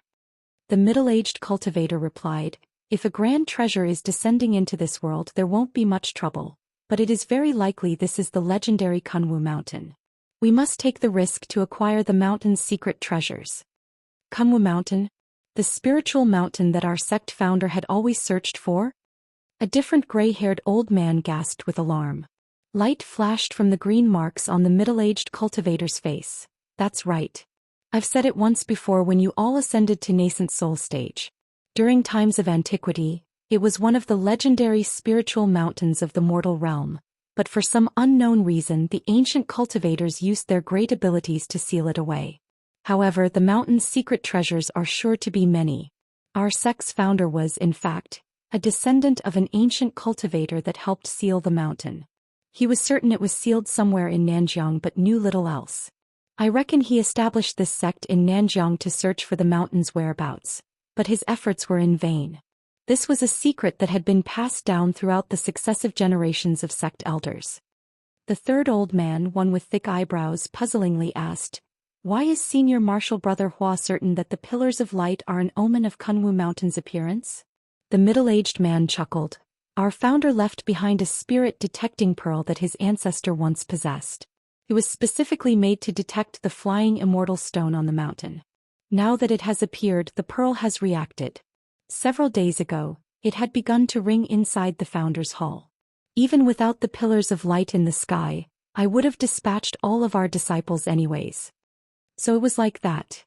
The three old nascent soul cultivators wore expressions of understanding and soon excitement. The gray-haired old man sighed and said, "It is a pity that Senior Martial Brother Yuan wasn't at the sect. With all of us, this matter would be much safer. Junior Martial Brother Yuan left on rather secretive business, and we neither know where he is, nor have any way to contact him. However, I've given orders to the disciples that remained to have him immediately join us upon his return. For now, we need to take advantage of this opportunity to enter the mountain first and seize a majority of its treasures. And we still don't know if the seal on the mountain had broke on its own or if it was the doing of other cultivators. If it was the latter, we'll have to be particularly careful." With that said, the middle-aged cultivator's expression turned grave.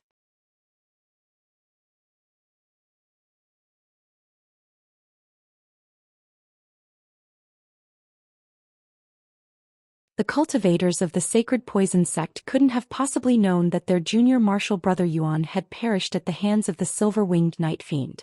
After they chatted for a moment more, they made haste to quickly hurry on their way. The sooner they arrived, after all, the better. Above a small lake in the Puyun province, there were already several hundreds of various cultivators gathered. Many of them were flying about in the sky searching around the 7 Pillars of Light. There were a few cultivators skilled in earth movement techniques that occasionally burrowed into the ground, and excitedly spoke with a few of their companions standing on the surface. It was clear that these people had already discovered the huge seal underneath. As for the opening the Yi clan forcefully split open, they had yet to find it. But even so, all of the cultivators in the area were extremely excited and sent voice transmission talismans to each of their own clans and sections. There were even those that flew throughout the night to report the matter in person. Currently, a majority of the cultivators present were at foundation establishment stage, with sparsely few Qi condensation and core formation cultivators amongst them. Most of them were also vagrants that had unintentionally discovered the Pillars of Light and rushed over, but a few of them were scouts sent by various powers to investigate. There were currently no nascent soul cultivators. This was no surprise. The small lake originally belonged to a desolate area with nothing of note nearby. With no large clans or sect present, there was no reason for a nascent soul cultivator to be there. Even the Sacred Poison sect, who immediately rushed over at first news of this event, was still 2 days away. However, when it was discovered that there was a giant seal underground, the more experienced vagrant cultivators all made the decision to wisely depart despite their reluctance. While the seal may reap amazing profits, but the ensuing battle of high-grade cultivators that would ensue over them wasn't something they could participate in.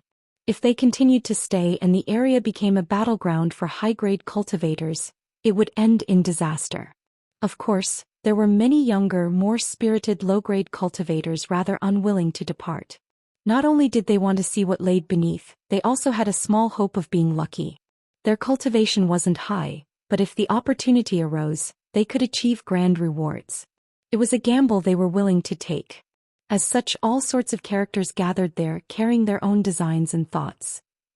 In the cave at the heart of a giant mountain, Han Li and Bai Yaoi were sitting cross-legged, staring at Old Man Fu with complete focus. Though in reality they were staring at the sparkling golden cauldron in front of him. It was a meter tall and slowly revolved above the ground. Old Man Fu spat out thin strands of green nascent flame and held his hands in an unknown gesture, occasionally striking at the cauldron with spell seals. With each strike, more of the green flames surrounding the cauldron turned into rainbow light, making for a gorgeous display. Medicinal scents were already bleeding from the cauldron. The aroma was rich and pleasant. His face grew solemn and his strikes turned fervent. It was clear that he was in a crucial moment of pill refinement. Han Li observed with a calm expression, contrary to the nervousness in his heart. Old Man Fu had successively tossed in the Umbra'ine horse and other rare materials into the cauldron over the past few days. This was their one shot. A second chance would be near impossible, as some ingredients simply couldn't be found again. Although Old Man Fu was confident in his refinement of the nascent cultivating pill, Han Li felt apprehensive and concerned as he watched. Bai Yaoi wasn't faring much better, as her eyes glistening with a burning fervor. Then the cauldron came to a sudden stop. Hums droned out from it and the medicinal scent grew even denser. Old Man Fu's eyes lit up, and his past actions all came to a stop. He then flipped his hand to produce a vermilion gourd that was only 5 inches tall. With his other hand he flicked his finger, sending a speck of white light to strike the lid of the cauldron. The lid trembled before sliding off. With the hums coming to a stop, 5 fist-sized balls of white light shot out with a thumb-sized green pill floating at their center. The pills themselves glowed a glistening emerald. These wisps circled once above the cauldron before scattering towards different locations. Old Man Fu was already prepared, and hastily shook the gourd to release a mist from it. Then in a flash the balls of light were sucked inside. The old man let out a long sigh and smiled, "All right. It's a success." Bai Yaoi shot up and happily said, "Thank you for your trouble, Brother Fu. I didn't expect that you'd be able to refine 5. Originally I feared that the number of pills would fall short." Her face had a rosy complexion, adding much to her charm. "When I gathered together the materials, I had enough to refine about 5 or 6 pills. Why else would I invite 5 fellow Taoists to assist me? It is a pity that my junior martial sister and fellow Taoist Yuan hadn't survived." The old man's smile then disappeared. It was clear that he and the black-robed woman had a deep relationship. Although death was common sight amongst cultivators, the joy of success in creating the medicine pills wasn't able to overcome such a loss. When Bai Yaoi heard him, her smile disappeared as well and she let out a sigh. Unlike the others, Han Li's expression remained unchanged, but he did keep silent. Then the old man's sadness quickly faded and he said, "Fellow Taoist Bai, do you have a wood-attributed container? You shouldn't use any common ones for the pill or it will lose its medicinal potency. Also, the pill will require half a year of seclusion to properly consume, or its effects will be less than expected." "Of course I do. And naturally I wouldn't immediately take something this precious." Bai Yaoi sweetly smiled and with a flip of her hand, she summoned a yellow wooden case. The old man nodded and silently flicked the bottom of the gourd. Then red mist whirled out from it and released a ball of white light in Bai Yaoi's direction. She caught it with her free hand and quickly placed it within the box. After she closely examined the pill and clearly sensed its astonishing spiritual power, she put it away with unconcealed joy. Then she repeatedly thanked him. Old Man Fu smiled and he slapped the storage pouch at his waist to produce a green wooden box. He then exacted a pill from the gourd in a similar fashion and put it away. Then after letting out a few dry laughs, he raised his hand and tossed the gourd in Han Li's direction.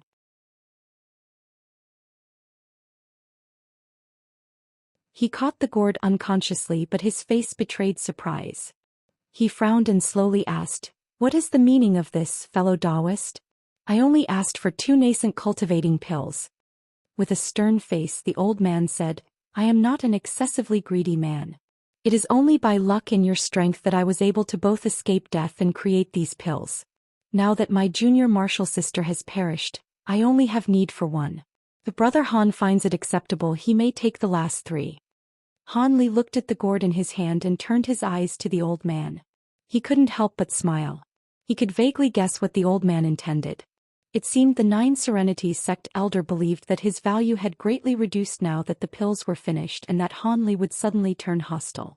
As such, he had surrendered an additional pill. On one hand he was clearly showing his goodwill and on the other he was giving Han Li less reason to kill him. So long as he wasn't a ruthless sort, he most likely wouldn't harbor any further malicious intent. Since Han Li was being presented with such a valuable gift, he could hardly refuse. And if he did, he would likely cause a misunderstanding. In that case I will graciously accept your offer. Without further hesitation, light flashed from his hand and the gourd disappeared. The old man chuckled and relaxed. There is no need to be so modest, Brother Han. It is something well deserved. Of course, Bai Yaoi came to understand what was happening and she smiled in silence. With this, the tension eased in the group. Since the pills are finished, we should look for a way out. Let's look toward the base of the mountain. Perhaps we'll find something there, Old Man Fu proposed. Once spoken, the entire cave faintly shook, followed by the sounds of a muffled rumbling. It sounded out from all around them and without end. The three looked at each other with dismay. Bai Yaoi bit her lip and spoke with an astonished tone. There are others on this mountain?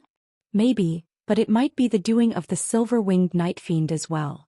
The old man shook his head and a trace of resentment appeared. He had been reminded of his junior martial sister's death.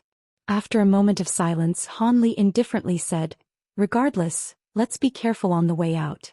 With our combined might we shouldn't have anything to fear." Then with a wave of his sleeve, azure mist spread out. The radiant haze swept across the cave, dissolving all the restrictions and sweeping them up in one swoop. In the blink of an eye, the flags and plates returned to Han Li's sleeve and disappeared. "Let's go. We'll speak further after we leave." With light shining all around his body, he flew towards the exit in an azure streak. Old Man Fu and Bai Yaoi exchanged a glance before hurriedly following after, not daring to delay in the slightest.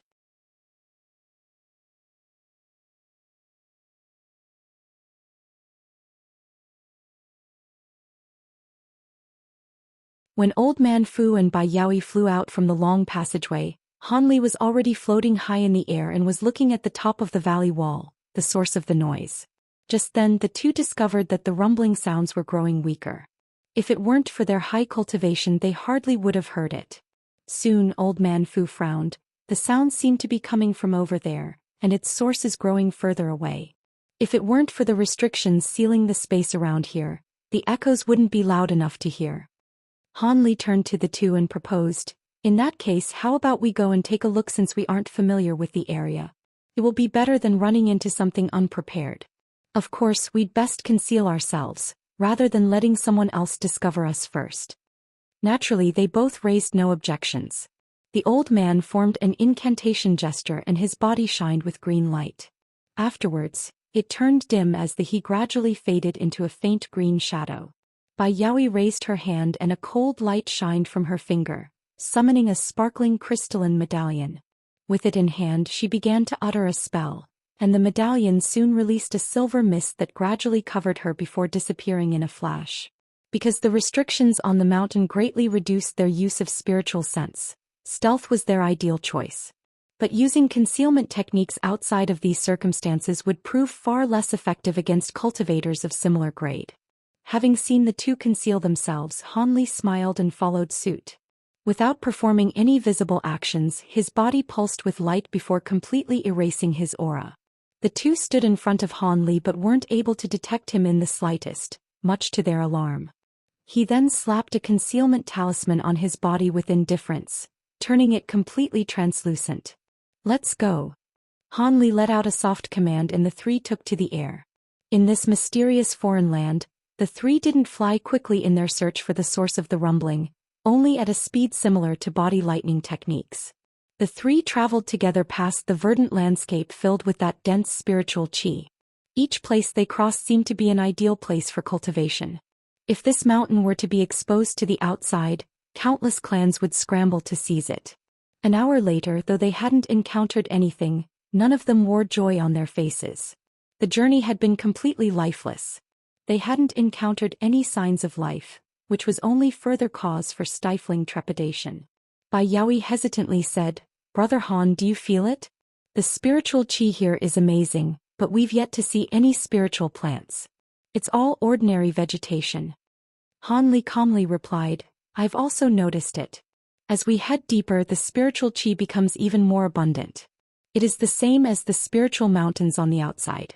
I figured the original cultivators of this mountain grew their plants higher up to take advantage of that." "The spiritual qi can become even denser?" Bai Yaoi spoke with amazement. She already considered the current spiritual qi in the air to be ideal for cultivation. When Old Man Fu heard him, his heart stirred. Brother Han, if the peak of the mountain is truly a holy ground for cultivation, we might not have to be in such a hurry to leave. Wouldn't it be better to cultivate there for a time? Han Li wryly chuckled. Brother Fu can't consider this place to be an ordinary spiritual mountain. Why else would the ancient cultivators abandon this place if they could safely cultivate in such abundant spiritual qi? The restriction covering this entire mountain is also very odd. If I figure a way out, I won't be staying. Old Man Fu's expression wavered for a moment before settling with a wry smile. Brother Han's words are quite reasonable. This truly is an improper place to cultivate.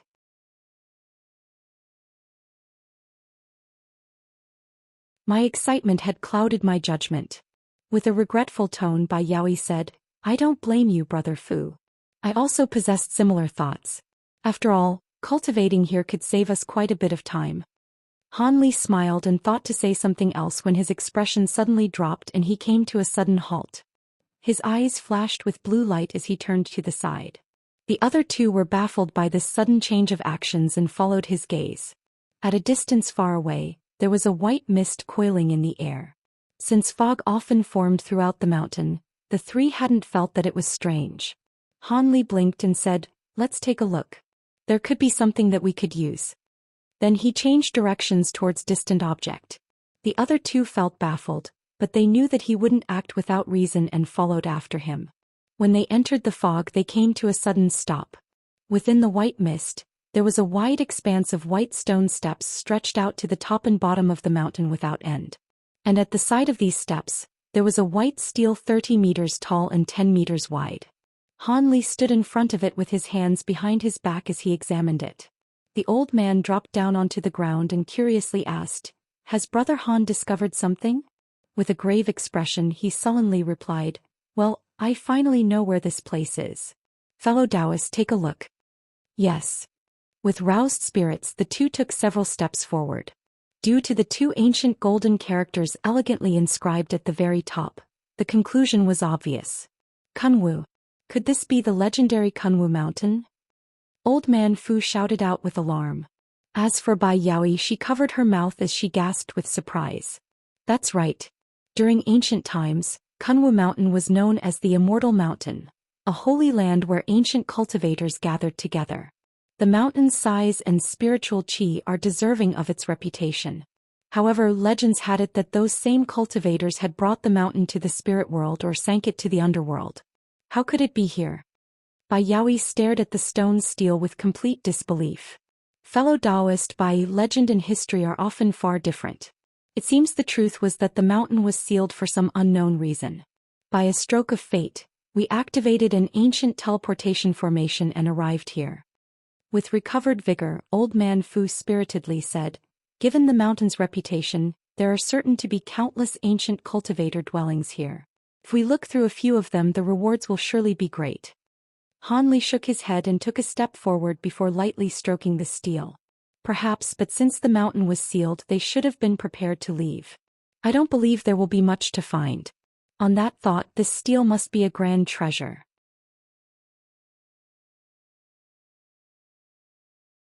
After countless years, it stayed erect and absorbed unfathomable amounts of spiritual qi, despite being crudely refined. What? Is the stele a treasure? The other two were startled and began to silently re-examine it. At a glance, it only appeared to be made from common stone. Although it did carry some spiritual qi, it wasn't suitable to create even the lowest grade magic tools. They couldn't help but look at Han Li with an odd expression. He faintly smiled. It seems you two aren't convinced, but I am completely certain. Although his demeanor was calm, in truth he was actually greatly puzzled as well. Even he wasn't able to tell what was different about it. The only reason he said this was because the armored earth dragon that was peacefully resting in his spirit beast pouch had violently stirred when he approached it. It cried out without end, indicating that the item was unordinary. Even with his bright sight spirit eyes, Han Li wasn't able to see anything peculiar and grew quite skeptical. But due to his attitude of letting nothing slip him by, he was forced to speak a few profound words as a pretense. Then his hand against the stele and covered it in azure radiance. The stone stele trembled and the light began to quickly shrink. When it shrunk to half its size, Ligh raised his brow and swept his hand, intending on raising the stele and putting it away into his storage pouch. When the stele rose a foot off the ground, it underwent a strange change. It suddenly began to hum and shine with rays of white light. Meanwhile, Ligh felt it sink as his control had completely disappeared. With a heavy boom, it fell back to its original spot and violently shook the nearby ground. The tremors left ringing in the trio's ears, and the stele's surface began to slowly fracture from the bottom up. This is... Ligh's expression stirred and he narrowed his eyes.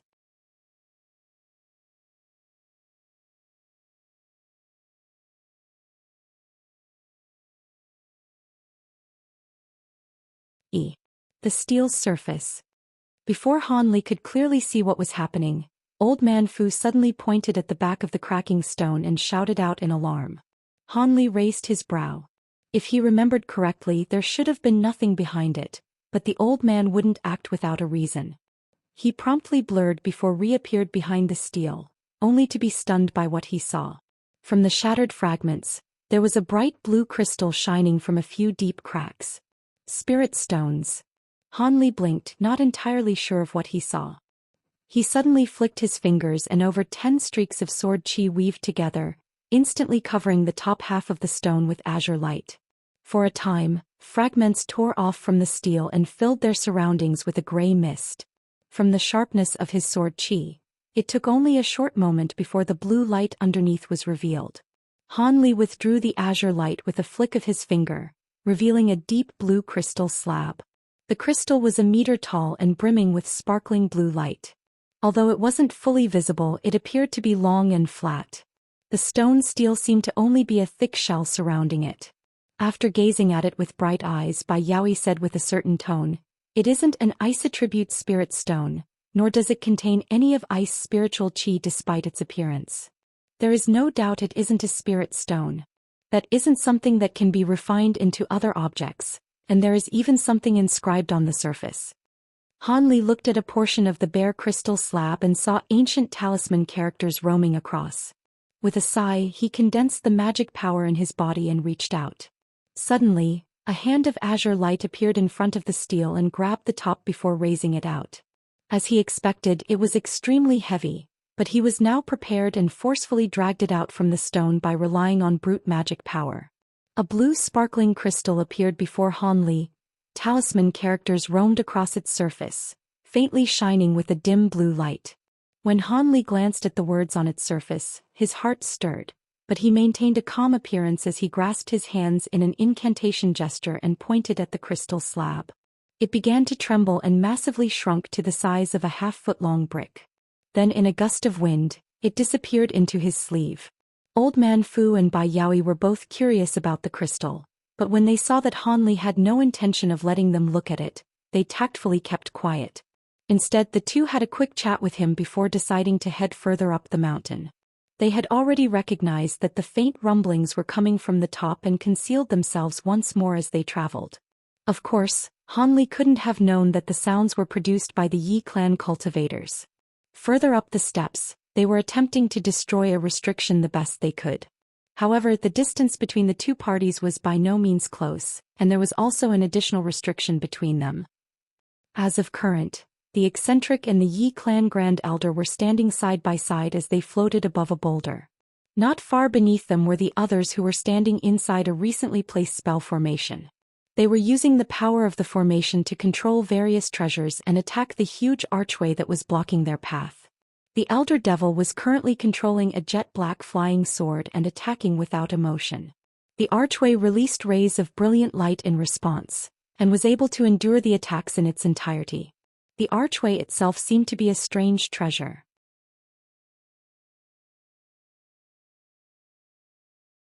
With a trace of worry, the large-headed Eccentric turned his gaze from the brilliant archway to the white-robed scholar and asked, "Young Third, how long do you suppose until we'll be able to break through the myriad cultivator gate?" The scholar replied with a calm appearance and a sullen tone, "I expect it to be another day. It is quite a bit more troublesome than expected. It is no wonder it possessed such fame in the past. We've been delayed for too long. If we could lend a hand, we'll be able to cut down on time by at least half," the Eccentric gloomily muttered, but he didn't show any intention to help. The scholar insipidly replied, "Since there are such vicious ancient beasts like the lion hawk, we must be on guard. It is better to lose a day than to lack strength when we need it most. Please be patient, seventh uncle. We still have plenty of time." The eccentric sighed. "That is so. Even if the nascent soul cultivators of other sects were quick to act, it would still take time for them to arrive and find the opening. But with this gate taking up so much of our time, I wonder what other restrictions lie ahead of us." "Don't be so worried, seventh uncle. Our Yi clan has naturally considered the matter of breaking the restrictions during the long time we planned this. Our clan has already gathered several secret treasures specialized in destroying them, but it still isn't time to bring them out." "So it was like that. I am relieved." The eccentric's expression relaxed a bit.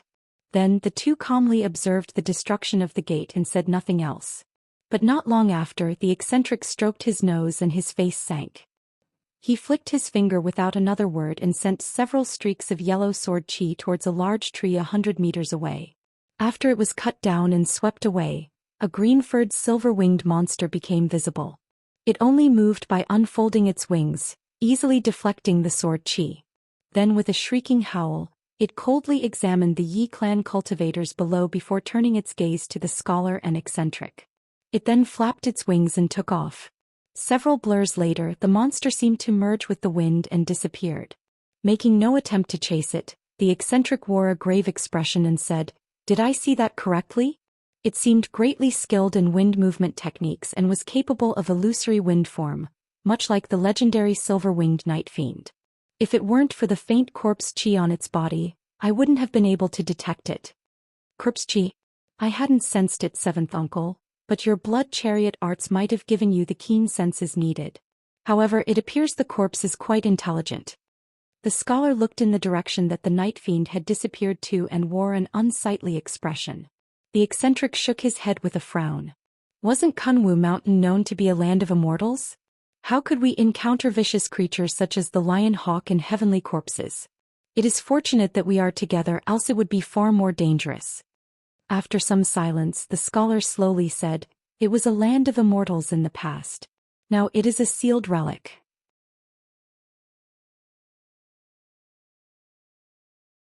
It isn't surprising that these strange events have happened, but the only things that should concern us are the divine spirit treasures. These other matters are of little importance. A cold glint shined from the eccentric's eyes.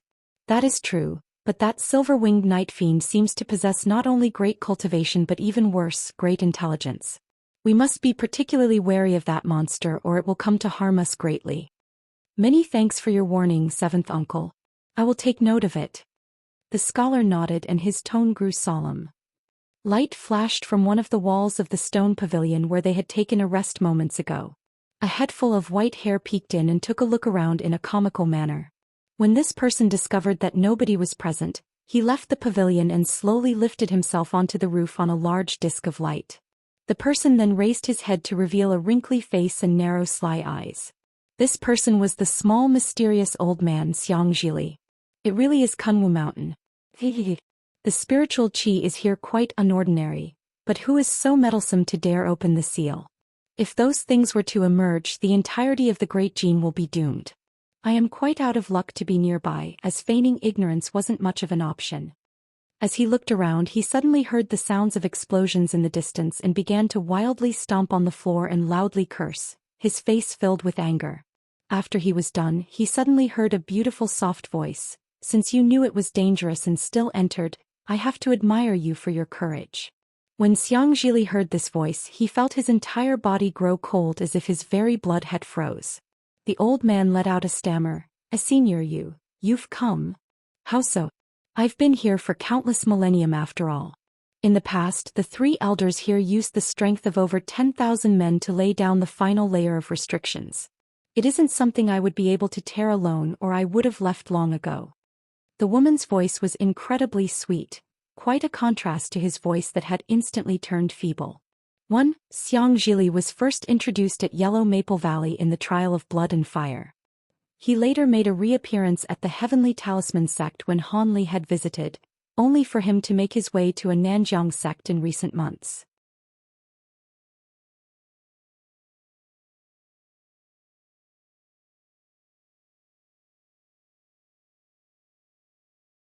Though initially panicked, Xianxia immediately remembered something and regained his calm. Impossible. With the suppression of the 2 divine spirit treasures, nobody could break free from the 9 Truths Devil Suppression formation. If Senior had escaped, you would have already left the mountain through the opening in the seal. You must have had forcibly freed a thread of your spiritual sense to scare me away. You know of the 9 Truths Devil Suppression formation and the divine spirit treasures? Could it be you are a descendant of the 3 masters of Kunwu Mountain? Although the woman's voice was still pleasant to the ear, it now held a cold tone. In truth I am not, but there are few people in this world that also know of this matter. I just happen to be one of them.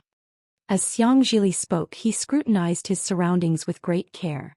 The woman's voice snorted, "You won't find anything. My true body has still yet to be freed and I won't let you ruin my chances. How about you obediently stay here for a few months?" With that said, the air above the stone pavilion began to warp and a white vortex appeared, covering the small old man in rainbow light. Phantasmic Air. Xianxia's expression greatly changed and silver light shined from his body as he flew out in a streak. However, the rainbow vortex revolved around him and a huge attractive force firmly held him in place. Soon, it swept him away and he had completely disappeared as if he was never there to begin with. It seems I'll have to sleep for a moment more. I hope those cultivators will hurry so I can be truly free when I awaken. Those 3 masters of Kunwu will know the cost of sealing me. When the day comes. Hee. The woman muttered with a weak voice before letting out a wild fit of sweet laughter. 7 days later, the Yi clan cultivators managed to break through the myriad cultivator gate, but they fell into a profound illusion formation. As for Han Li's party, they were blocked by some strange restriction and were forced to deliberate on a method to destroy it. The outside of the seal, however, was brimming with activity.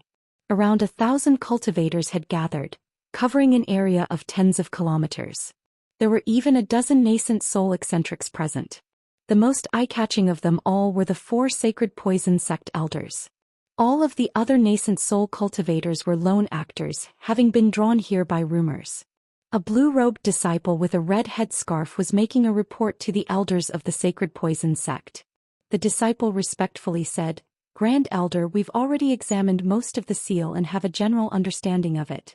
In an area a dozen kilometers underground, we have detected something hidden beneath an illusion formation. Our disciples skilled in these matters are attempting to dispel it with due haste.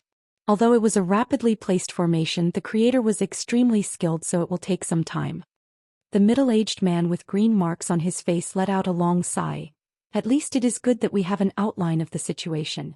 Since we've already been here for a few days, it would have been troublesome if we couldn't find the opening. However, you have best be on guard.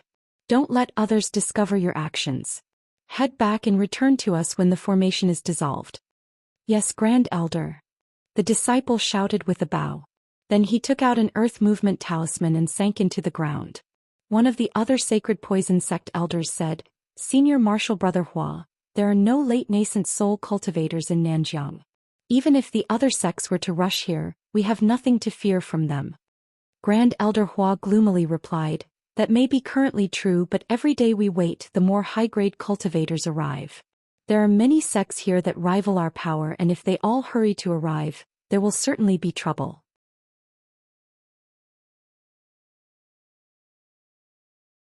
Besides, the 10 great sects of the righteous and devilish Tao will involve themselves in time. When the other elders heard this, they either appeared worried or believed the problem to be overstated. However, Elder Hua let out a yelp as he turned his attention to the sky. The others soon mimicked him. A gray cloud loomed over the horizon and was heading in their direction with frightening speed. When the 4 elders of the sacred poison sect sensed that fearsome spiritual pressure, their faces all dropped. In the blink of an eye, it arrived over the small lake before disappearing in a violent rupture. From the ashes, 5 white silhouettes appeared, each of them unmoving and indistinct. The unbreakable Cinque devils. Elder Hua's expression froze. The incarnations of the sifting sect's old devil Qian? One of the other sect elders shouted out with a pale complexion. Elder Hua let out a snort and softly said, "Apart from that old devil, who else cultivates such a devilish art?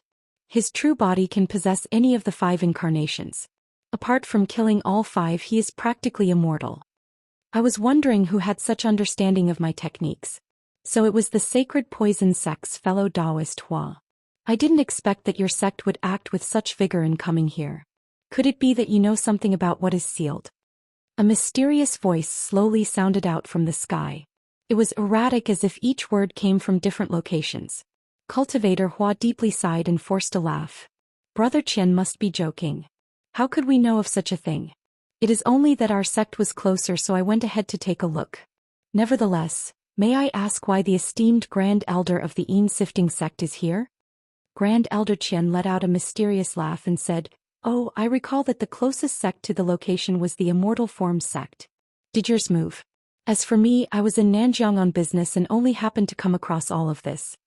Elder Hua dryly laughed and asked, "It can't be easy for someone as famous as Brother Qian to leave his sect. May I ask what stirred you into personally taking action?" "Just dealing with a few traitors that had fled here, nothing important. I was simply handling the matter quietly." "Is that so? Seems I was being too suspicious." After that, the two spoke no further. For a time the air became stagnant. "I found it. There is an opening to the north. We can enter through there. The Sacred Poison Sect is breaking the entrance as we speak." A figure emerged from the side of the lake and shouted as it flew into the distance. The voice startled all of the nearby cultivators. Almost immediately, several blue-robed disciples were chasing after the cultivator with alarmed fury. However, he used an exceptional movement technique and was able to escape at great speed. The Sacred Poison Sect elders' expressions all became wretched. Old Devil Qian bellowed with laughter. "So it was like that.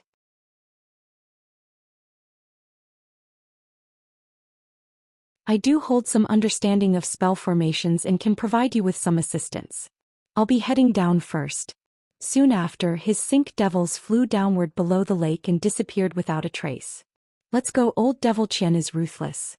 We can't allow him to harm our disciples."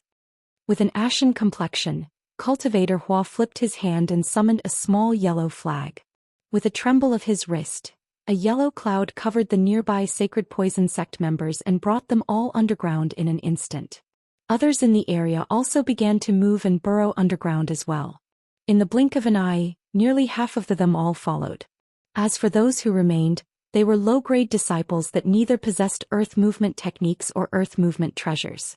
Over 10 kilometers north and 3 kilometers deep, there was a huge pitch-black area with balls of brilliant light flashing about. Below them was a barrier of unfathomably thick white light. Not only that, but layers of astonishing lightning surrounded it. If anybody were to approach, they would be immediately struck down without the slightest warning. Those that were lucky could dodge it, but otherwise, they would have their protections flicker out of control, forcing them to stay away for a time. But what these cultivators were paying attention to was an area in the barrier where lightning wasn't present, guarded by 8 sacred poison disciples. They all wore solemn expressions and were standing in confrontation against the others, preventing them from approaching.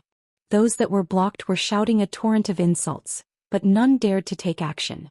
After all, the Sacred Poison Sect possessed a grand reputation in Nanjiang. As most of these cultivators were native to the region, they didn't dare to rashly stir up trouble. Of course, there were also those that had no fear of their reputation, and such an example had appeared in a streak of crimson. "Get lost. I'm going to enter." The person who said this was an old man who spoke with an arrogant tone. When they saw that a nascent soul cultivator had appeared, one of the disciples helplessly said, "Senior, our sect found this first. Our martial uncles are nearby. Senior should dash." The old man coldly laughed and said, "Even if Hua Tianqi was here, I would still enter." He then raised his hand and a blinding red light lit up from his palm.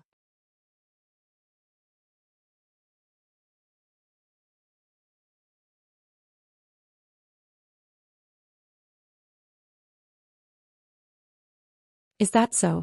I don't know what my disciples did to offend you, Brother Jingwei, but could you defer their punishment to me?" Before any further action could take place, an indifferent voice sounded out, followed by various colored streaks of light heading in their direction. In the blink of an eye, the Sacred Poison Sect elders appeared before them. The one who spoke faced against the silhouette in the red light. Much to the surprise of those present, the overbearing cultivator from before chuckled upon seeing their arrival and said, "So Brother Hua actually was here. It seems I've been lacking in manners. It was merely a jest towards your sect disciples. How could I truly bully them? His attitude had changed dramatically. Wild laughter came from the side, and 5 white silhouettes suddenly appeared in a brilliant flash. So it was fellow Taoist Jing Wei, the illustrious Master Scatterwind.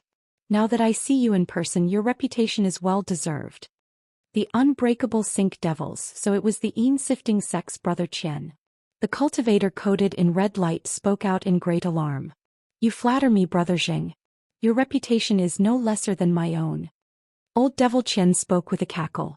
Those words were true. Master Scatterwind was a famous figure in the Great Gene. However, his fame wasn't the result of anything good. He was known as a moralless deceiver, as treacherous as they came. When faced with weaker opponents, he would act like an unsensible fiend and take advantage of them. Such a character naturally offended many. Even a few nascent soul cultivators bore resentment towards him.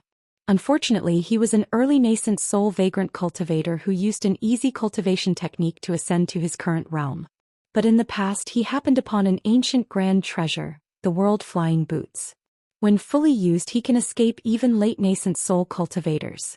In addition, he later cultivated many strange secret techniques focused on survival and avoided offending any cultivators at mid and late nascent soul stage. As a result, he was able to travel freely despite being one of the most notorious figures in the Great Gene. The Sacred Poison Sect's Grand Elder Hua Tianqi had nothing good to say about him, but Old Devil Qian seemed quite interested. In the face of the Een-sifting sect's Grand Elder, Master Scatterwind smiled and began to slowly retreat like a mouse when faced against a cat. When Old Devil Qian saw Scatterwind's meek attitude, he lost interest and instead spoke again to Hua Tianqi with an oddly cheerful tone. Brother Hua, could it be your sect is guarding this place to bar outsiders from entering? Hua Tianqi paused before replying with a flickering gaze. Brother Qian must be joking. Our Sacred Poison sect wouldn't dare to block you or any other sect for that matter. I merely wished to dissolve the formation covering this area to allow everyone else to head inside. This was to avoid having any fellow Taoists fall prey to this malicious formation.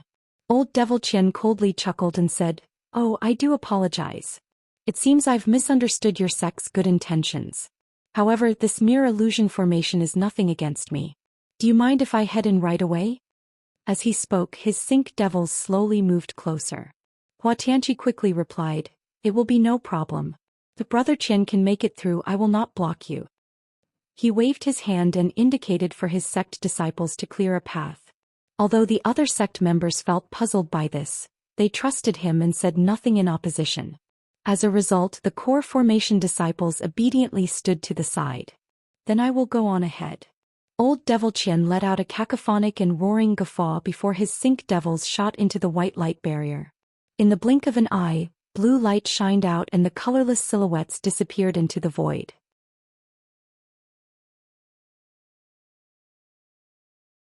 When the barrier calmed once more, Hua Tianqi turned to the surrounding cultivators as the green marks twisted on his face, and he slowly said, "If there is anyone else who wishes to follow, I will not stop them." His actions had caused the aggressive group to look at each other in dismay. Even the devious Master Scatterwind now hid amongst the crowd and didn't dare to accept their offer. They felt resentment towards the Sacred Poison sect for monopolizing the opening. But now that there was a late nascent soul cultivator already inside, they hesitated. Regardless of how quickly the illusion formation can be broken, if they entered and Old Devil Qian was to strike at them, they wouldn't be able to protect themselves in the slightest. When Hua Tianqi saw that no one had accepted, he sneered and no longer paid them any attention.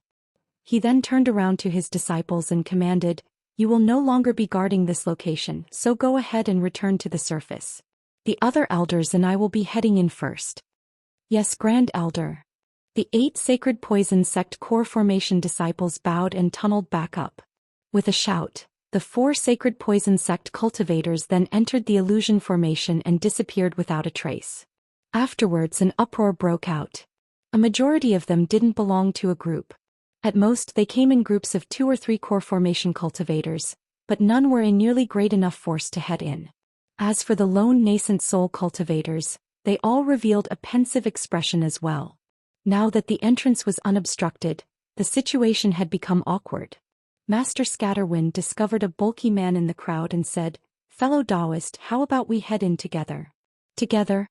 Please excuse my refusal. However, it is a joy to meet you, given your grand reputation. The large nascent soul cultivator rolled his eyes and spoke with a sarcastic tone. Master Scatterwind didn't take his refusal to heart and pleasantly said, Fellow Taoist doesn't need to be so distant. In addition to us two, there should be 3 other vagrant nascent soul cultivators gathered here. How about we head in together? That way we won't have much to fear from the others already inside. The large man felt tempted, but Scatterwind's reputation was far too damaging. He snorted and said, How about you gather the others first before asking me again? That's fine, they will be sure to agree. He slapped his chest in a pledge and flew over to an old man glowing in purple light, much to the bewilderment of the large man. Before the old man could react, Scatterwind wore a beaming smile. Fellow Taoist, would you like to head in together? I've already come to terms with the other fellow Taoist to find 3 more people. Are you willing to join us? The old man frowned and coldly glanced at him before turning to look at the large man with a curious gaze. When their eyes met, he suddenly realized something and he faintly smiled.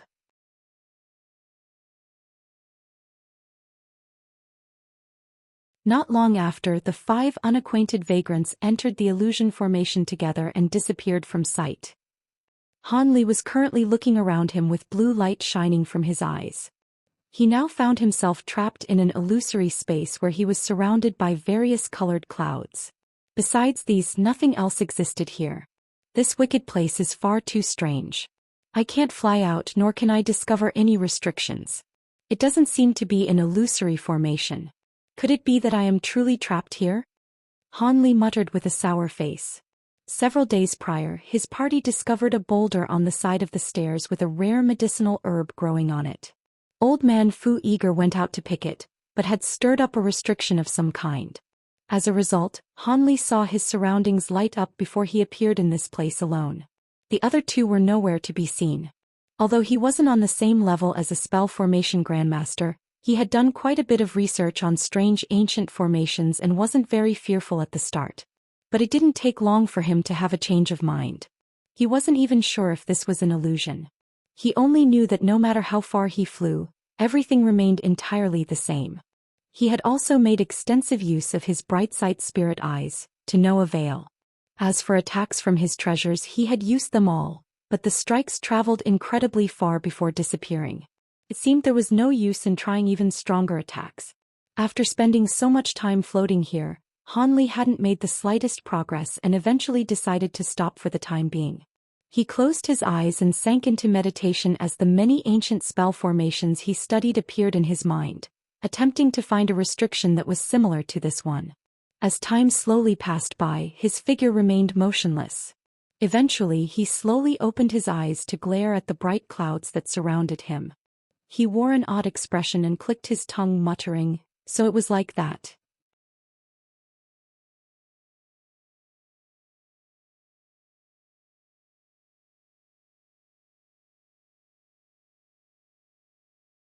Ligh slowly stood up and reached out to a nearby red cloud. Suddenly, a large azure hand materialized in the air and grabbed a hold of it. He stared at the hand and suddenly formed a strange hand gesture before muttering an incantation. The large hand trembled momentarily before closing a fist around the cloud. Azure light brightly shined from the hand and it soon took the shape of a ball. He then spat out a thread of blue nascent flame and had it wrap around the ball before quickly submerging it in an inferno. Ligh then ceased casting spell seals and expressionlessly looked at the ball of light in silence. After an unknown amount of time, the corner of his mouth twitched and he shook his sleeve towards the blaze and swept it away, revealing a faint red pearl. So I was right. Such brilliant transformation concealment methods can only be accomplished by ancient cultivators. Even then, there could only be a few cultivators that knew how to do this even during ancient times. It is fortunate that Eccentric mentioned a similar restriction in the jade slip she gave me long ago, or I would truly be at a loss. It seems I'll have to continue reinforcing my spirit eyes in the future. If I continue to use the bright sight spirit water for another 100 years, I should be able to see through even top-grade illusion transformations. Ligh sighed, feeling somewhat gloomy that he wasn't able to see through it. Eccentric was a female chi condensation cultivator that was introduced in Chapter 277. She was a spell formation master who later gave Han Li the accumulation of her knowledge in exchange for the vengeance of her deceased husband. He no longer paid any attention to the red pearl floating in the air and looked around him before a blue cloud caught his eye. Then he reached out for it and began to envelop it in nascent flames. This time the cloud disappeared in the blink of an eye. Han Li didn't appear surprised and simply reached out for another one. After 2 more failures, he eventually came into possession of a blue pearl. Half a day later he acquired a yellow, azure and gold pearl. He solemnly raised his hand to these pearls and had them fly high into the air. He then pulled his hands at them and had them slowly revolve, gradually accelerating them until it formed a ring of rainbow light. Han Li raised his brow at the sight and softly shouted, "Go!" He stopped his fingers and the rainbow rings scattered, flying off in various directions at a profound trajectory. In the blink of an eye, they flew to seemingly unrelated points and revolved in place, pulsing in size as they underwent a strange alteration. He was forced to narrow his eyes from the blinding eruptions as the balls now were more akin to 5 blazing suns. They converged together and the world began to blur around him. Soon light surged and Han Li found himself back at the stone steps next to the huge boulder. "Fellow Taoist Han. Brother Han." Bai Yaoi and Old Man Fu shouted out in alarm when they saw him. The two stood 10 meters away and the distress on their faces quickly turned to delight. "So you two were also trapped?" Han Li asked. "It must have been Brother Han who broke through that bizarre restriction. I've never seen such a fearsome spell formation before. I thought that I would be trapped in there until I perished." Old Man Fu spoke with lingering fear. It was clear he had suffered much in this time. Both his magic power and spirit had been damaged in his attempts to escape. With a trace of appreciation on her face, Bai Yaoi wryly chuckled. "My circumstances were about the same. Many thanks to Brother Han for breaking the restriction." Han Li smiled and said, "It was nothing. I have only heard about similar restrictions by chance and was able to dispel it. These types of ancient restrictions are truly rare. If I am correct, that spiritual herb Brother Fu grabbed should have been a transformed magic tool. I'm afraid you've been tricked."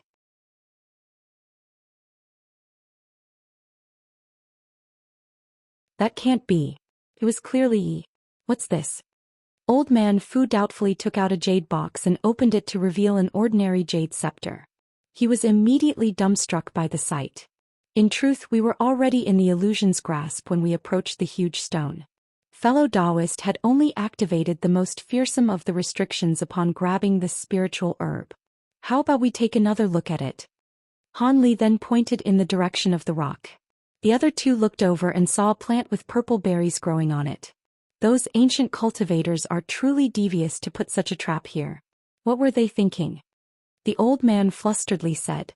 Bai Yaoi curled her lips in amazement. "There's no need to be so amazed," Han Li indifferently spoke. "This ancient restriction needed to be activated by those who entered it. It is only natural for its appearance to change. However, it was only dissolved and not completely destroyed. We only have a limited amount of time. This mountain is unlike its reputation as the immortal spirit mountain. It's more like a dragon's lair." Old Man Fu appeared resentful at having been tricked. Han Li's eyes flickered and he said with a deep voice, "Let's be more careful. This place isn't just an old ruin. I only managed to dispel that restriction out of luck. I'm not certain I'll be able to next time, so let's avoid stirring up any calamity." Old Man Fu let out an embarrassed laugh. "I'll be sure not to act so rashly in the future." Bai Yaoi pensively nodded. "Since fellow Taoists understand, let's head on our way. The noise ahead has already come to a stop. Over the past few days they might have already arrived at the top." Han Li looked at the top of the mountain and set off up the stairs. The other two closely followed suit. Several hours later the three flew past several huge cliffs, eventually arriving at the stone pavilion where the Yi clan had rested previously, and where Xianxia had disappeared. When they saw the sight, Han Li sighed and the three stopped, looking at the pavilion from a distance. Old Man Fu and Bai Yaoi both couldn't help but look over, having also noticed something off. There were shallow footsteps in the loose dirt surrounding the area. If someone wasn't paying attention, they could have easily missed it. Bai Yaoi tensed her brow and said, "Others have been here already." Old Man Fu muttered to himself for a moment and pointed to an object at the side of the pavilion. "Take a look at that stone as well." There was a deep, narrow groove scathed the surface that was 10 meters long. One could easily tell it was the mark of an incredibly sharp sword chi. It had been unintentionally left behind by the Yi clan's seventh uncle during their battle with the Lion Hawk. Bai Yaoi's eyes lit up. "This mark is new. Seems that something else had attacked them. Could it have been the silver-winged Nightfiend?"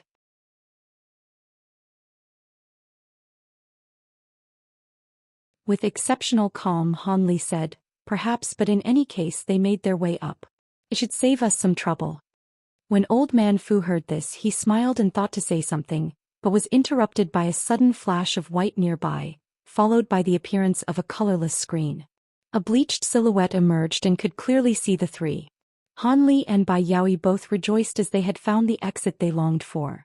However, Old Man Fu lost all the blood in his face when he saw the figure, shouting, "The unbreakable Cinque devils? Those are old Devil Qian's incarnations." When Han Li heard this, he was stunned. He felt as though he had heard of them before and of the name Old Devil Qian, but before anything came to mind, he noticed Bai Yaoi's face had blanched as well. With several puffs, 5 similar white silhouettes emerged. These indistinct silhouettes appeared abreast in a line. Their statue gazes all focused on Han Li and then his companions. The Grand Elder of the Sifting sect. When Han Li finally recognized the 5 strange beings, his expression instantly turned unsightly. "So it was fellow Taoist Fu, what a coincidence. It is no wonder why I wasn't able to find you. So it turned out you had entered here first. And from this woman's strange attire, she should be a cultivator from North Night Palace. I can be considered old friends with your palace's Madame Lu. As for this last fellow Taoist Ti, could it be Brother Han from the Heavenly South? You've had both my sect and the Endless Sky Temple search long and hard for you." Old Devil Qian's voice was amazed at first, but then it slowly broke out into wild laughter.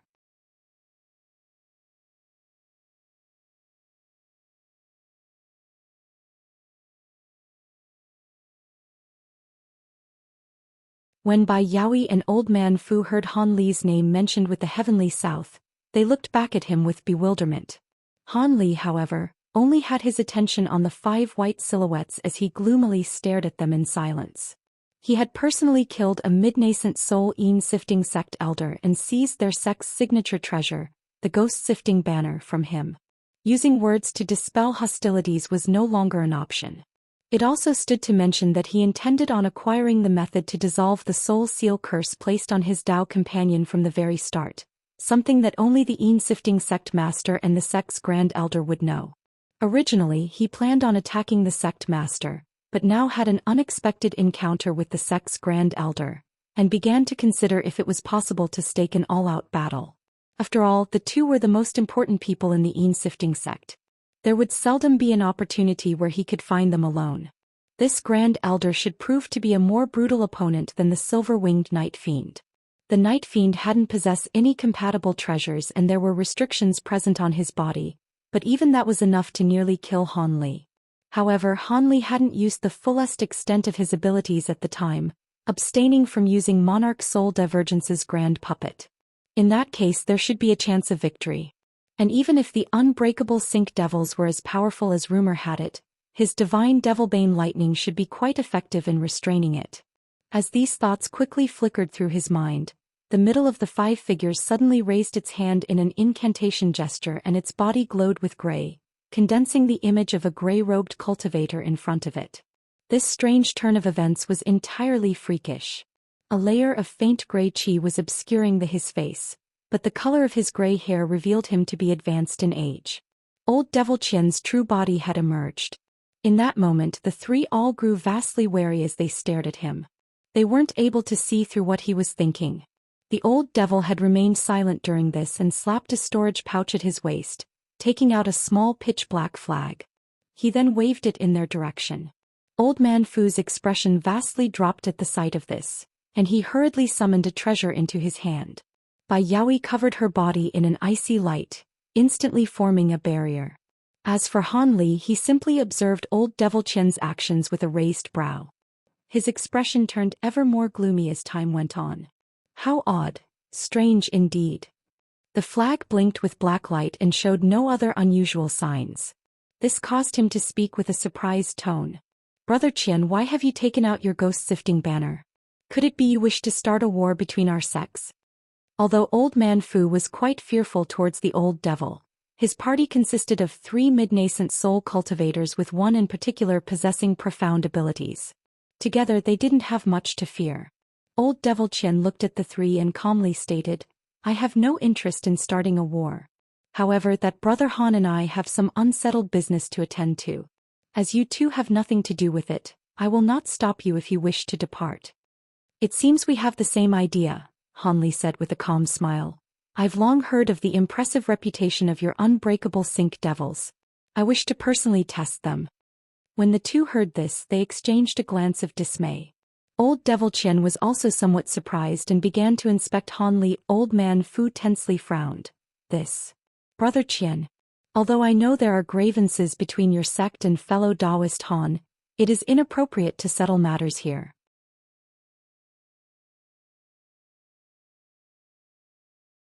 Doesn't Brother Qian wish to take a deeper look at this mountain first?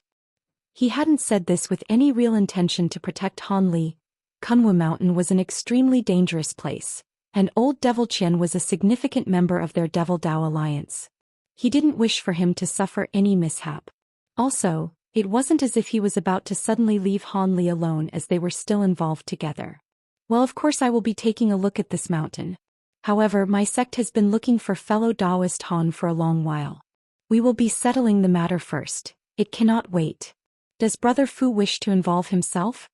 Old Devil Qian then let out a cold chuckle. Bai Yaoi's bright eyes wandered for a moment and she resolutely said, outside of this mountain, I have no involvement in your dispute. But we intend on exploring this mountain while we're still here. I'm afraid I cannot follow your suggestion.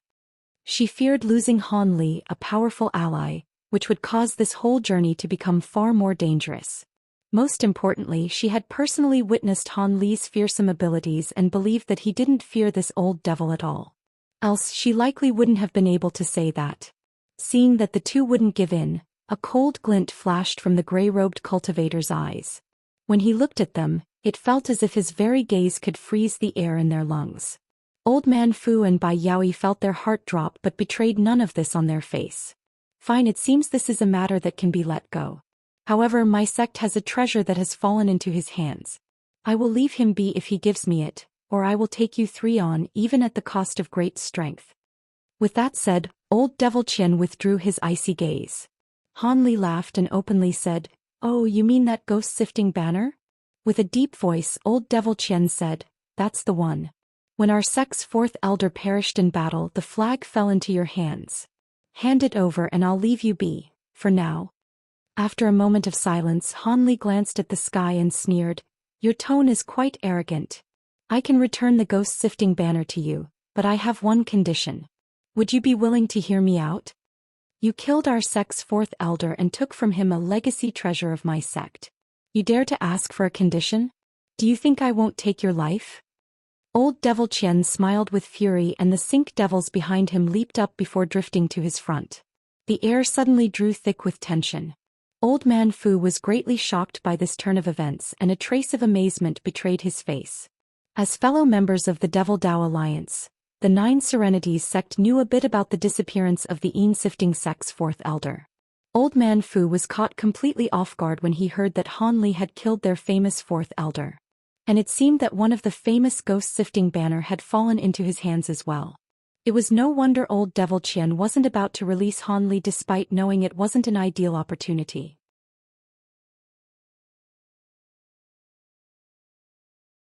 As for why Han Li was concealing his origins, it wasn't even worth mentioning. Han Li snorted and his expression sank. You make it sound so easy for me to return it. For some cursed reason, your sect's 4th elder chased after me and attacked my Dao companion. How could I allow it to be returned? With complete resolution, the old devil said, I have no interest nor relation to what he did in the heavenly south. However, I am dead set on taking back our sect's legacy treasure, or it will be a great loss of prestige. So you mean to say you aren't willing to hear me out? Han Li narrowed his eyes.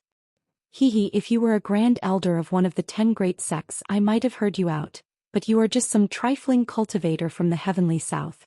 How could you possibly speak of conditions with me? Old Devil Qian raised his head to the sky in wild laughter. Then his body suddenly exploded into a cloud of baleful qi before merging with the white silhouettes behind him. The five suddenly blazed gray and their originally still eyes animated with bloodthirsty madness. Old Man Fu suddenly remembered something and regretfully said, "Damn. I nearly forgot. This old devil cultivates the superior apathetic arts, resulting in a rash and surly temperament. Our threats have only served to anger him." Bai Yaoi frowned when she heard this and raised her hand without another word, summoning a crystalline flying sword to the air and had it revolve around her head. Han Li narrowed his eyes and flicked his hand from within his sleeve, summoning the Triflame fan into his grasp. Afterwards he stealthily slapped his storage pouch with the other and quickly focused his spiritual sense on his grand puppet. He had already resolved himself to go all out. When the other two began their attack, he would immediately unleash the puppet and deal a grievous injury to Old Devil Qian. Even if he couldn't take his life, it would be a satisfactory result if he could damage his cultivation. That way he could be able to force the terms out of him the next time they battled. Han Li had never once forgotten about the soul seal curse that afflicted his Nangong Wan. So long as he could acquire the method to dissolve it, he could rest easy. Even if this would result in the endless pursuit of the Een-sifting sect, he wouldn't hesitate in the slightest. The Cinque devils then all let out a strange cry and their bodies turned near transparent. They shifted into smoke before malevolently flying towards the three. At that moment, however, the screen of light where the white silhouettes had emerged from suddenly let out an earth-shattering explosion and filled the air with a blinding radiance. Before they could all clearly understand what was happening, the light let out unceasing explosions, followed by nearly a dozen various streaks. They flew in a circle and their light faded away to reveal a person for each one.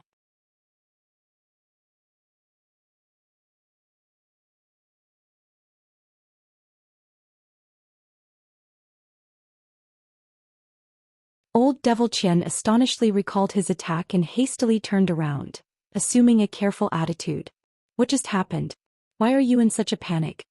The cultivators that had emerged from the screen of light were in sorry states, but all of them possessed nascent soul cultivation. No matter how arrogant he may be, he didn't dare to turn a blind eye. More importantly, the explosions had given him a faint feeling of foreboding. The newly arrived were the 4 elders of the Sacred Poison sect and the group of 5 vagrant cultivators, which included the dubious Master Scatterwind. One among them said, "Brother Qian is astonishingly capable. He had arrived a step faster than us. Is that the 9 Serenities sect's fellow Taoist Fu? Who are those other 2? So it was Brother Hua. Your arrival is quite timely." With a trace of lingering worry, Old Man Fu then quickly asked, "Could enlighten us on what was behind that recent explosion?" A large man amongst the vagrants snorted and said, "That is what we should be asking. Since you arrived earlier, you must have been the ones who placed down the illusion formation outside. It had erupted after we passed through, sealing the opening." When they heard this, their expressions faintly changed, staring at Han Li, Bai Yaoi and Old Man Fu with unfriendly bearings. "You misunderstand. When we arrived, there were already others present.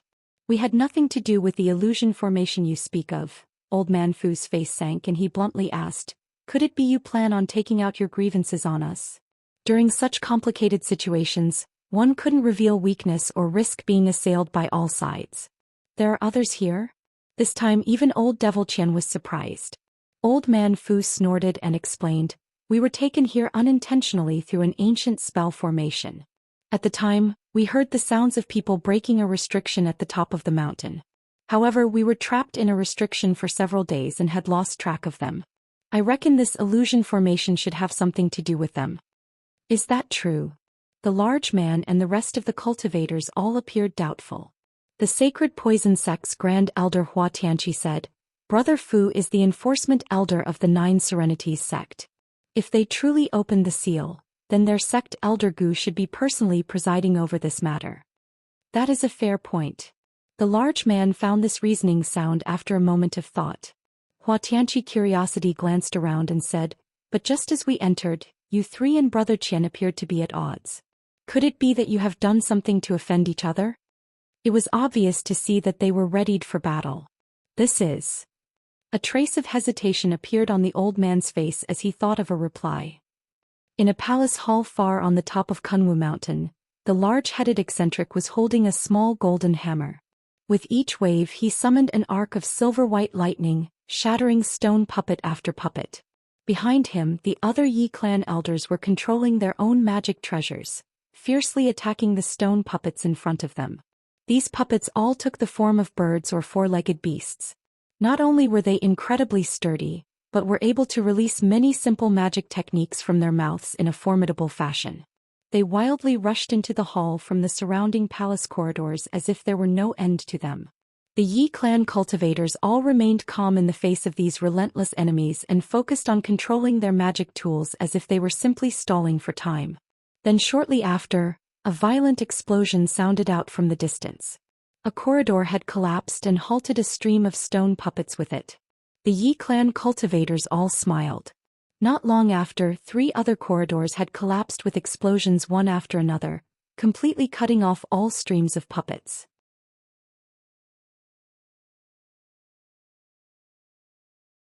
The elders then soon exterminated the remaining few in the hall. One of them mused, "What in the world are these? They are quite different from the mechanisms of the current age." With the assailants now cleared, those present now relaxed and sat down cross-legged with spiritual stones in their hands. Although the situation hadn't appeared very dangerous, they had been using the full might of their magic treasures and consumed much of their strength. A streak of white light flew out from the last destroyed corridor and quickly arrived before them to reveal a white-robed Confucian scholar. He smiled and said, "Elder Han, you were correct. These corridors lead to various side chambers where they were emerging. I've destroyed all the restrictions in accordance to your guidance." "It was nothing," the disguised elder devil calmly replied. "I only happened to know of this grand puppet formation from an ancient book I happened upon. If we were to rather endure, we would have slowly been worn away." The scholar chuckled and happily said, "It seems bringing you along was the right choice. I fear we'll have to rely on you again in the future." "The Grand Elder flatters me. I would have done my utmost regardless." The elder devil faintly smiled and spoke with a polite tone. The scholar nodded with satisfaction at his response. Then the large-headed eccentric abruptly laughed. "It should be about time for the formation we placed to explode. If we're lucky, it might buy us some time." "Indeed," the scholar replied with a stern expression. "There should be people rushing through by now given the time we spent here. The formation should collapse the opening for a time. Regardless, the seal would have weakened after some time even without our meddling. There is still some time before the seal completely collapses. It should be long enough for us to seize the treasures." The eccentric then turned to the scholar and asked, "But where exactly are we on the mountain? Surely we can't be too far away from the main buildings?"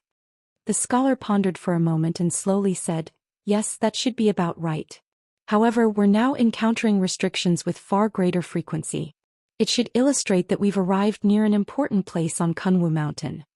"That is good. However, there is a troublesome matter to address. That silver-winged Nightfiend has been following us. Why is this? Does it wish to mount a sneak attack?" The eccentric then turned to look at the entrance of the large hall with a trace of apprehension. The others unconsciously followed his gaze but found nothing there. Nevertheless, they knew that it was most likely hiding and was observing them from a distance, much to their distress. Were it not for the fact that they had 2 late nascent soul cultivators, they wouldn't have dared to continue forward. The scholar muttered to himself for a moment and said, "That refined corpse is somewhat troublesome.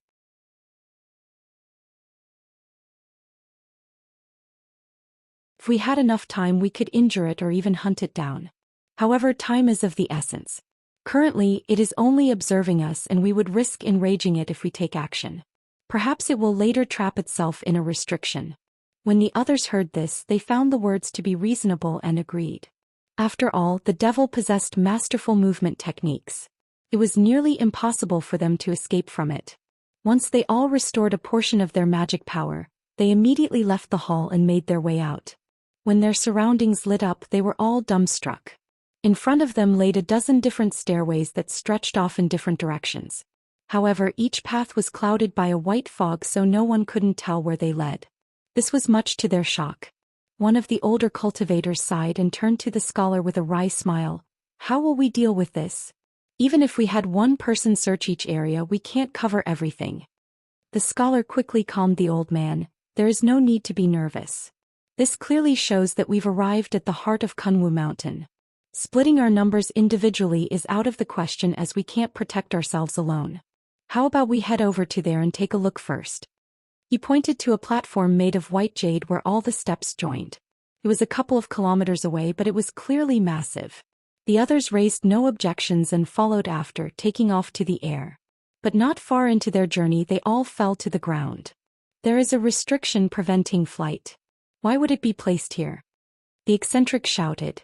Fortunately, they hadn't flown high and thus didn't suffer any injuries. Rather, they were happy to discover this restriction. This was a sign that they had entered a very important place in the Kunwu Mountains.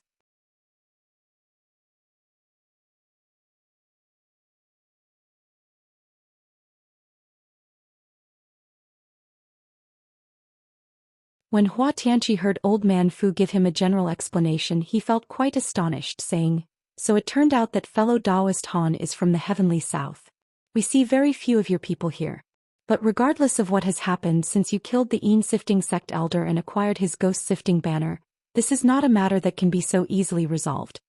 The others were also thrown into an uproar and examined Han Li with a curious gaze. To the cultivators of the Great Gene, they knew the heavenly south to be some unremarkable place far away. For such a person to appear before them and provoke the Een-sifting sect aroused great curiosity. "I was merely protecting myself," Han Li calmly elaborated. "If it weren't for their elder taking the initiative to stir up trouble, I wouldn't be involved in this mess." The large man from the group of vagrant cultivators anxiously said, "Enough. In any case, you three have already stayed here for some time and should know where we are, right?" Han Li's eyes shifted and he calmly answered, "Of course, this is the legendary Kunwu Mountain." Kunwu Mountain? The newly arrived were briefly stunned before cheering with joy. Even old Devil Qian was surprised. As the sacred poison sect elders already knew this, they simply exchanged a glance. Their grand elder, Hua Tianqi, then rubbed his chin and turned to look at the white silhouettes.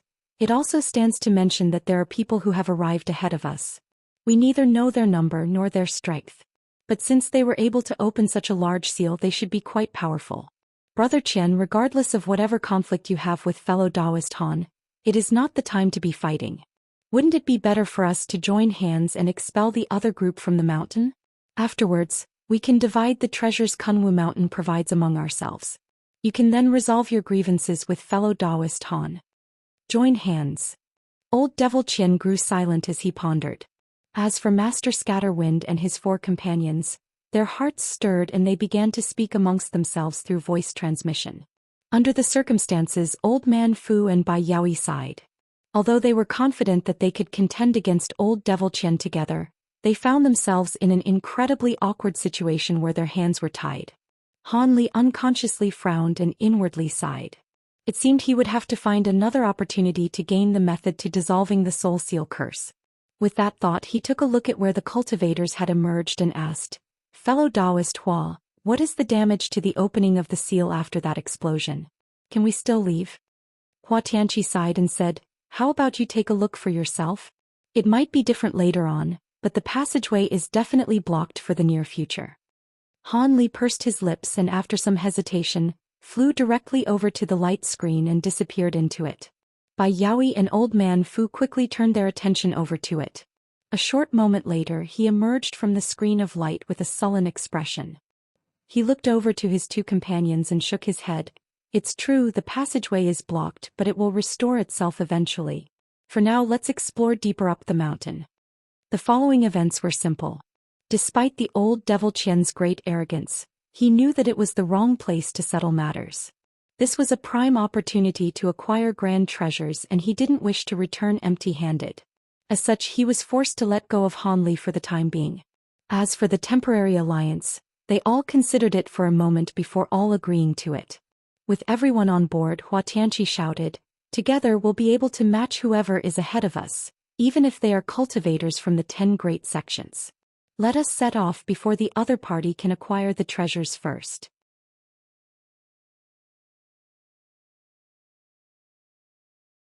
Then he led the way up the stone steps. Old Devil Qian coldly snorted and his 5 devils joined together before following after them.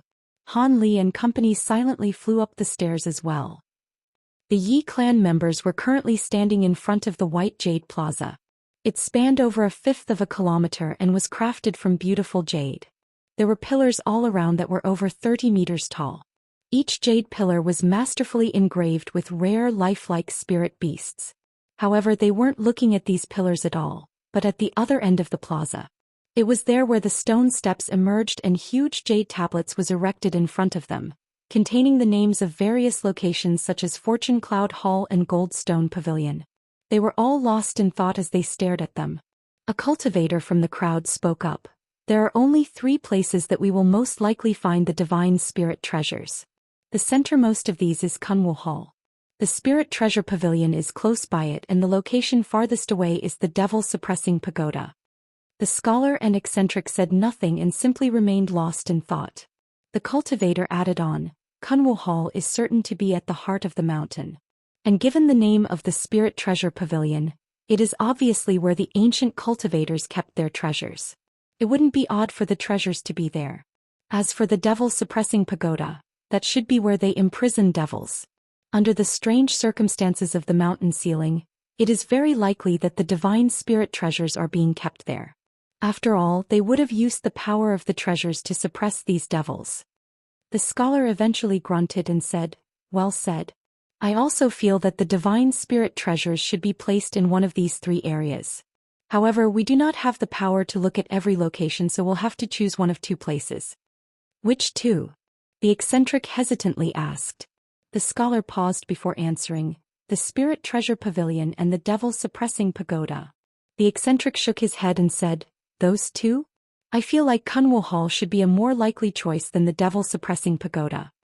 The scholar chuckled and calmly explained, "The Spirit Treasure Hall should most likely net us some treasures even if we don't manage to acquire the divine spirit treasures. Kunwu Hall is far too obvious a choice, and would be lathered in traps and restrictions. Since the mountain was sealed, I believe that the 2 treasures would have no purpose being enshrined at Kunwu Hall. It is more likely being used to suppress some sort of unspeakable demon in the Devil-Suppressing Pagoda." The Eccentric eventually shook his head. "That does sound reasonable, but I do believe we should still have a deep look at Kunwu Hall on the merit that it is the core building of the mountain."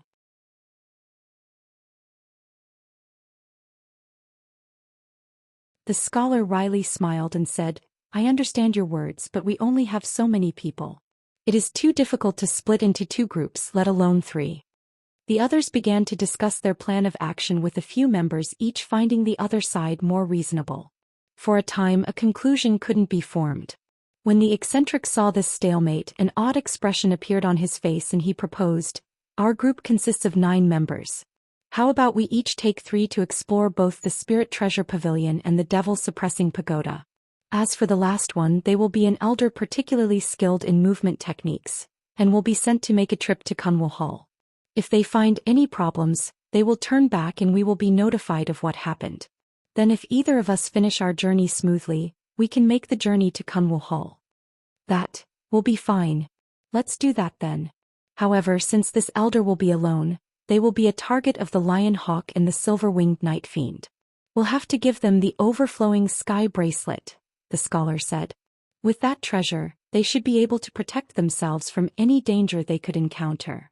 The Eccentric nodded and raised no objections. They then promptly split their numbers and each headed in different ways. The disguised elder devil followed after the Eccentric, and the square-faced middle-aged man was chosen to explore Kunwu Hall. It came as no surprise as the square-faced cultivator had the 3rd highest cultivation in the group. After a brief moment of hesitation, the scholar agreed and offered the bone-white bracelet to him. He warned, "Every activation of the Overflowing Sky Bracelet requires the use of your blood essence. Do not use it lightly." "Don't worry, I am well aware." The square-faced cultivator accepted the bracelet with a solemn expression. The Eccentric spoke. "It is said that the Devil-Suppressing Pagoda is specialized in restraining vicious ghosts, demons, devils and other such existences. I don't know if there are any that are still there, but I will still be heading over there." The scholar chuckled and agreed in passing, "It seems we had the same idea. I was originally quite interested in the Devil-Suppressing Pagoda, But since seventh uncle said it first, I won't raise any objections. I'll bring these 3 to the Spirit Treasure Pavilion.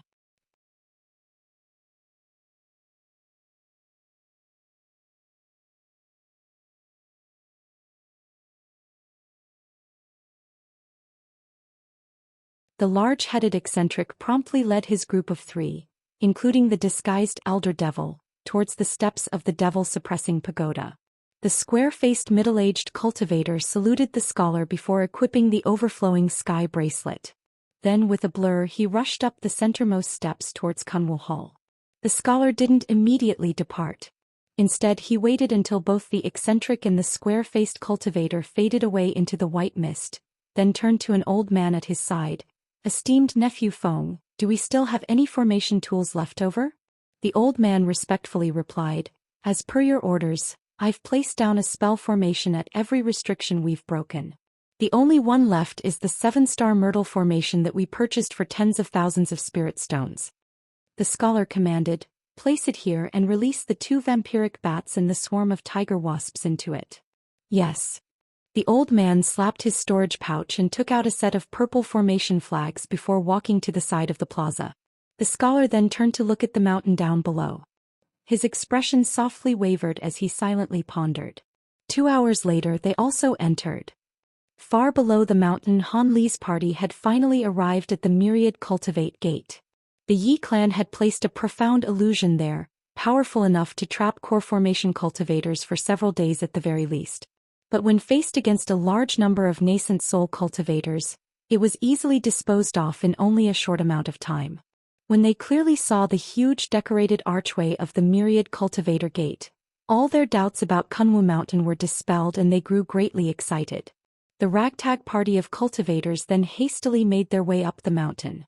As a result, they now encountered the other restrictions the Yi clan had placed behind them. This hadn't discouraged them but only drove them forward. But it was clear to see that with each restriction encountered, they grew ever more powerful. Although the party all possessed great cultivation, they resorted to brute force to break each one and became more delayed. An entire day passed before they arrived at the huge stone hall with the many puppets. Hua Tianqi glanced at the building with a solemn expression. Fellow Taoists, be careful. I fear it will be troublesome if there are any restrictions present. The party of cultivators ahead of us must be quite wealthy to be in possession of so many sets of formation tools. It's likely that they either belong to one of the 10 great clans or are a faction of equivalent strife. Old Devil Qian coldly snorted and said, none of those 10 are capable of fielding this many high-grade restrictions, especially the absolute Icefire formation.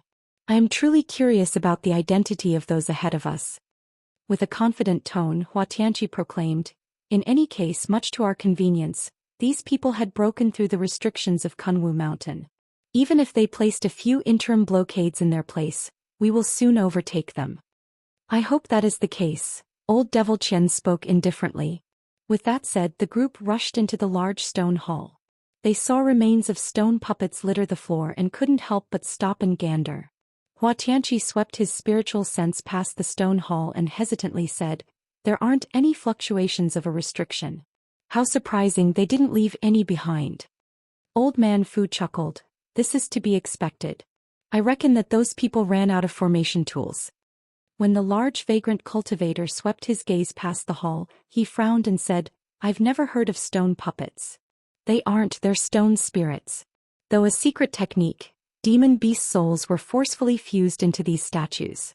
This was particularly prevalent during ancient times, but for some unknown reason, it was later lost.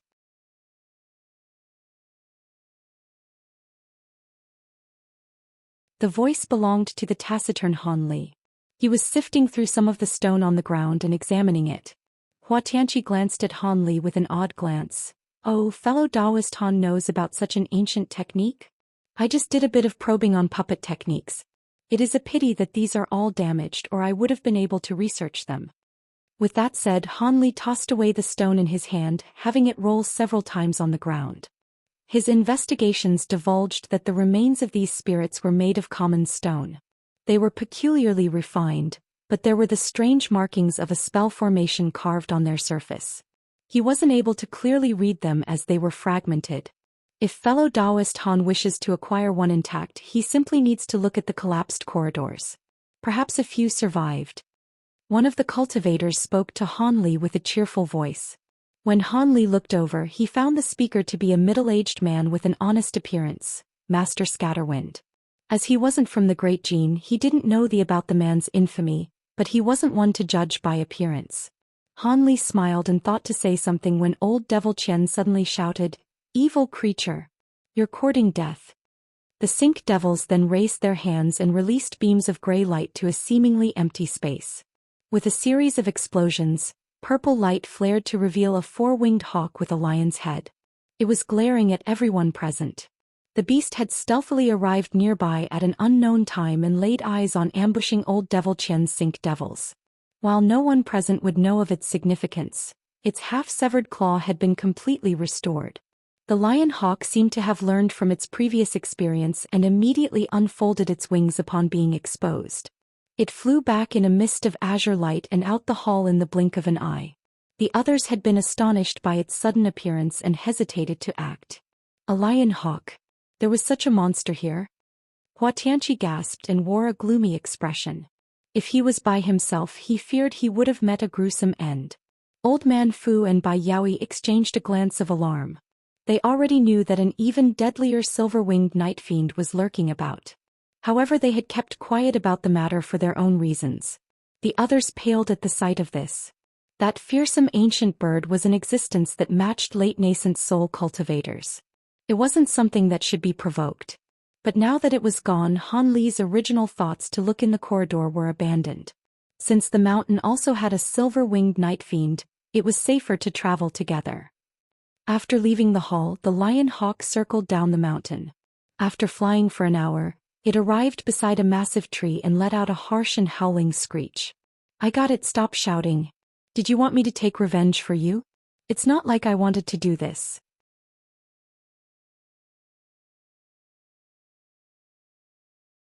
After being trapped for countless years, it wasn't easy for me to escape, and I'd rather not provoke more trouble. Furthermore, it seems there are two groups of cultivators all at nascent soul stage. This won't be easy.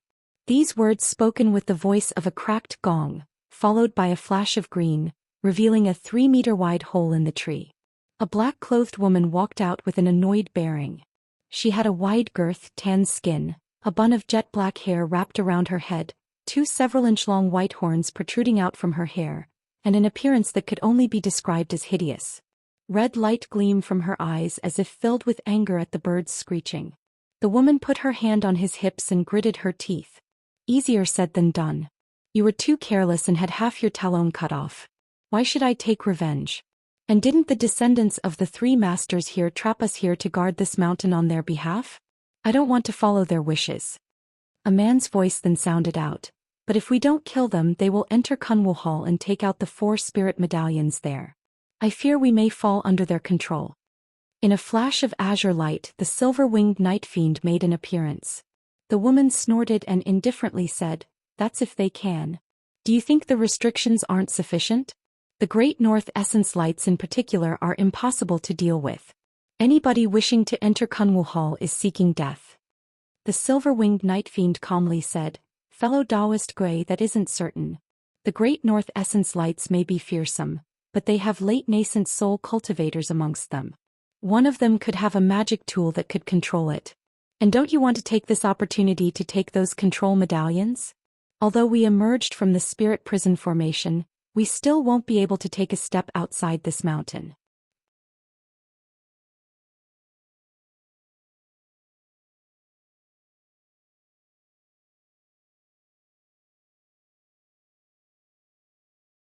When the horned woman heard the silver-winged Nightfiend mention the restriction medallions, her expression turned and her voice grew harsh.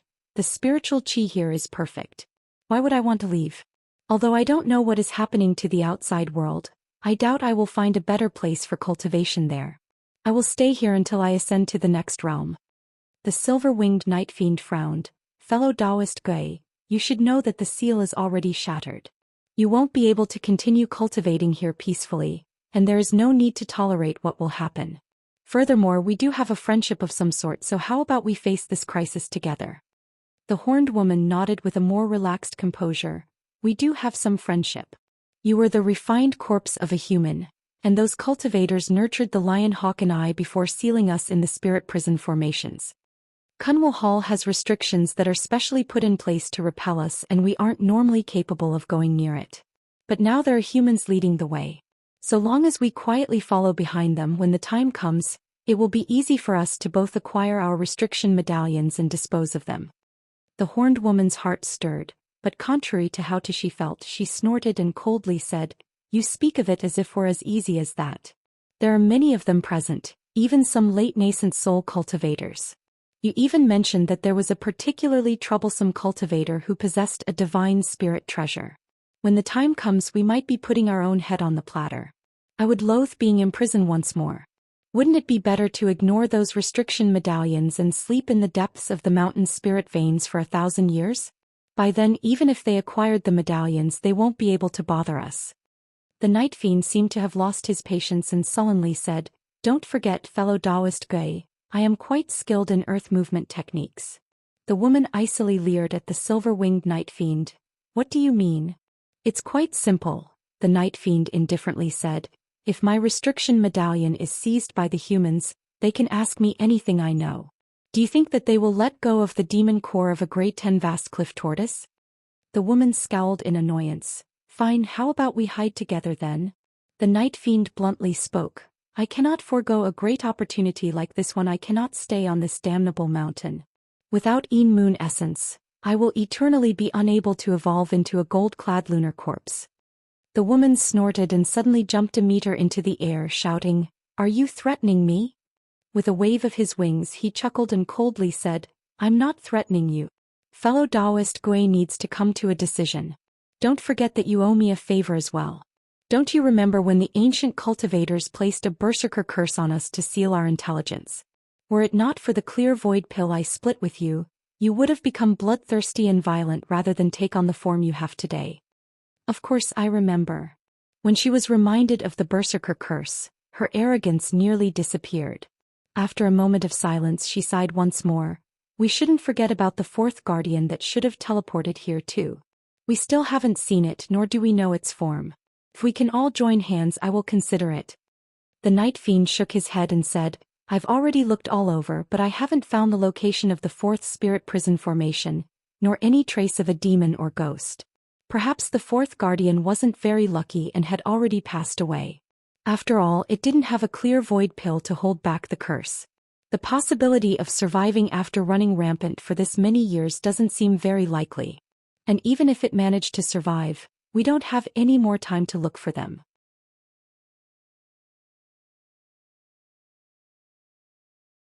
When the woman heard this, her expression wavered. A moment later, she let out one more sigh, having come to a decision, and affirmed with a clear tone, "Since you raised the matter of the clear void pill, I will assist you this one time. But after we acquire our restriction medallions, we will immediately leave. I don't want to stay on this cursed mountain. I want to find an uninhabited place where I can peacefully cultivate." "That will do. So long as we have freedom, we can cultivate anywhere in this world." The Nightfiend smiled. As the vast cliff tortoise was a fraction stronger than he, she would prove to be of great assistance. Maintaining a calm exterior, the horned woman then said, "But before we take action, we will need a plan. Since they know that two of you exist, we will need to be careful and not get caught into any of their traps." "Naturally." The Nightfiend agreed without any hesitation. As for the lion hawk, it raised its head and let out a caw. The three beasts had a quiet discussion by the huge tree, and after the time it took to finish a meal, they soared into the sky and flew in the direction of the stone steps. In the blink of an eye, they disappeared from sight and left only wind in their wake. But not long after, another large tree nearby suddenly shook and quickly shrank. Green light shined in a barrier around it, and protrusions emerged from its surface to reveal two large verdant eyes. The eyes were as shiny as glass and looked around, emotionlessly glancing in the direction that the three had disappeared. It was truly inconceivable. A beast was able to hide itself near three high-grade existences. After its eyes looked at the sky for a long while, green flashed from around it along a gust of wind, and the tree disappeared into the ground. After Han Li and company spotted the lion hawk, they quickly flew out of the stone hull. After they emerged, they quickly noticed a restriction preventing flight and all fell to the ground. Much like those before, they also rejoiced upon finding this as it meant they had finally arrived at an important place on Kunwu Mountain. What's that? Bai Yaoi glanced at the stone stairways in the distance with complete shock. The others quickly followed her gaze and discovered the winding stone stairs flanked by a huge verdant forest. The forest was densely filled with huge purple bamboo stalks and covered an area as far as the eye could see, completely concealing the white jade plaza from view. The bottom of the forest was filled with a faint purple chi that emitted an astonishing spiritual pressure, enough to cause the cultivators' hearts to tremble. Hua Tianqi examined the scene and solemnly said, "The restriction seems to be vastly superior to the absolute icefire formation. This should be the last one. Once we break through, we'll be able to pursue them without pause. In that case, what are we waiting for?"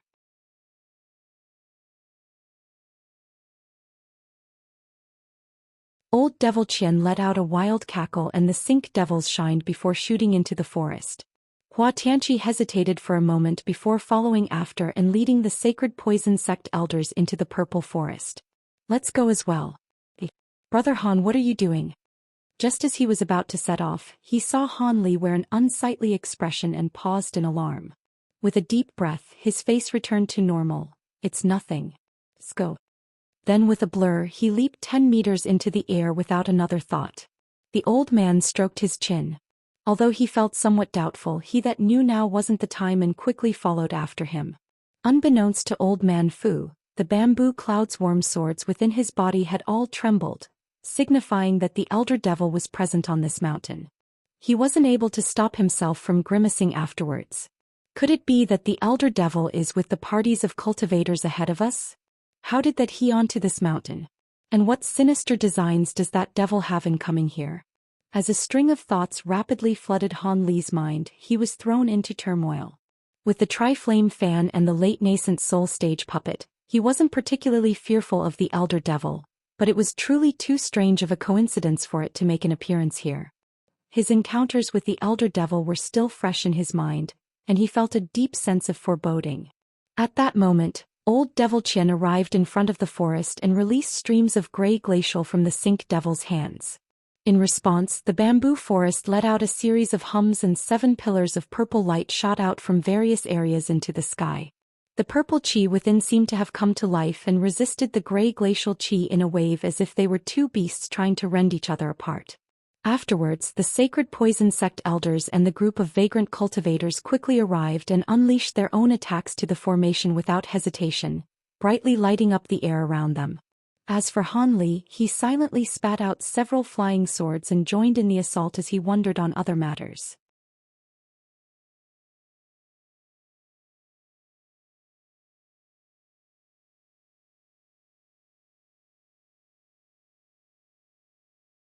Deep underground in Nanjiang, there were several hundreds of cultivators gathered around the opening of the seal to Kunwu Mountain.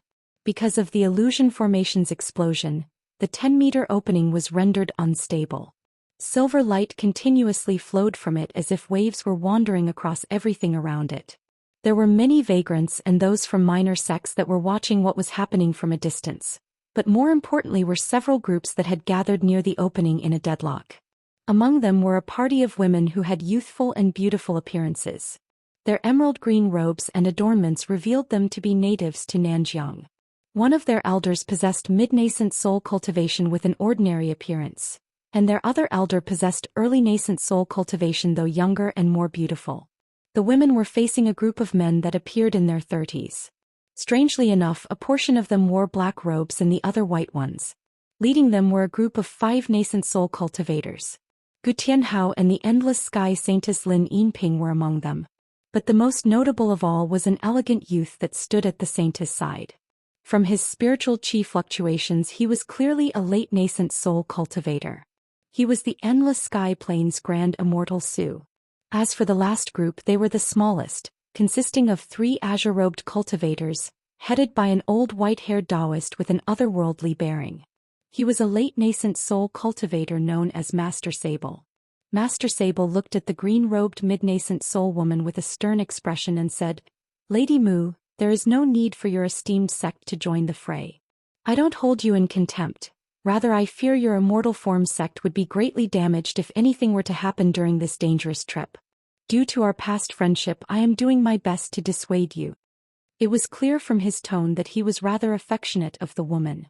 Lady Mu indifferently replied, Master Sable, even if the High Zenith sect is the top sect of the righteous Tao, you can't be this overbearing. The seal is clearly within the range of my sect's authority. How can you prevent me from entering? My sect cares not for the danger either. The group of women belonged to the largest sect nearest to the seal, the Immortal Form sect. Their fame was even greater than that of the Sacred Poison sects. A majority of its disciples were women. But most of its fame came from the resounding, sinister power of its unblockable curses. It is said that they were capable of killing someone thousands of kilometers away. There would often be news of the death of someone who offended their sect, no matter how far they fled. This inspired fear in the cultivation world, and none dared to rashly offend them. One of their famous figures was Lady Mu, who was said to have killed 3 similarly ranked cultivators in a single day, all at different locations. From actions of the past, she also had a mutual grudge of sorts against Master Sable. Even so, Master Sable had no choice but to act with the utmost politeness despite being amongst the most powerful figures in the Great Gene. After this was said, Gu Tianhao then interjected, Fellow Taoist Sable, I won't mention the circumstances of others, but our Sifting sect will be heading in. Gu Tianhao accompanied the cultivators from the endless sky plains and had the company of 2 elders from his own sections. When he found out about the matter of the seal, he had hurried over. Now that he understood that the strength of his own party rivaled that of the High Zenith sects, he wasn't about to easily back down. Master Sable wasn't angered by their words, and instead turned to look at the silver light emitting from the seal's opening. He then nonchalantly said, If fellow Taoist Gu wishes to head in, I will not block you.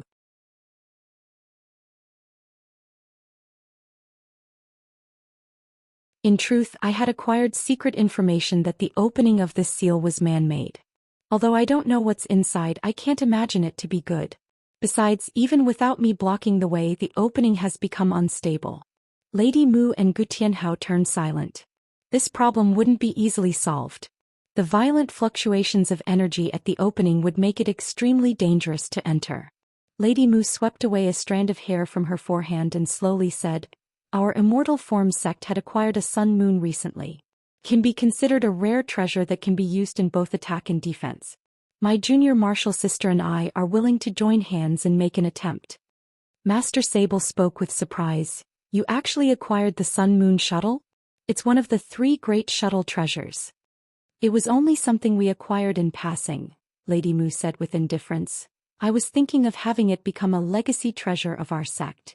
Master Sable nodded and said, In that case I won't say anything further. You're free to do as you wish. As for me, I will wait another 2 days before entering. 2 days? Didn't you say you weren't going to enter? Gu Tianhao asked with a trace of doubt. Master Sable twirled his beard and said, I said no such thing. In 2 days' time the Heavenly Devil Sect's Brother 7 Wonders will come. With his spirit tortoise carriage we won't have trouble entering the seal. Taoist 7 Wonders is on his way? Gu Tianhao spoke with alarm. Master Sable leisurely said, Correct. I've received a secret report that this matter involves both the righteous and devilish Tao. Fellow Taoist 7 Wonders and I have taken charge and we've investigated separate matters near Nanjiang. I've managed to find clues and have requested Brother 7 Wonders to give me some assistance. If the report is true, I believe it will be far too dangerous for me to tackle this alone. When he heard that Taoist 7 Wonders was coming personally, his expression turned unsightly. After a moment of gloomy silence, his lips stirred as he sent a voice transmission to the Endless Sky Saintess and Grand Immortal Su. Grand Immortal Su's expression remained unchanged, but the Endless Sky Saintess tensely frowned. When Gu Tianhao saw this, he hastily sent a few more messages and Immortal Su eventually nodded. As for the Endless Sky Saintess, she hesitated for a moment before deciding to remain silent. Gu Tianhao's expression relaxed and he decisively said, From fellow Taoist Sable's tone, there seems to be a significant problem with the seal. However, the Grand Elder of my sect has already entered. I cannot stand idle. Although I don't have treasures on the level of the Sun-Moon Shuttle and the Spirit Tortoise Carriage, I will have to make an attempt. Master Sable glanced at the Grand Immortal Su for a moment and chuckled with a calm face. I can understand that you are confident, and am I not so classless as to obstruct you?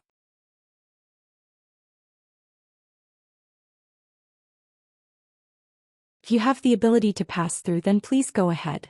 It seemed the old Taoist knew the identity of the endless sky cultivators in their party. In that case, I won't refuse. Gu Tianhao chuckled and turned to his side. Fellow Taoist Su, I'll have to trouble you.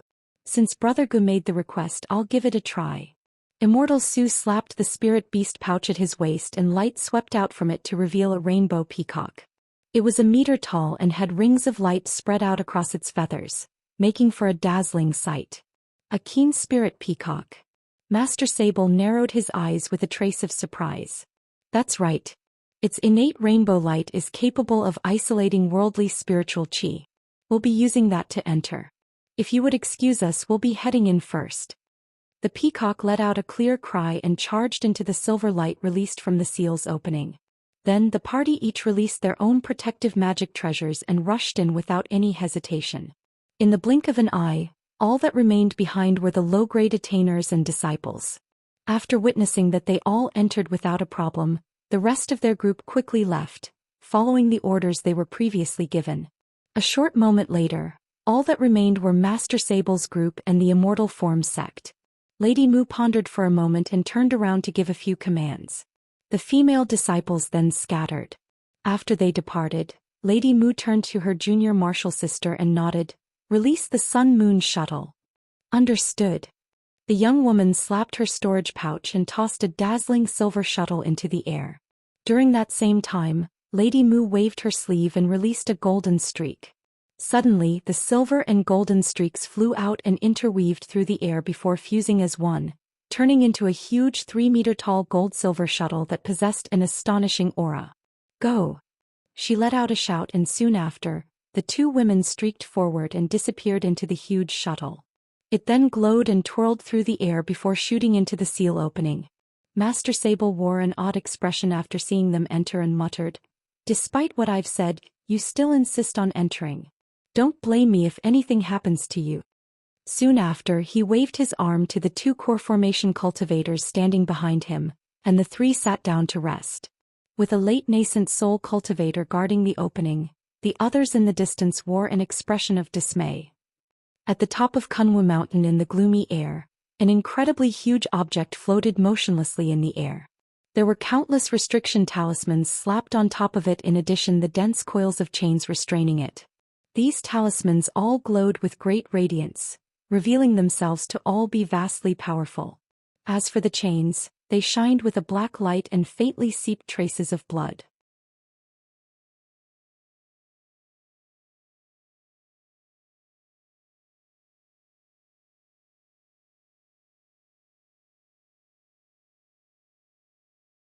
In addition to the talismans and chains, there were over 1,000 palm-sized mirrors surrounding this gigantic object.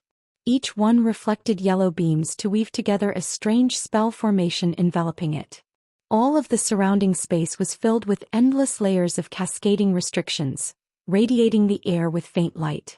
The object itself had the shape of a small mountain and showed no signs of change. If it weren't for the faint rise and falls of the surface, one would have believed it to be dead. Contrarily, there was a whole other world right next to it. This world was verdant and brimming with plants of all kinds, not to mention the choking spiritual qi. And at the very center there was a beautiful palace a kilometer wide. From a distance, it appeared to be completely barren. But if one looked at it from above, it would discover the palace was actually at the heart of a huge spell formation. There were 81 30-meter-tall altars erected near the palace, placed in various locations corresponding to the formation. But most astonishing of all was a 10-meter-tall statue constructed from white jade enshrined at all of the altars. These stone men were wearing golden armor and their hands were clasping large golden blades facing the palace. Their expressions were all solemn and lifelike.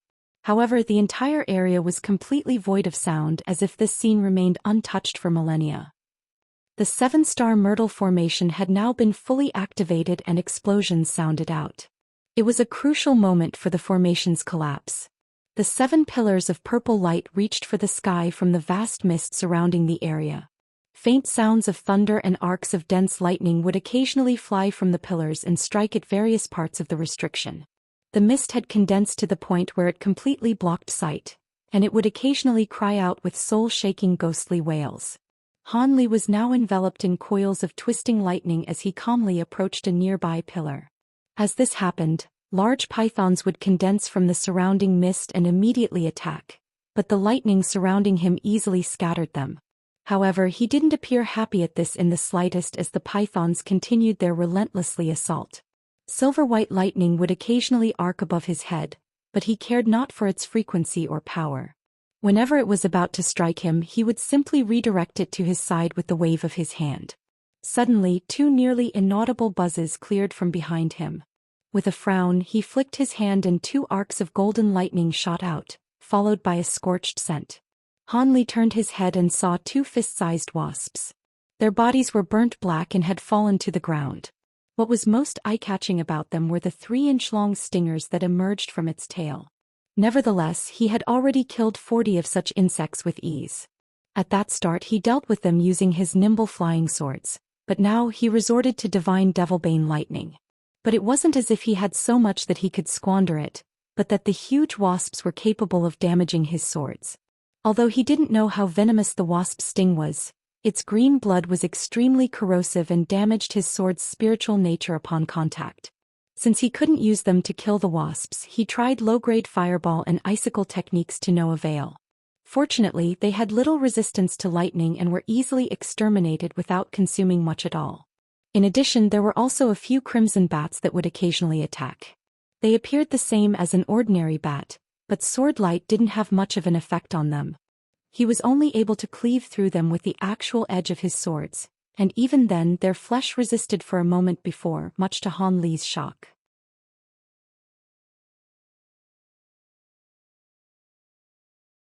His bamboo cloudsworm swords were incredibly incisive after being infused with auric essence. The fact that there was even a delay before his sword could cleave through the bats were a testament to their hardiness. But in any case, these wasps and bats were rarely seen spirit beasts in the world and were incredibly hard to train. It was clear it took some effort into nurturing them, but without anyone controlling them, not even half of their potential strength was displayed. It seems the cultivators ahead of them were paying great costs in order to delay them. As these thoughts appeared through his mind, he arrived about 30 meters away from the pillar of purple light and could soon destroy it. But then, a huge purple bamboo at the entrance of the spell formation suddenly made a reappearance around the pillar. They rapidly grew all around him, engulfing him in a dense bamboo forest. The pillar of light that was close by had completely disappeared. Ligh couldn't help but smile at the appearance of the illusion restrictions. So long as he didn't encounter a top-grade illusion like earlier, it wouldn't be enough to stop him. Blue light flashed from his eyes and the purple bamboo faded away to reveal the pillar of light that was originally there. Then with a wave of his sleeve, 8 flying swords shot out and circled in the air before letting out a clear ring. In a flash of light, a dense sword streak cleaved through the bottom of the pillar.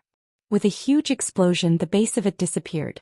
At nearly the same time, the purple bamboo forest surrounding him had completely disappeared, exposing over 400 meters of white jade brick floor. Ligh took a glance at it and unconsciously raised his brow. He looked at the rest of the purple mist in the distance, seeing that only 3 pillars still shined. It appeared that 3 others had been one step ahead of him. After a moment of thought, he took out a spirit stone and sat down, showing absolutely no interest in the other pillars. As he recovered his magic power, he took this opportunity to properly collect what he would do when he encountered the Elder Devil. Currently, there were many powerful cultivators gathered here with just as many monsters lurking nearby. Even with the Grand Puppet and Triflame fan, he could lose his life in a single moment of carelessness. After some thought, Ligh slapped his storage pouch and took out a rectangular brick that glowed with blue light. It was a reduced form of the crystalline slab he found in the stone steel earlier. The item was impeccably concealed. He had examined the steel for a long while and hadn't discovered what laid inside. If it weren't for the armored earth dragon's innate ability to find treasures, he would have completely missed it. The crystal slab's body was strange enough and clearly refined from a single kind of unknown stone. Without spiritual power it was incredibly heavy, but with it was as light as a feather.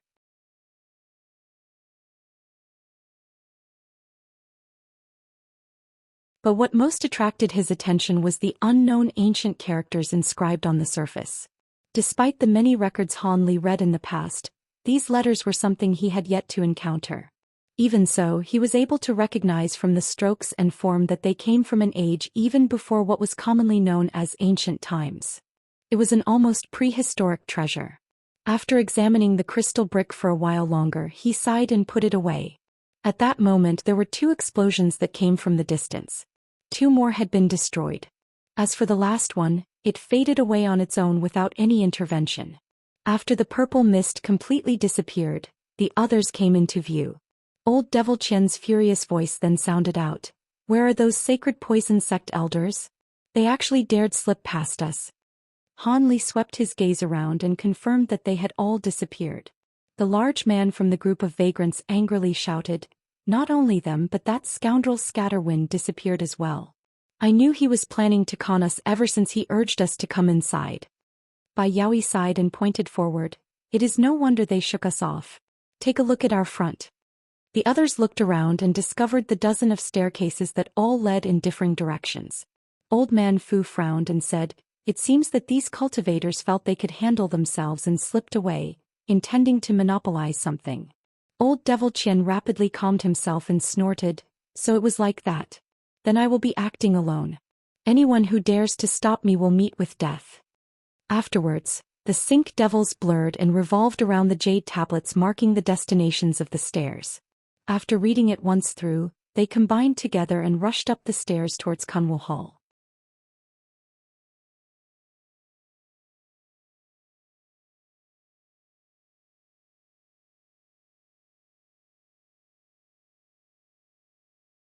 When they saw Old Devil Qian take off, the 4 vagrant cultivators betrayed shock from their faces and began to apprehensively whisper amongst themselves.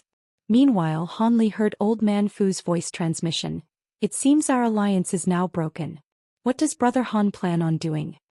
Ligh glanced at the old man and muttered to himself for a moment before sending back a reply. "There are many paths ahead and I plan on going alone. So long as you don't take any of the locations with particularly impressive names, there shouldn't be any danger of meeting the others." After a moment of silence, the old man wryly smiled. "I see. However, I wouldn't dare to go alone and will be traveling with fellow Taoist Bai. I have no hope of surviving an ambush against the silver-winged Nightfiend or the Lion Hawk." Old Man Fu had no complaints. After all, with so many searching for treasure, there wouldn't be enough for those who took the same path. As Li's abilities were far beyond theirs, it was better for him to act alone.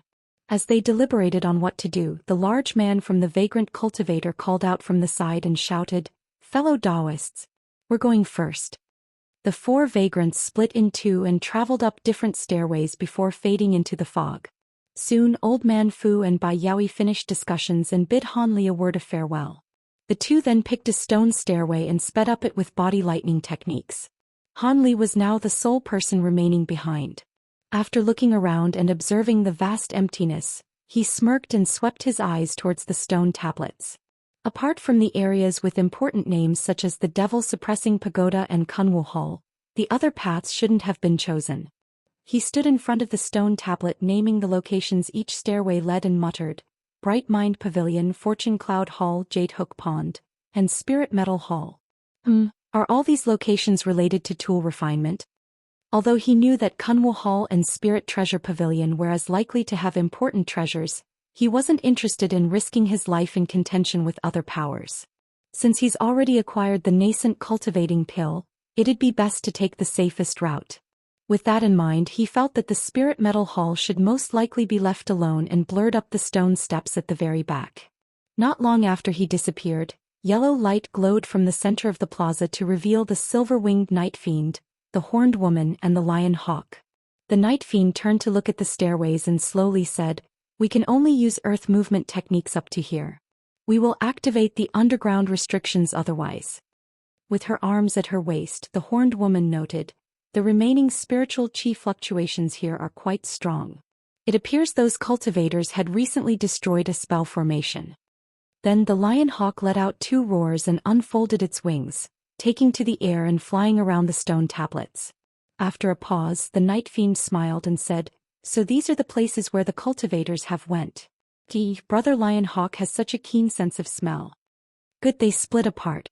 It will be far easier to seize our restriction medallions this way," the horned woman frowned and worriedly said. "However, if those who approach Kunwu Hall aren't capable enough, we will have no way of getting past." The Nightfiend snorted, "It is no matter. If those humans are incapable, we will secretly lend a hand.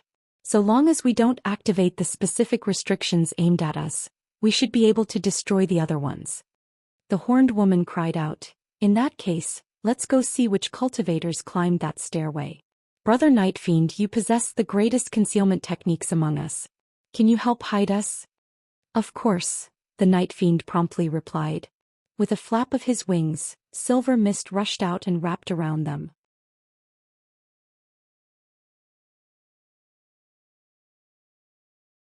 Then the beasts disappeared in a bright flash. As this all happened, a rainbow peacock appeared from the screen of white light next to the stone pavilion halfway up Kunwu Mountain. Using the tip of his feet, Li blurred 10 steps forward with each bound. After turning a few corners on the stairway, the white jade plaza soon disappeared from sight. There were a few huge trees at the side of the steps. Since he hadn't seen such trees before, he looked at them with interest. They had been growing from Kunwu Mountain for countless years. Even ordinary spiritual trees would become high-quality refinement materials, given enough time. However, he wasn't about to slow down for something like that. After walking for a short while, his eyes lit up and he saw a large complex in the distance. Joy rushed his face and he quickened his pace. In the blink of an eye, he arrived at the top before coming to a stop. A screen of white mist blocked his front, and when he looked past it, he found a 20-meter-tall gray wall, concealing mostly everything from view, and had the name Spirit Metal Hall written in argent glory. However, he was able to see a large building crest the top of the wall. Li looked to his sides and saw that the screen was actually a barrier that completely enveloped the hall. It appeared the ancient cultivators had activated all of the mountain's restrictions before they sealed it. Perhaps they intended on protecting the mountain in hopes of one day returning. As these thoughts flashed through his mind, he waved his sleeve and released a golden streak at the gate. With a strange buzz, the sword light sank a half-foot into the barrier before eventually coming to a stop. Soon after, the damage began to brightly glow and mend itself. Li frowned and pointed at the light barrier, having his sword immediately return. The injury was quickly healed. Seeing that the barrier was about 3 meters thick, he began to ponder if the combined might of his swords would even have an effect. After all, if he couldn't dispose of the formation in a single strike, it would recover from any damage that was inflicted. Of course, if he had the time, he could release his gold-devouring beetles to slowly consume the barrier's spiritual power. He reckoned this would take several days, but the restriction could be destroyed, an unacceptable result under the circumstances. As such, he immediately came to a decision and slapped a storage pouch, producing a fist-sized ball of light. It revolved once around him to revealing a feather fan that glowed golden, silver, and red. As he beckoned to it, the fan released a phoenix cry and dropped into his grasp. He unfolded it, having it expand to the size of a meter in a blaze. With it now clasped, he coldly looked at the light barrier in front of him and waved. This time he meticulously controlled the output, preventing a flame-born phoenix from making another appearance.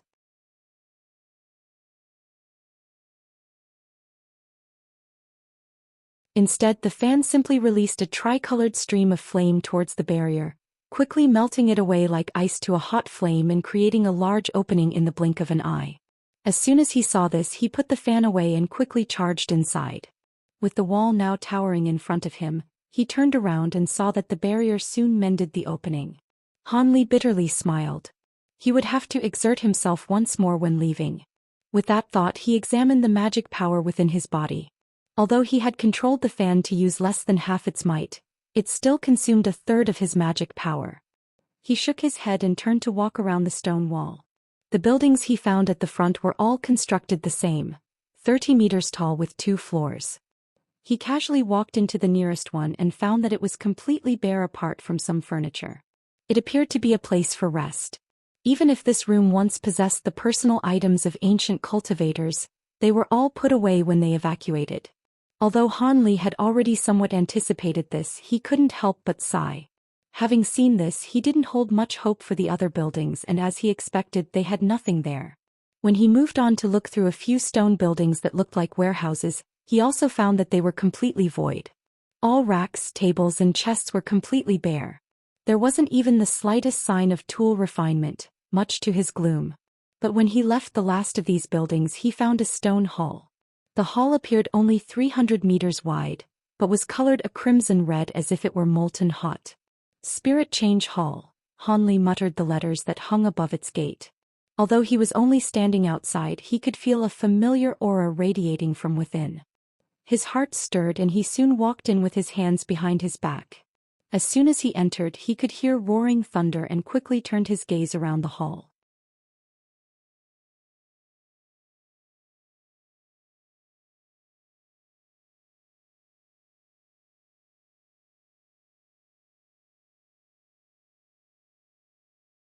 Red mist raged within the spacious hall, and a dozen pillars of flame stood within, each one with a scarlet dragon coiled around them. They all spouted streams of the red mist, completely enveloping a huge cauldron at the center. The cauldron itself was 20 meters tall and appeared simply decorated. It was among the largest furnaces he had ever seen. But what astonished Ligh was that the red mist scorched it red, completely erasing all trace of its original color. Even from 100 meters away, he could feel its volcanic heat. Ever since he entered the hall, his mouth grew as dry as sand and his skin felt as if it was being assailed by burning needles. If it weren't for the protective light instantly forming a barrier around him, he would have suffered immensely. However, this left him overjoyed. His gaze swept past the inferno to immediately focus on the cauldron. It was completely still and let out pangs of thunder. From his tool refinement experience, he could tell it was in the process of refinement. He now knew he wouldn't be returning empty-handed.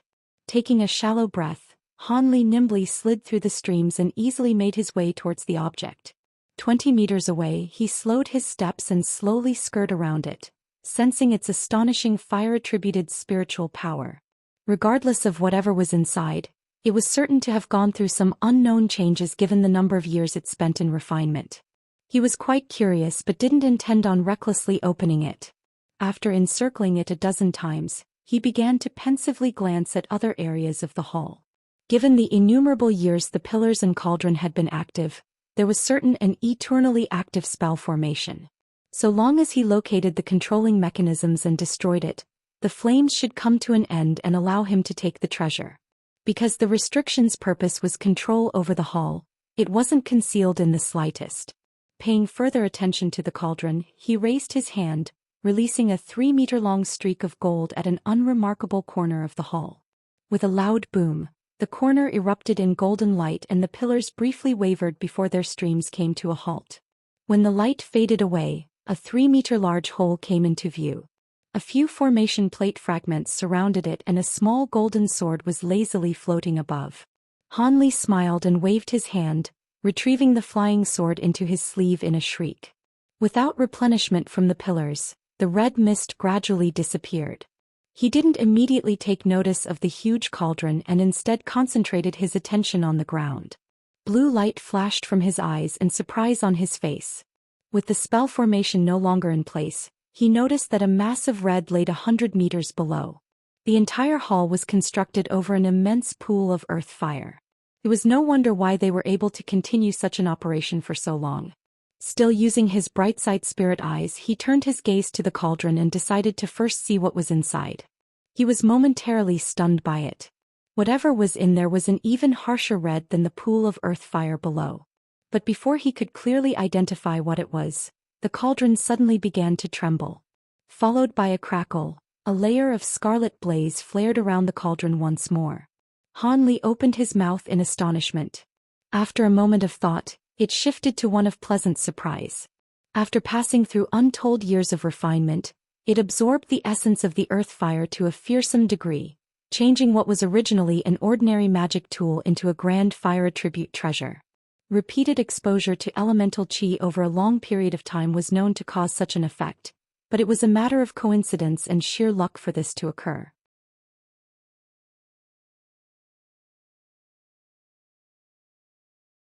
In the past, a few sects attempted to use this method in an attempt to create some high-grade treasures, but it didn't take them long to abandon the effort. This method didn't simply take up too much time. It would take the continuous effort of many successive generations. Even then, the odds of success would still be pathetically low. Even in the case of success, the boost in strength was negligible compared to the time and resources spent. As for the cauldron here, he was certain this wasn't intended by the ones who placed it there. It was most likely that the cauldron was in a crucial point in its refinement process, and the cultivators in charge weren't able to stop it. Lacking any better choice, they activated the spell formation to allow it to continue operations before evacuating the mountain. They probably harbored the thought that they would be able to later return. Of course, such an event never came to be. Han Li's eyes wandered as he pondered about the circumstances. At the same moment, the spiritual light protecting his body brightly glowed in order to better protect himself against the increased scorching temperatures. Shortly after, he slapped his storage pouch and summoned a bundle of blue formation flags into his hand. His figure blurred and the flags shot at various corners. He then appeared in front of the cauldron and examined it several times before muttering an incantation, creating a barrier of blue light around him and the cauldron. Within the ice attribute barrier, the scorching air was greatly cooled. In addition, he released his spirit beast pouch and summoned his dozen six-winged frost centipedes. They nimbly circled around and eventually converged together above the cauldron, gesturing threateningly as they accumulated their power. Han Li relaxed when he saw this and slapped his hands together to cover them in a layer of purple flames before reaching out to the cauldron. A large purple hand appeared above it and bluntly grabbed its lid. It trembled and the inferno around it surged several times in height. In the blink of an eye, it condensed into a bird that shot towards the purple hand. A curious boom sounded out when they made contact and scarlet-purple light flashed together. The bird blocked the hand for the time being. When he saw this, an odd expression appeared and he gave a soft command. When the centipedes heard this, they promptly spat out a stream of white qi, covering the flame bird, the cauldron, and the purple hand all at once. Meanwhile, he raised his arm to the fist made from his purple apex flames and struck it with a spell seal, causing it to surge twice in size. With the surrounding glacial qi increasing in strength, the hand was able to crush the flame bird and move on to grab the cauldron. Masterless, it couldn't offer any further resistance. A soft bang sounded out as its lid was easily struck 10 meters into the air, and red light shined from within. Just as Han Li thought to check, he immediately heard an unpleasant screech, followed by a scarlet light bolting out from inside.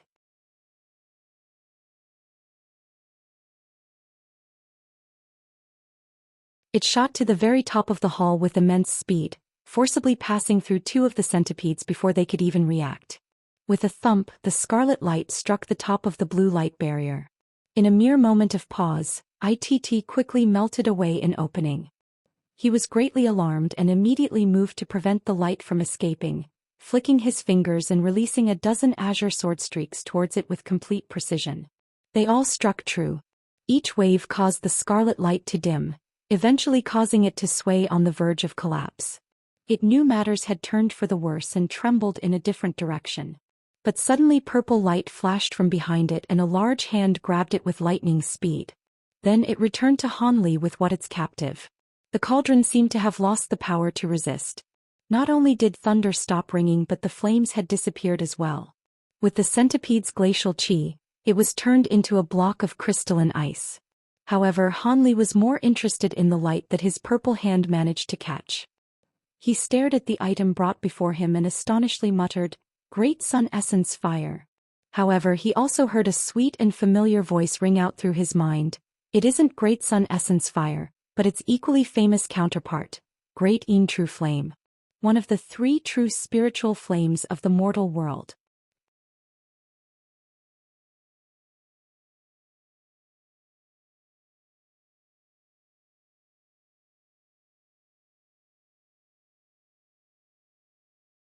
Happiness welled in Han Li's heart and he calmly asked, "Silver Moon, you've awoken?" Silver Moon slowly said, I woke up as soon as Master entered the hall. I've barely been able to after years of recuperation. I fear I won't be able to assist Master anytime soon. Did your spiritual sense suffer any damage? Ligh faintly felt that something was amiss from her tone and he couldn't help but frown. With a forced chuckle, Silvermoon answered, "It's nothing of the sort. I've only recovered a portion of my memories while asleep and feel a bit uncomfortable." Ligh raised his brow in surprise. "You recovered a portion of your memories?" Silvermoon let out a long sigh and elaborated with a sad tone, "Yes. It feels as if the memories belong to someone else entirely." After a short silence, Ligh consoled, "It is good that you've managed to remember your past. Perhaps with time you'll remember everything." "Perhaps," Silvermoon softly muttered. "Ah yes, you mentioned that this is Great Trueflame. Is that correct?" Ligh then astonishedly looked at small scarlet firebird he had captured. The bird appeared entirely lifelike and intelligent. Silvermoon carefully explained, "There is no doubt it is a ball of flame essence. If I recall correctly, this ball of Trueflame should be the lowest grade of its existence, or it wouldn't have been so easily struck down by mere sword chi. But it is fortunate that it wasn't Great Sun Essence Flame. This flame is quite a bit weaker than the purple apex flames as it has recently come to life, but it does have the potential for extreme coldness. If it were the Great Sun Essence Flames, even the lowest grade would be capable of bringing out the fullest of its potential and escape. When the Great Trueflame is nurtured, it will come to possess even greater power than your purple apex flames. It is deserving of its title as one of the 3 true spirit flames in the mortal world." "And what are the 3 true spirit flames? I've never heard of them before." Ligh stared at the firebird with doubt. All he could see from the flame was intelligence with no hint of its supposed greater power. Silvermoon bitterly chuckled, "I've seen the 3 once before but I can't quite remember the details. Seems my mind is still in disarray." A bright glint flashed from Ligh's eyes and he pensively said, "Since the thought had existed in your mind in the first place, it should be true. Could this fire be fused with my purple apex flames?" Silvermoon warned, "While that should be possible, it'd be better for the Great Trueflame to consume the purple apex flames instead. After all, it is already intelligent and it would be a waste to extinguish it. There is even a possibility of backlash." Ligh nodded, "That is reasonable to say. But before that I will need to first refine the Trueflame. Since it has a trace of intelligence it will be more difficult to refine." Silvermoon smiled. "In addition, you should have this flame take in some Great Sun Essence Flame if given the opportunity. With the convergence of yin and yang, it will create unfathomable power. It's likely such power would have never existed in the mortal world before." Ligh frowned and helplessly said, "It would be amazing if I could, but I heard from Monarch Soul Divergence that it isn't something that cultivators like us can acquire." "That could be," then with some hesitation Silvermoon skeptically suggested, "but since you have the Great Trueflame, you may be able to use it to capture the other as their natures mutually oppose one another." Ligh felt his heart stir but he shook his head and said, "Let's leave the topic for later. I don't even know when I'll have an opportunity to refine the Great Trueflame after all." Silvermoon giggled, "Master, how about first placing the flame underneath a restriction before storing it away? Otherwise it could escape if you're careless."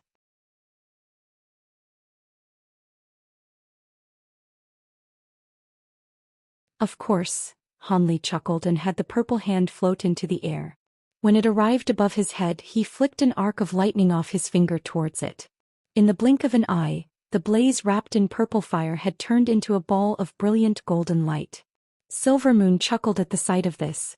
It was exactly the same method he had used to restrict the celestial ice pearl, but with his current cultivation, it was now much more skillful.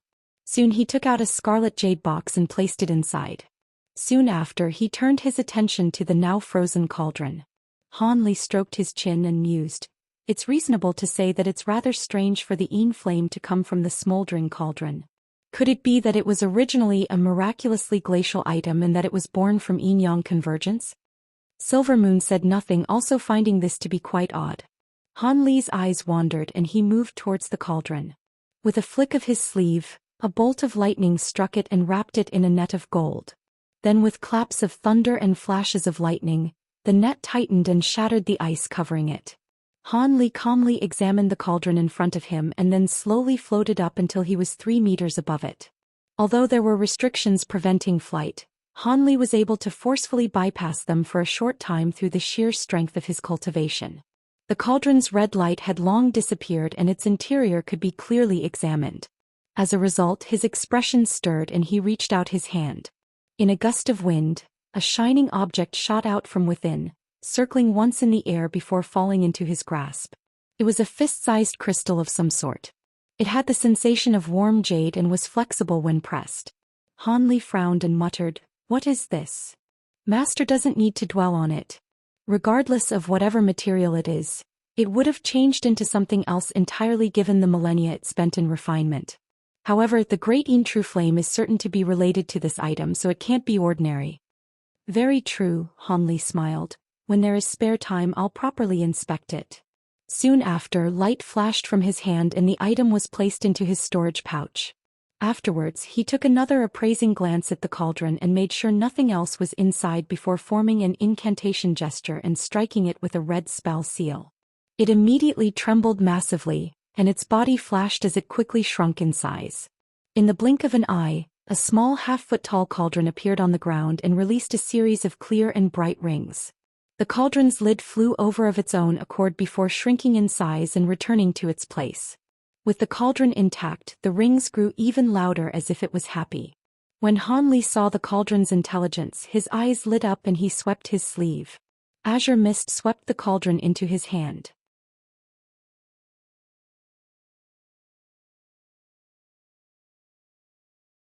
He brought it before his eyes for a closer look and his face soon became fervent. He then formed an incantation gesture and slapped the top with a flash of azure light. The small cauldron glowed a brilliant red and the lid opened to reveal countless fist-sized flame birds, each ugly and completely scarlet. With a mental command, these fire-breathing birds flew all around the hall, weaving back and forth with great agility. This was the earth-fire essence that the cauldron had gathered for countless years. Each one was no inferior to a true fire tribute spirit bird. When he saw this ability, he collected the cauldron with joy as he acquired another method to use in battle. After all, the Triflame fan may be superior, it consumed far too much magic power. He didn't dare to easily use it. But just as he was about to depart, he glanced at the dozen scarlet pillars and his heart stirred, releasing his swords and cutting them all down at their base. He then gathered them all into his storage pouch. While these fire dragon pillars weren't sentient like the cauldron, they had released countless streams earth fire. The astonishing amount of fire chi it gathered should make these magic tools into something uncommon. He was convinced that they would prove valuable even as ingredients. Ligh looked past the hall one last time to make sure he didn't miss anything, and walked out with a smile, making his way to search through the rest of the buildings in the area. Unfortunately, it was clear that he spent all his luck in the hall. Apart from a few common tool refinement jade slips, he found nothing else of note.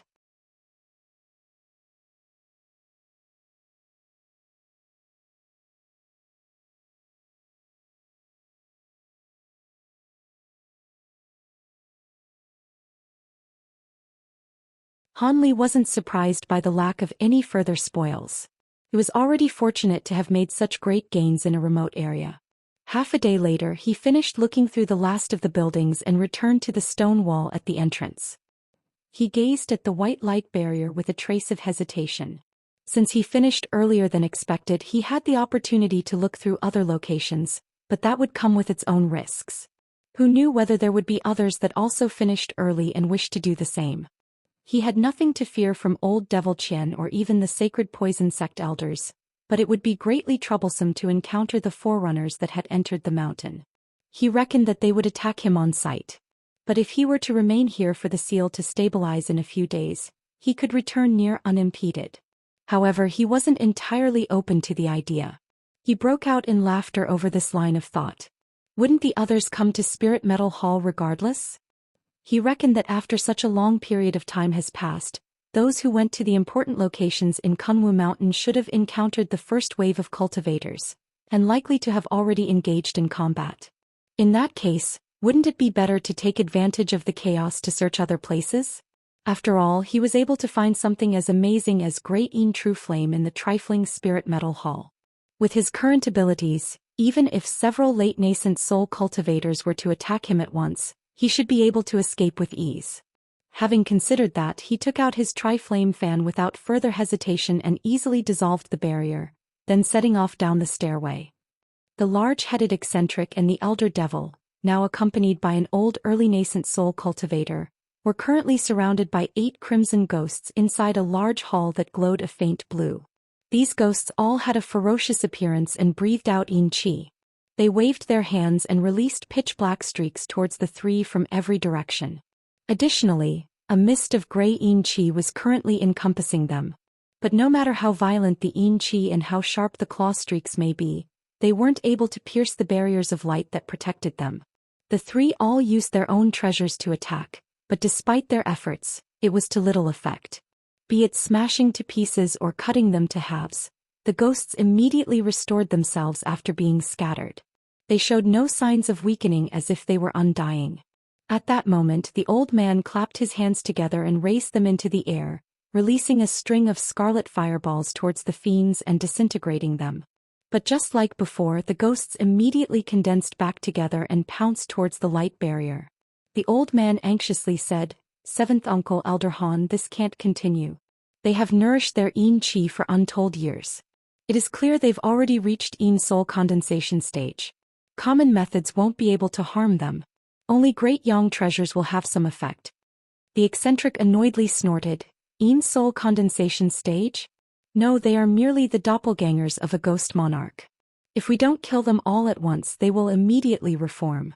I have no such ability to do this. We can only attempt to find its true body." "They're all doppelgangers?" the old man asked in surprise. "That's right.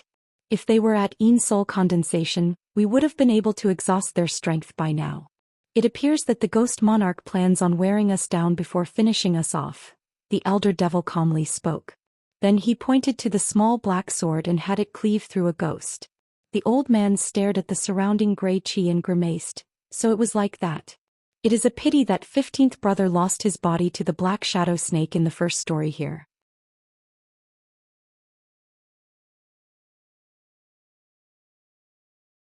His great yang abilities would be very useful in dealing with these ghosts. The Eccentric sighed, "That was unavoidable. Who would have thought that there was a demon snake who could burrow into shadow? It was too late for even me to help young 15th when he was ambushed by from his own shadow. The snake's poison was so fierce that nothing we had could stop the decay of his body. I didn't mean to complain, it's just that this devil-suppressing pagoda is quite weird. Not only is it constructed upside down, but there are countless waves of difficult demon ghosts. We've used up so much time, but we are only at the 7th story. Elder Han, there should be 9 floors here," the old man then hesitantly asked. "What other demons could be lurking down below? Can we even continue?" The Eccentric snorted and annoyedly said, "What dangers are you scared of? The greater the threat that is suppressed here, the greater the odds of encountering a divine spirit treasures. After all, the only thing that could contain the devils that the ancient cultivators feared would be divine spirit treasures. Could it be that you don't care if the clan's several hundred years of ambitions end up in failure?" When the old man heard this, he conceded, "Seventh Uncle's criticisms are correct. I was being cowardly." At that moment the Elder Devil suddenly said, "I've found the ghost monarch." "Where is it?" The old man's spirits were roused. He was about to reply, but he suddenly let out a yelp of surprise. Soon after, a muffled bang sounded out from a distance. Afterwards, light flashed from the hall's entrance to reveal 4 figures. The sacred poison sect elders yelped as well when they saw the ghosts dancing within the yin qi along with the 3 trapped by them.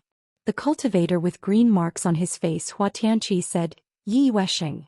You're alive? So it was the Yi clan that broke the seal." His expression wavered when he recognized the identity of the Yi clan's 7th uncle. When the 3 saw the sacred poison sect elders, their expressions turned unsightly. They were still occupied by the ghosts. A gloomy expression briefly appeared on the Eccentric's face and he nonchalantly said, "So it was fellow Taoist Hua. I didn't expect that the sacred poison sect would be so quick to act. Why did you come to the devil-suppressing pagoda rather than the other areas?" Frigidly watching the Eccentric easily slay one of the ghosts, Xianxia chuckled and said, "We want to ask you the same thing. You haven't been seen for several hundreds of years. During the time you feigned death, you already ascended to late nascent soul stage. If the righteous and devilish Dao were to know of this, I fear they won't stay still. Hua Tianqi heard the worried voice transmission from his fellow sect elder, Senior Marshal Brother Hua. Could it be these people also know about the treasure?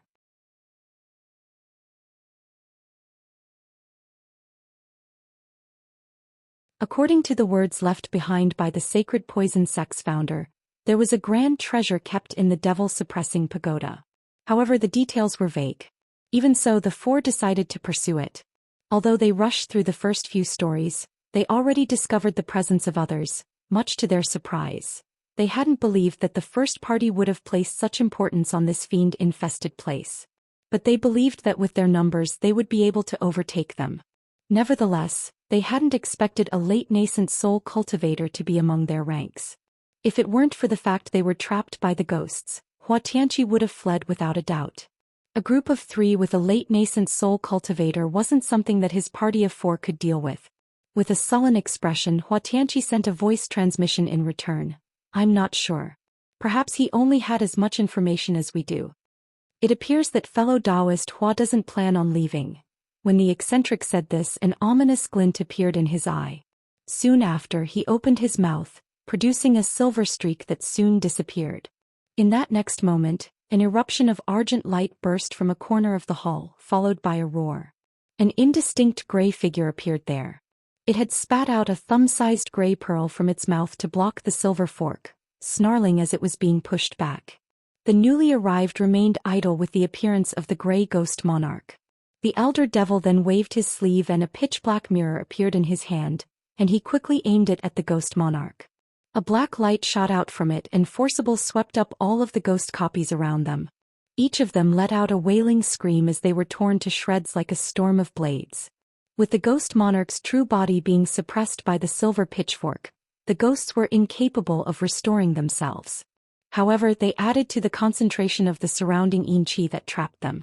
Even the incisive power of the elder devil's mirror couldn't touch it. Hua Tianqi finally grimaced at what he saw. You're tuning in to the Zhou Xian's Legacy YouTube channel. Don't forget to subscribe and join us on this journey to catch the most captivating stories.